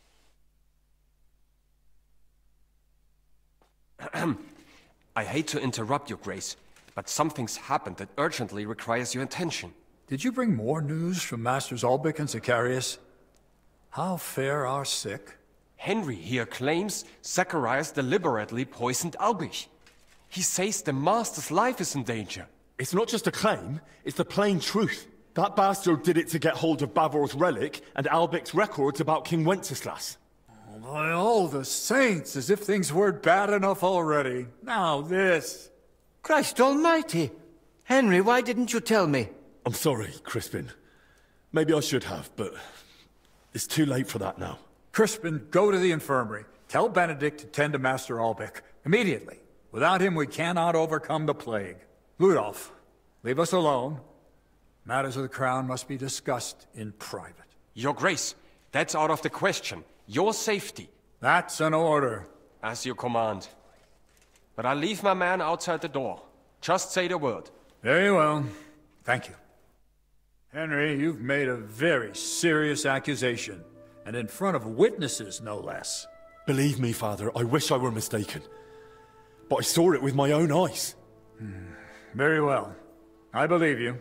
But first, tell me about the relic.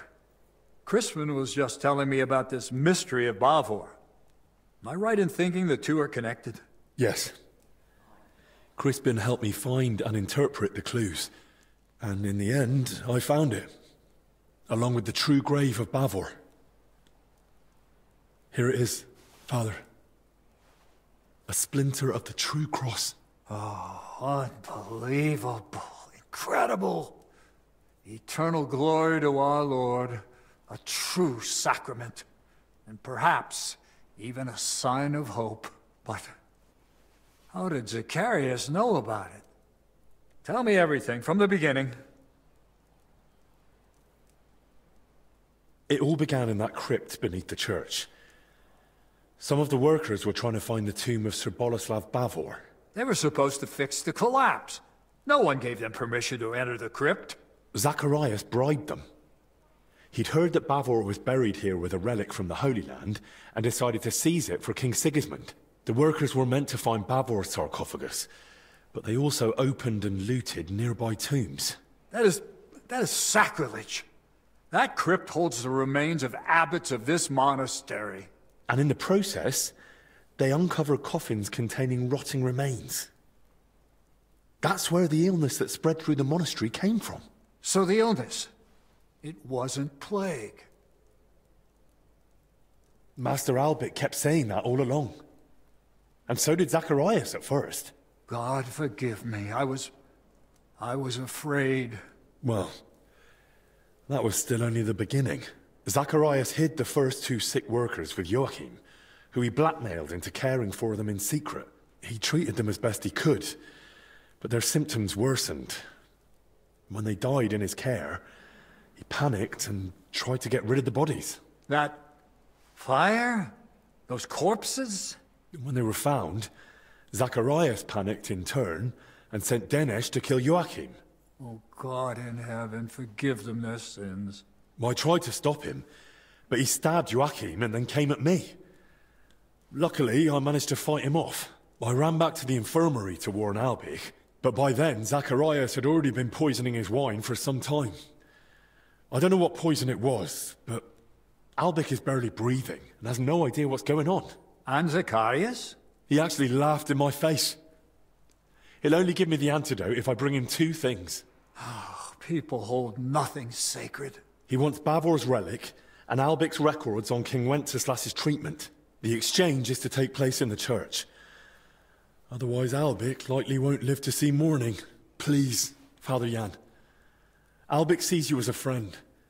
Zacharias betrayed him. You can still save him. Will you help me? From what you've said, I gather you knew about his plans. Why are you telling me all this only now? I suspected you wouldn't believe me. Even I wasn't sure for a long while. I kept searching until the pieces finally fell into place. I meant to tell you everything, but only once I held clear proof. And that, Zacharias himself provided. I'll do everything in my power. We must end this affair. Quickly, and within our walls. I shall entrust you with the relic. But please, take care of it. May it be preserved for our monastery. Thank you for your trust, Father. I'll do my best to see it return to you. From this moment, the curfew no longer applies to you. The knights at my door will inform everyone else. And do speak to Sir Ludolf. Perhaps one of his men has gear that'll suit you too. Thank you again, Father. You can thank me later. Right now, get moving. I'm sorry, Father. There's one more thing. Yes? Albic hid his records somewhere safe, but he didn't manage to tell me where. All he could get out was they're behind the scales. Did he ever mention anything like that to you? I'm afraid not, lad. We never spoke of it.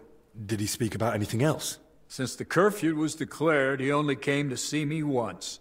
He asked for access to my private chapel. And? Did you allow it? No. Oh, Lord, forgive me. I didn't want him bringing the sickness here. I told him to use the infirmary chapel. But there were already sick men there too. Still, thank you.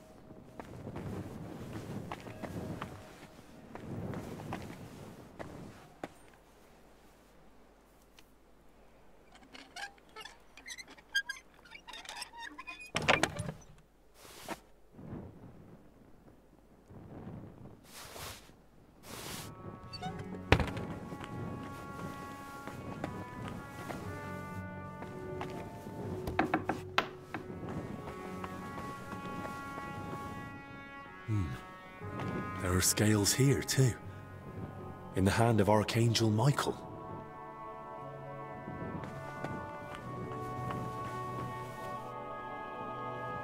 Those are the records. Lord Almighty. Thank you.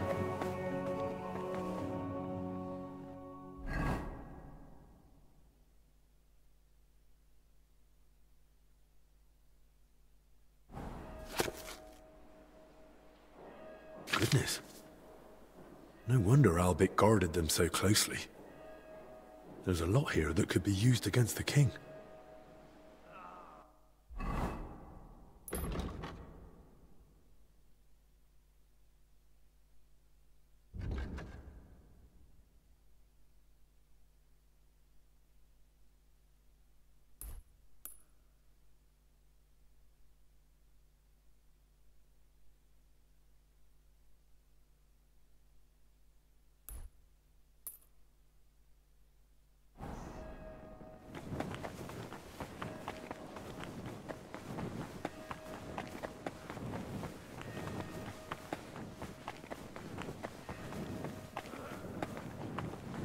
I'm sorry.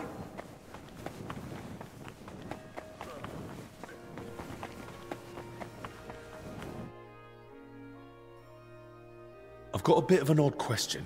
That doesn't surprise me. We live in strange times, brother. Well, that's for certain. But if I wanted to make a book or a document that matched the original as closely as possible, what should I be careful about? Why are you asking?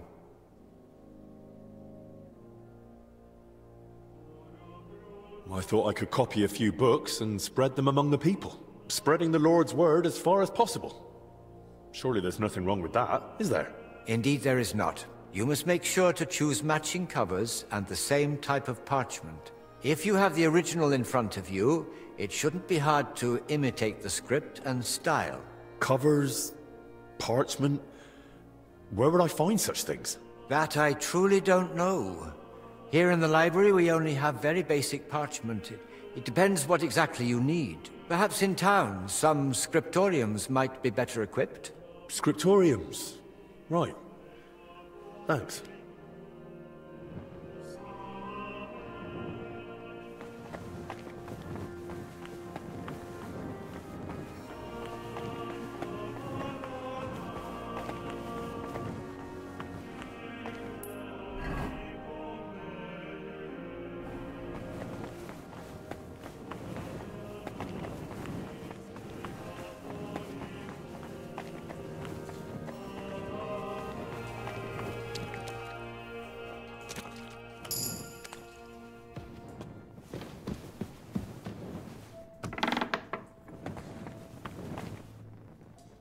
So, how to go about it?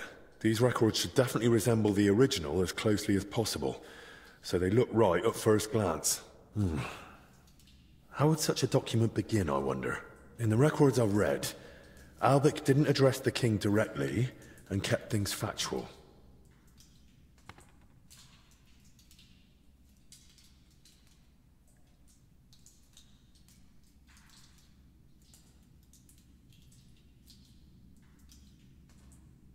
Albic would surely write to the king with great reverence and humility. He'd greet him in some grand manner.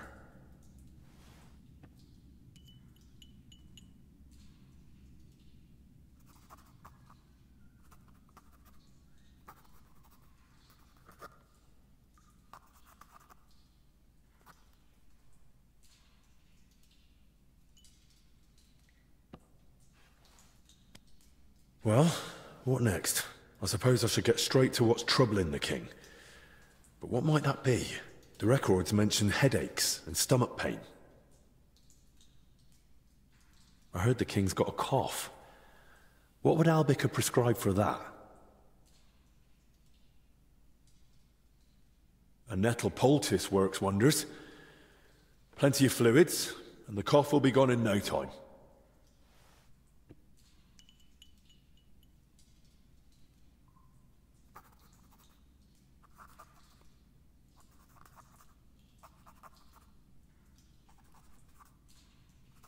Right, that's about halfway. What next? Sigismund is surely wondering why King Wenceslas has no heirs, and Albic knows that King Wenceslas is infertile.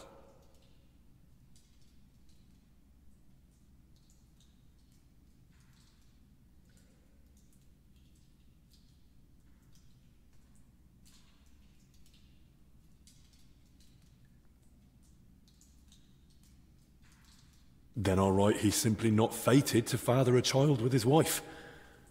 It happens.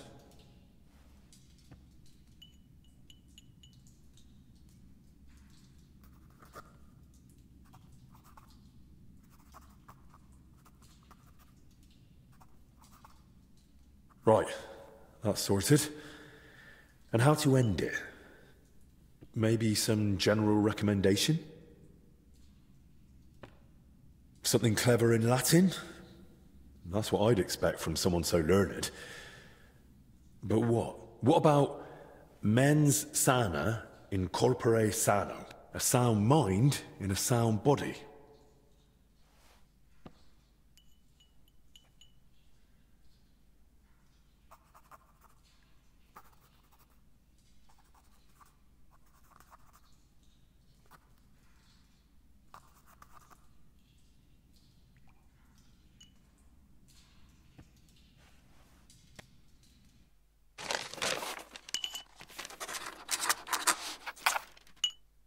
Well, hopefully that'll do.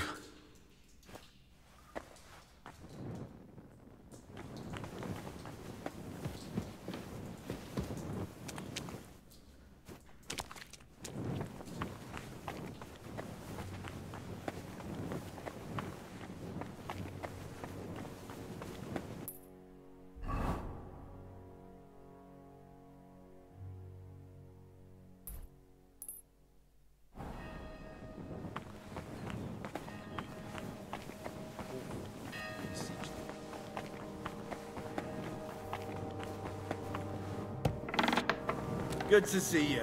Excuse me.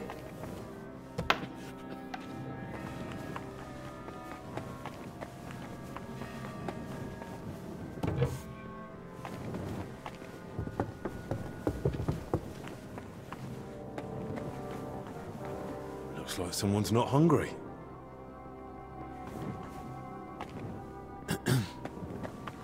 Everything all right? I don't mean to disturb you. I just wondered if something had happened. Do you need help?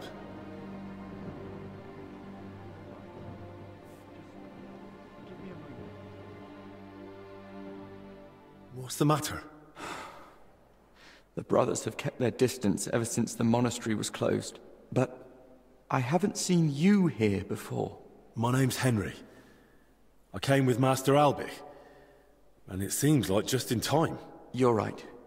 Forgive me. I haven't introduced myself yet. My name's Vincent. Nice to meet you. Say, Vincent, I heard you all the way from the hall. Did something happen? I can't. I'm assistant to the royal physician, Albich of Unichov. I'm helping him find out where this illness came from. So if this has anything to do with it, Master Albich ought to know. I don't know anything about the illness, honest, but the others might get the wrong idea. Don't worry. I'll keep quiet as a grave. I'll just keep quiet. Well, all right then. Have you ever had frightening dreams, Henry? You mean nightmares? Something like that. When you're haunted in your sleep by visions full of horror and despair. Aye. Sometimes grim memories come flooding back in my sleep. Then I always feel relieved when I wake up in the morning. So you understand me. But this is something a bit different. Imagine waking up from sleep. You're lucid. Your eyes can open. I think I can manage that. But the dream doesn't fade. Your mind is awake, but your body can't move. You want to scream, call for help, but you can't make a sound. What would you do in that moment?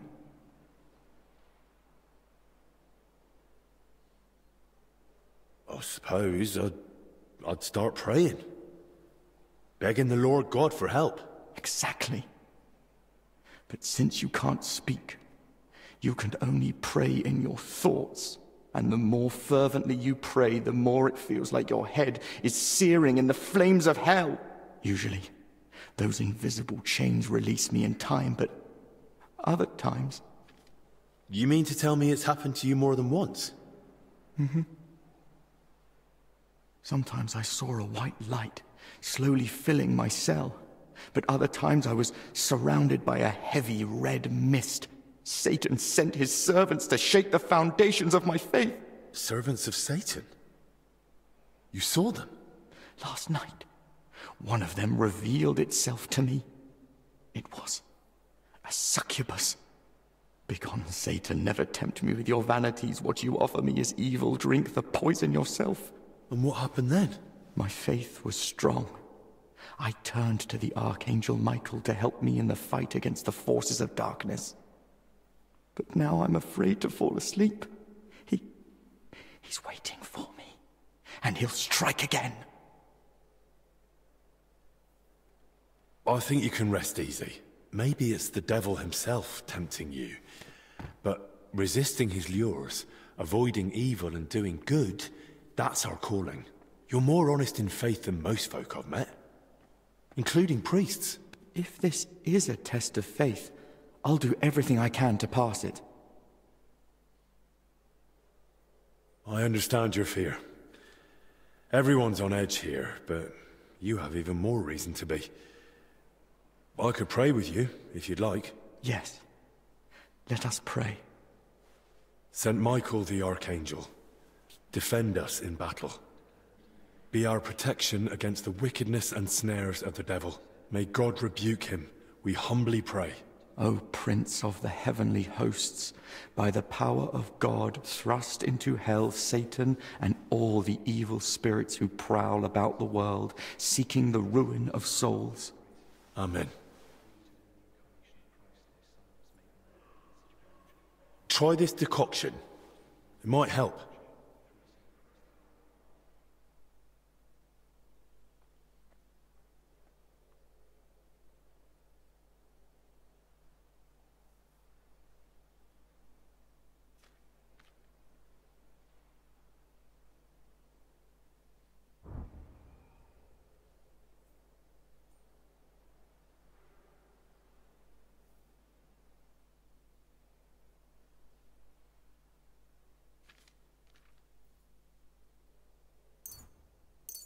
Are you sure this will help me? I know what I'm doing. I'm Master Albic's assistant, after all.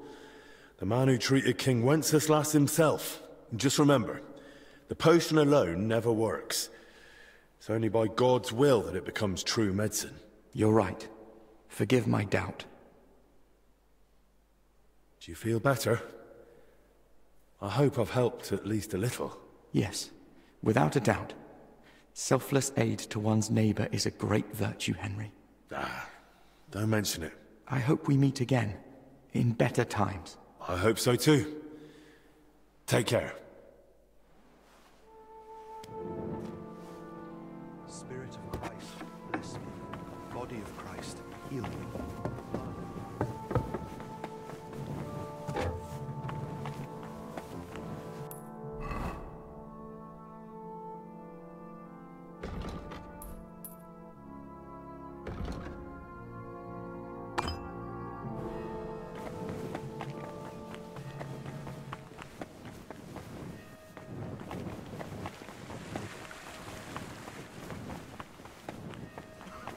I'm always glad to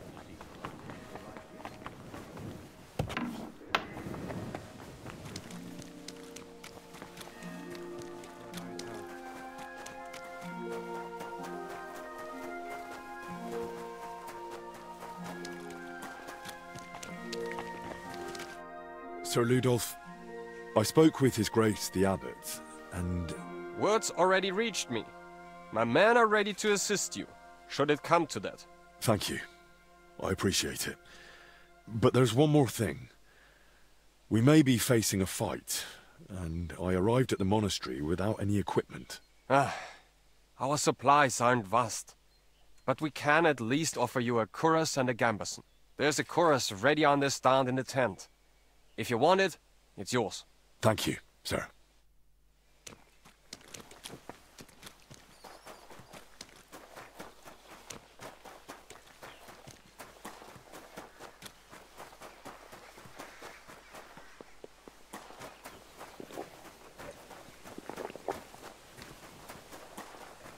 You're still here? Why wouldn't I be? When Ludolf told us about what's going on, you looked about ready to take to your heels. Aye. This could come in handy. Well, unless Zacharias has a hand cannon hidden somewhere.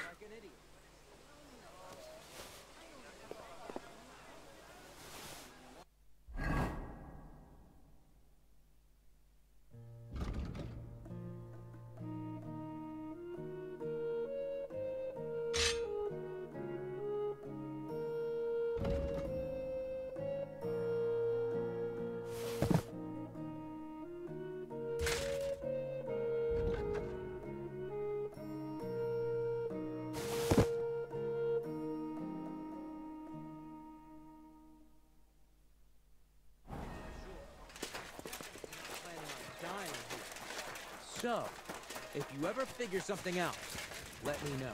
Deal.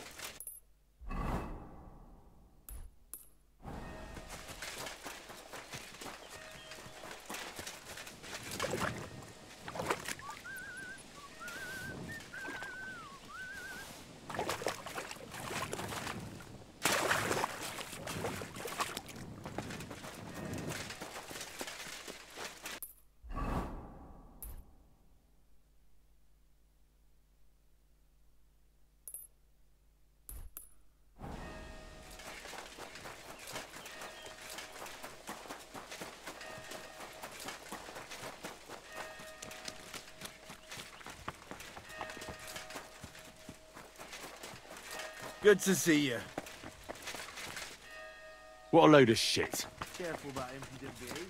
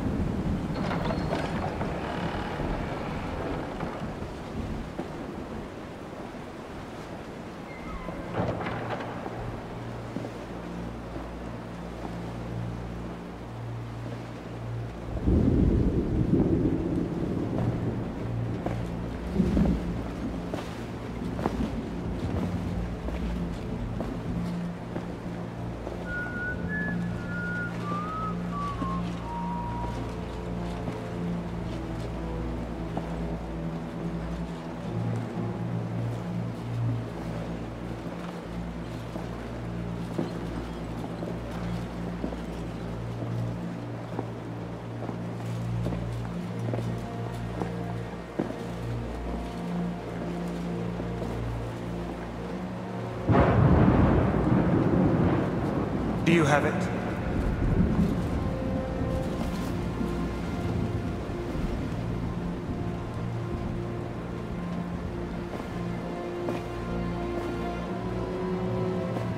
It's good to see you keep your word. I hope you'll do the same.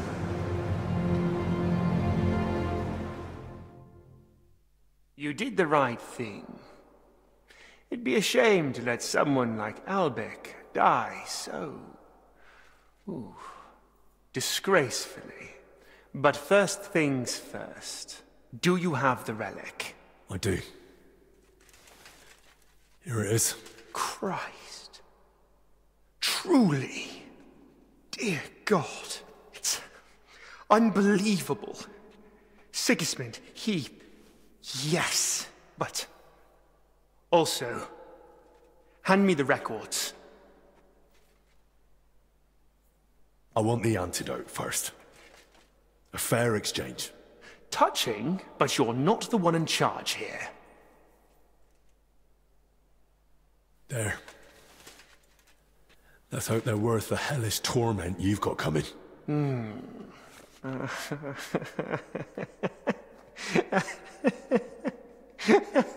What's so funny? Your pitiful attempt to deceive me. Did you really think I wouldn't realize you wrote it? But enough jokes. I wanted to strike a bargain with you. Give you a chance. And you? Forget the antidote. Albec will die like a dog. And you'll have no one but yourself to blame.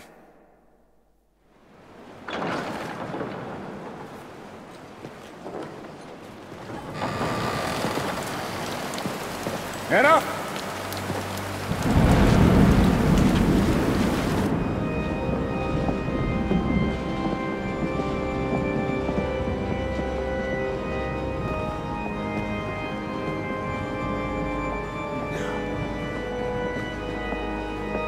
Men, hold them back! Stop this madness! This is the house of God!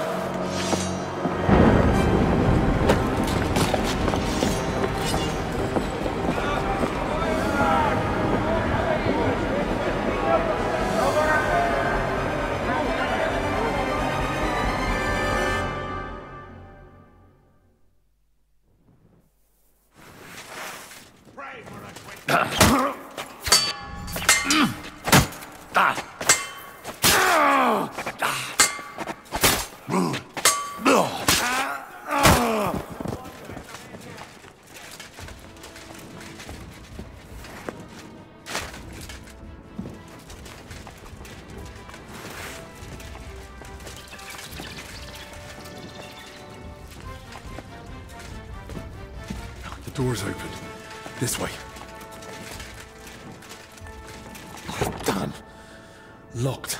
But where am I supposed to find the key now? Oh, damn it. Where now? I'll tell you when you arsehole, you fucker! What do you want? Bad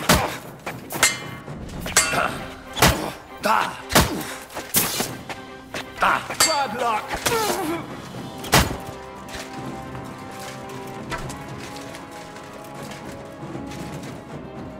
Burn in hell!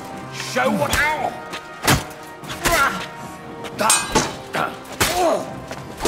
Christ, I'm hit!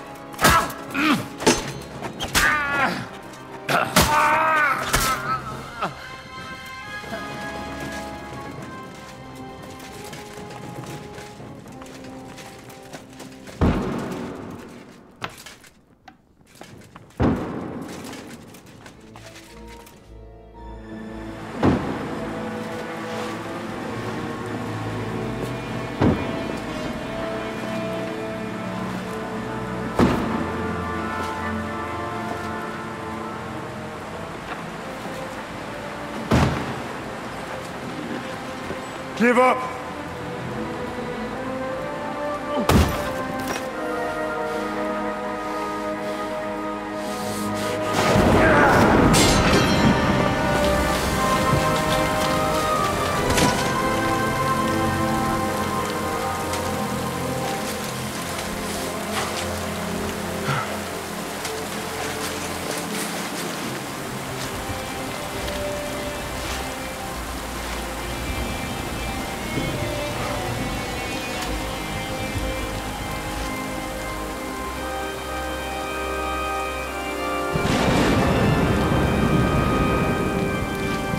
It's over. You. If it wasn't for you, none of this would have happened! But what? And we can still fix this. We can still help everyone! I don't believe a word you say. Give me that antidote and surrender. You and Albert,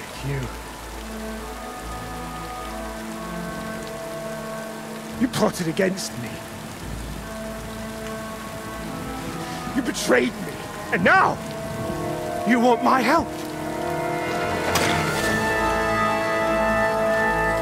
Fucking swan! You have no one to blame but yourselves! I cannot disappoint Sigismund. There's no turning back now.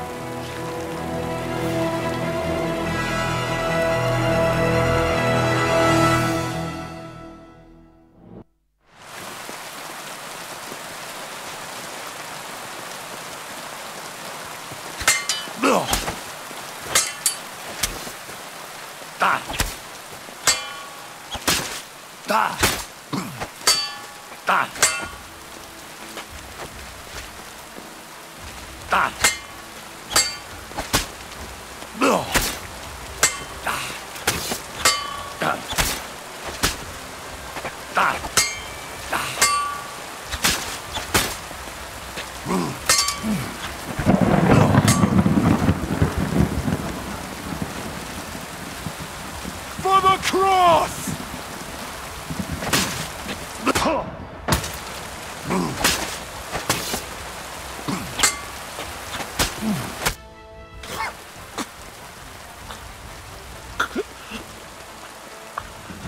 Zacharias. At last. It's ironic, don't you think? Why? Why all this? I had no choice. Sigismund.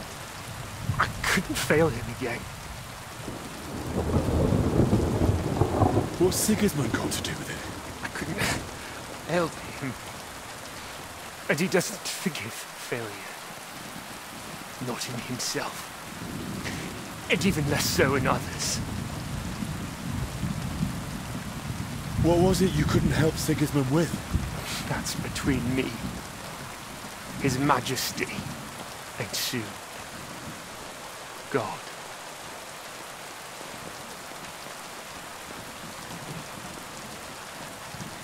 Don't you want to ease your conscience?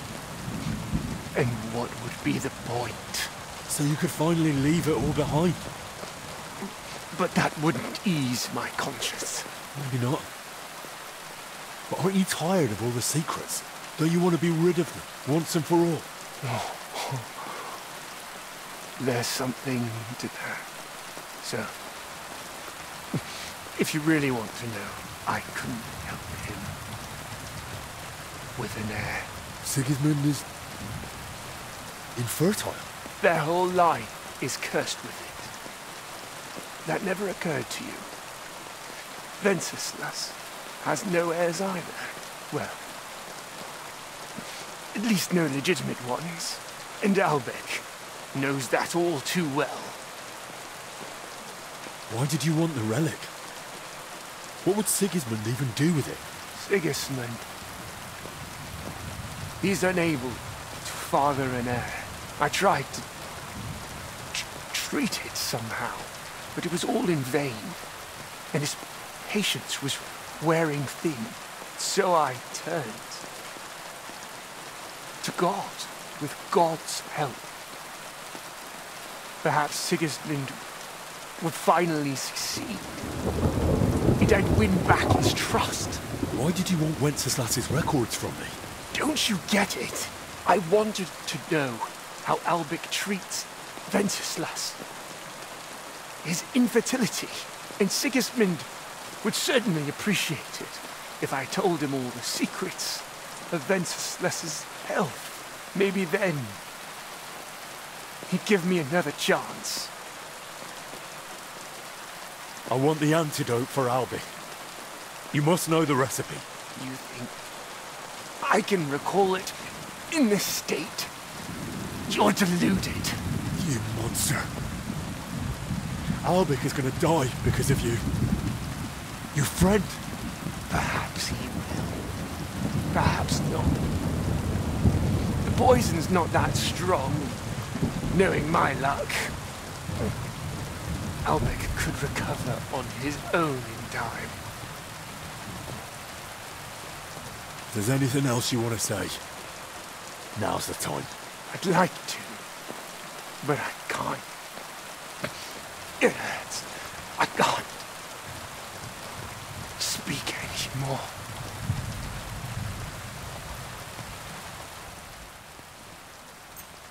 Here.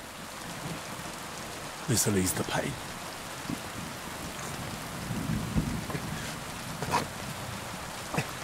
Thank you. So what was it you wanted to tell me? I didn't want any of this to happen. You've already said that. I mean all of it. Even before the Sigismund, I was so happy when he made me his court physician. I was so grateful to Albec.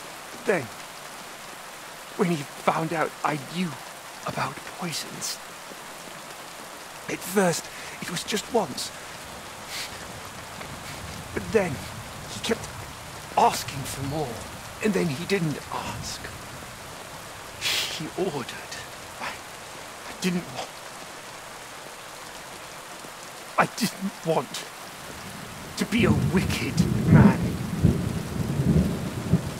Why are you telling me this? So you'll live better than I did. So you'll always think carefully about who you serve. Now all that awaits you is God's judgment, Zacharias. I'm afraid. As you should be. Will you pray for me, please? Our Father, who art in heaven, hallowed be thy name. Thy kingdom come, Thy will be done on earth as it is in heaven. Give us this day our daily bread. And forgive us our trespasses, as we forgive those who trespass against us. And lead us not into temptation, but deliver us from all evil. Amen.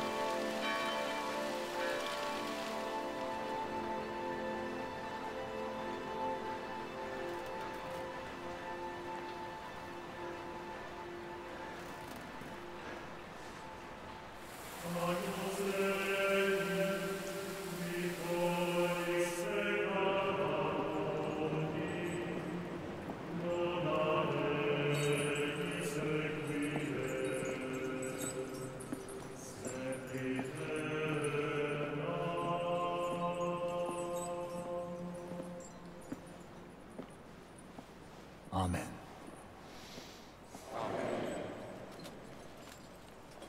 Amen.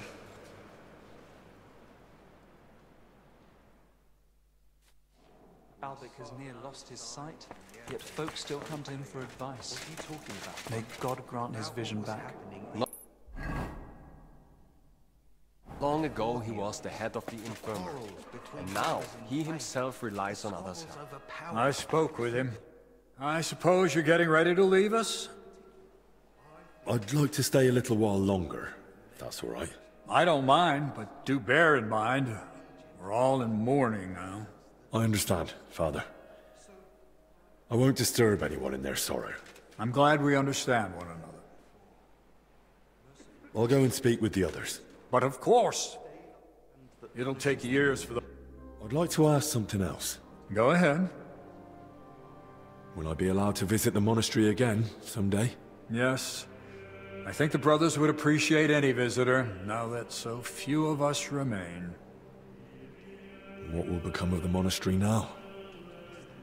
With so many brothers dead. I don't know. Things weren't great before, but now... And once word gets around the region... Pilgrims will stop coming, and people won't want to work for us. I don't know what's to become of the monastery. I fear I may be forced to dissolve the cloister. What does it mean to dissolve the cloister? The brothers would go their separate ways to other cloisters of our order. The monastery itself would be left empty. I'll go and speak with the others. But of course!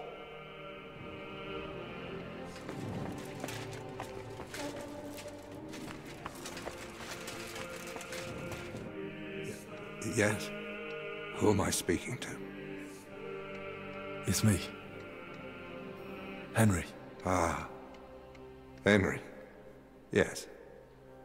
I recognize you now by your voice. Is it really that bad? Considering I even survived, my sight isn't such a high price to pay. Wouldn't you say? I'm truly sorry. I really did try. I don't blame you for anything. If I had to hold someone to account, I'd have to start with myself. Well, he was your friend, after all. You couldn't have known what he'd become. Or what he'd be capable of. Did you really know him as well as you thought? Did I know him well? Do you know how Zacharias even got his position at court? It was I who recommended him to Sigismund to be appointed his personal physician. I handed Zacharias straight into the usurper's clutches. The venomous vipers writhing at the feet of the self-proclaimed king surely influenced him.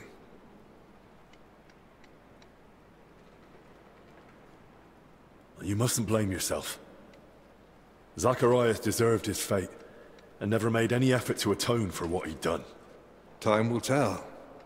Right now, I don't even know what to think. And what about your eyes? Can you see anything at all? I'm not completely blind, but there's little reason to rejoice.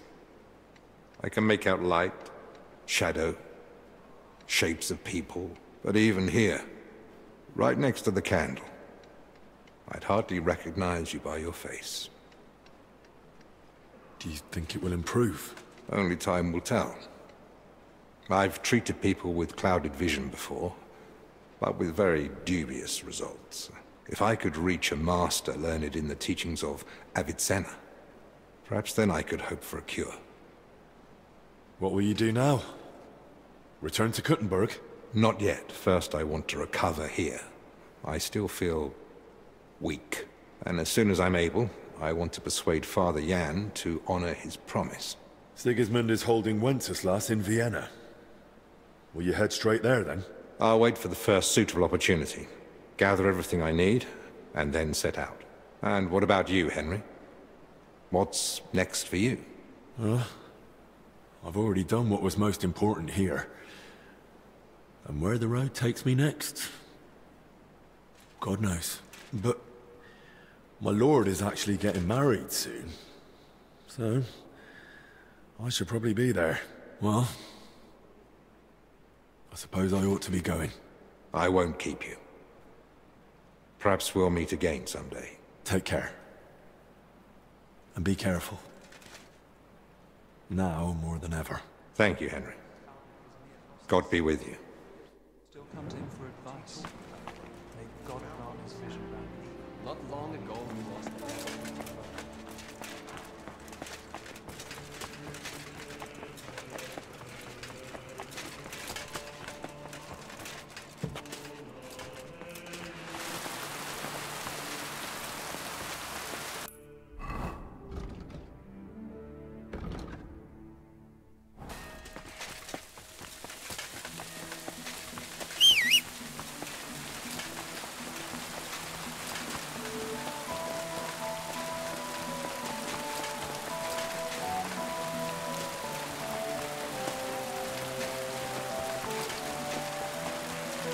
Hey, you! Have you done something I should know about? What do you want? Keep watch and leave me alone. Who are...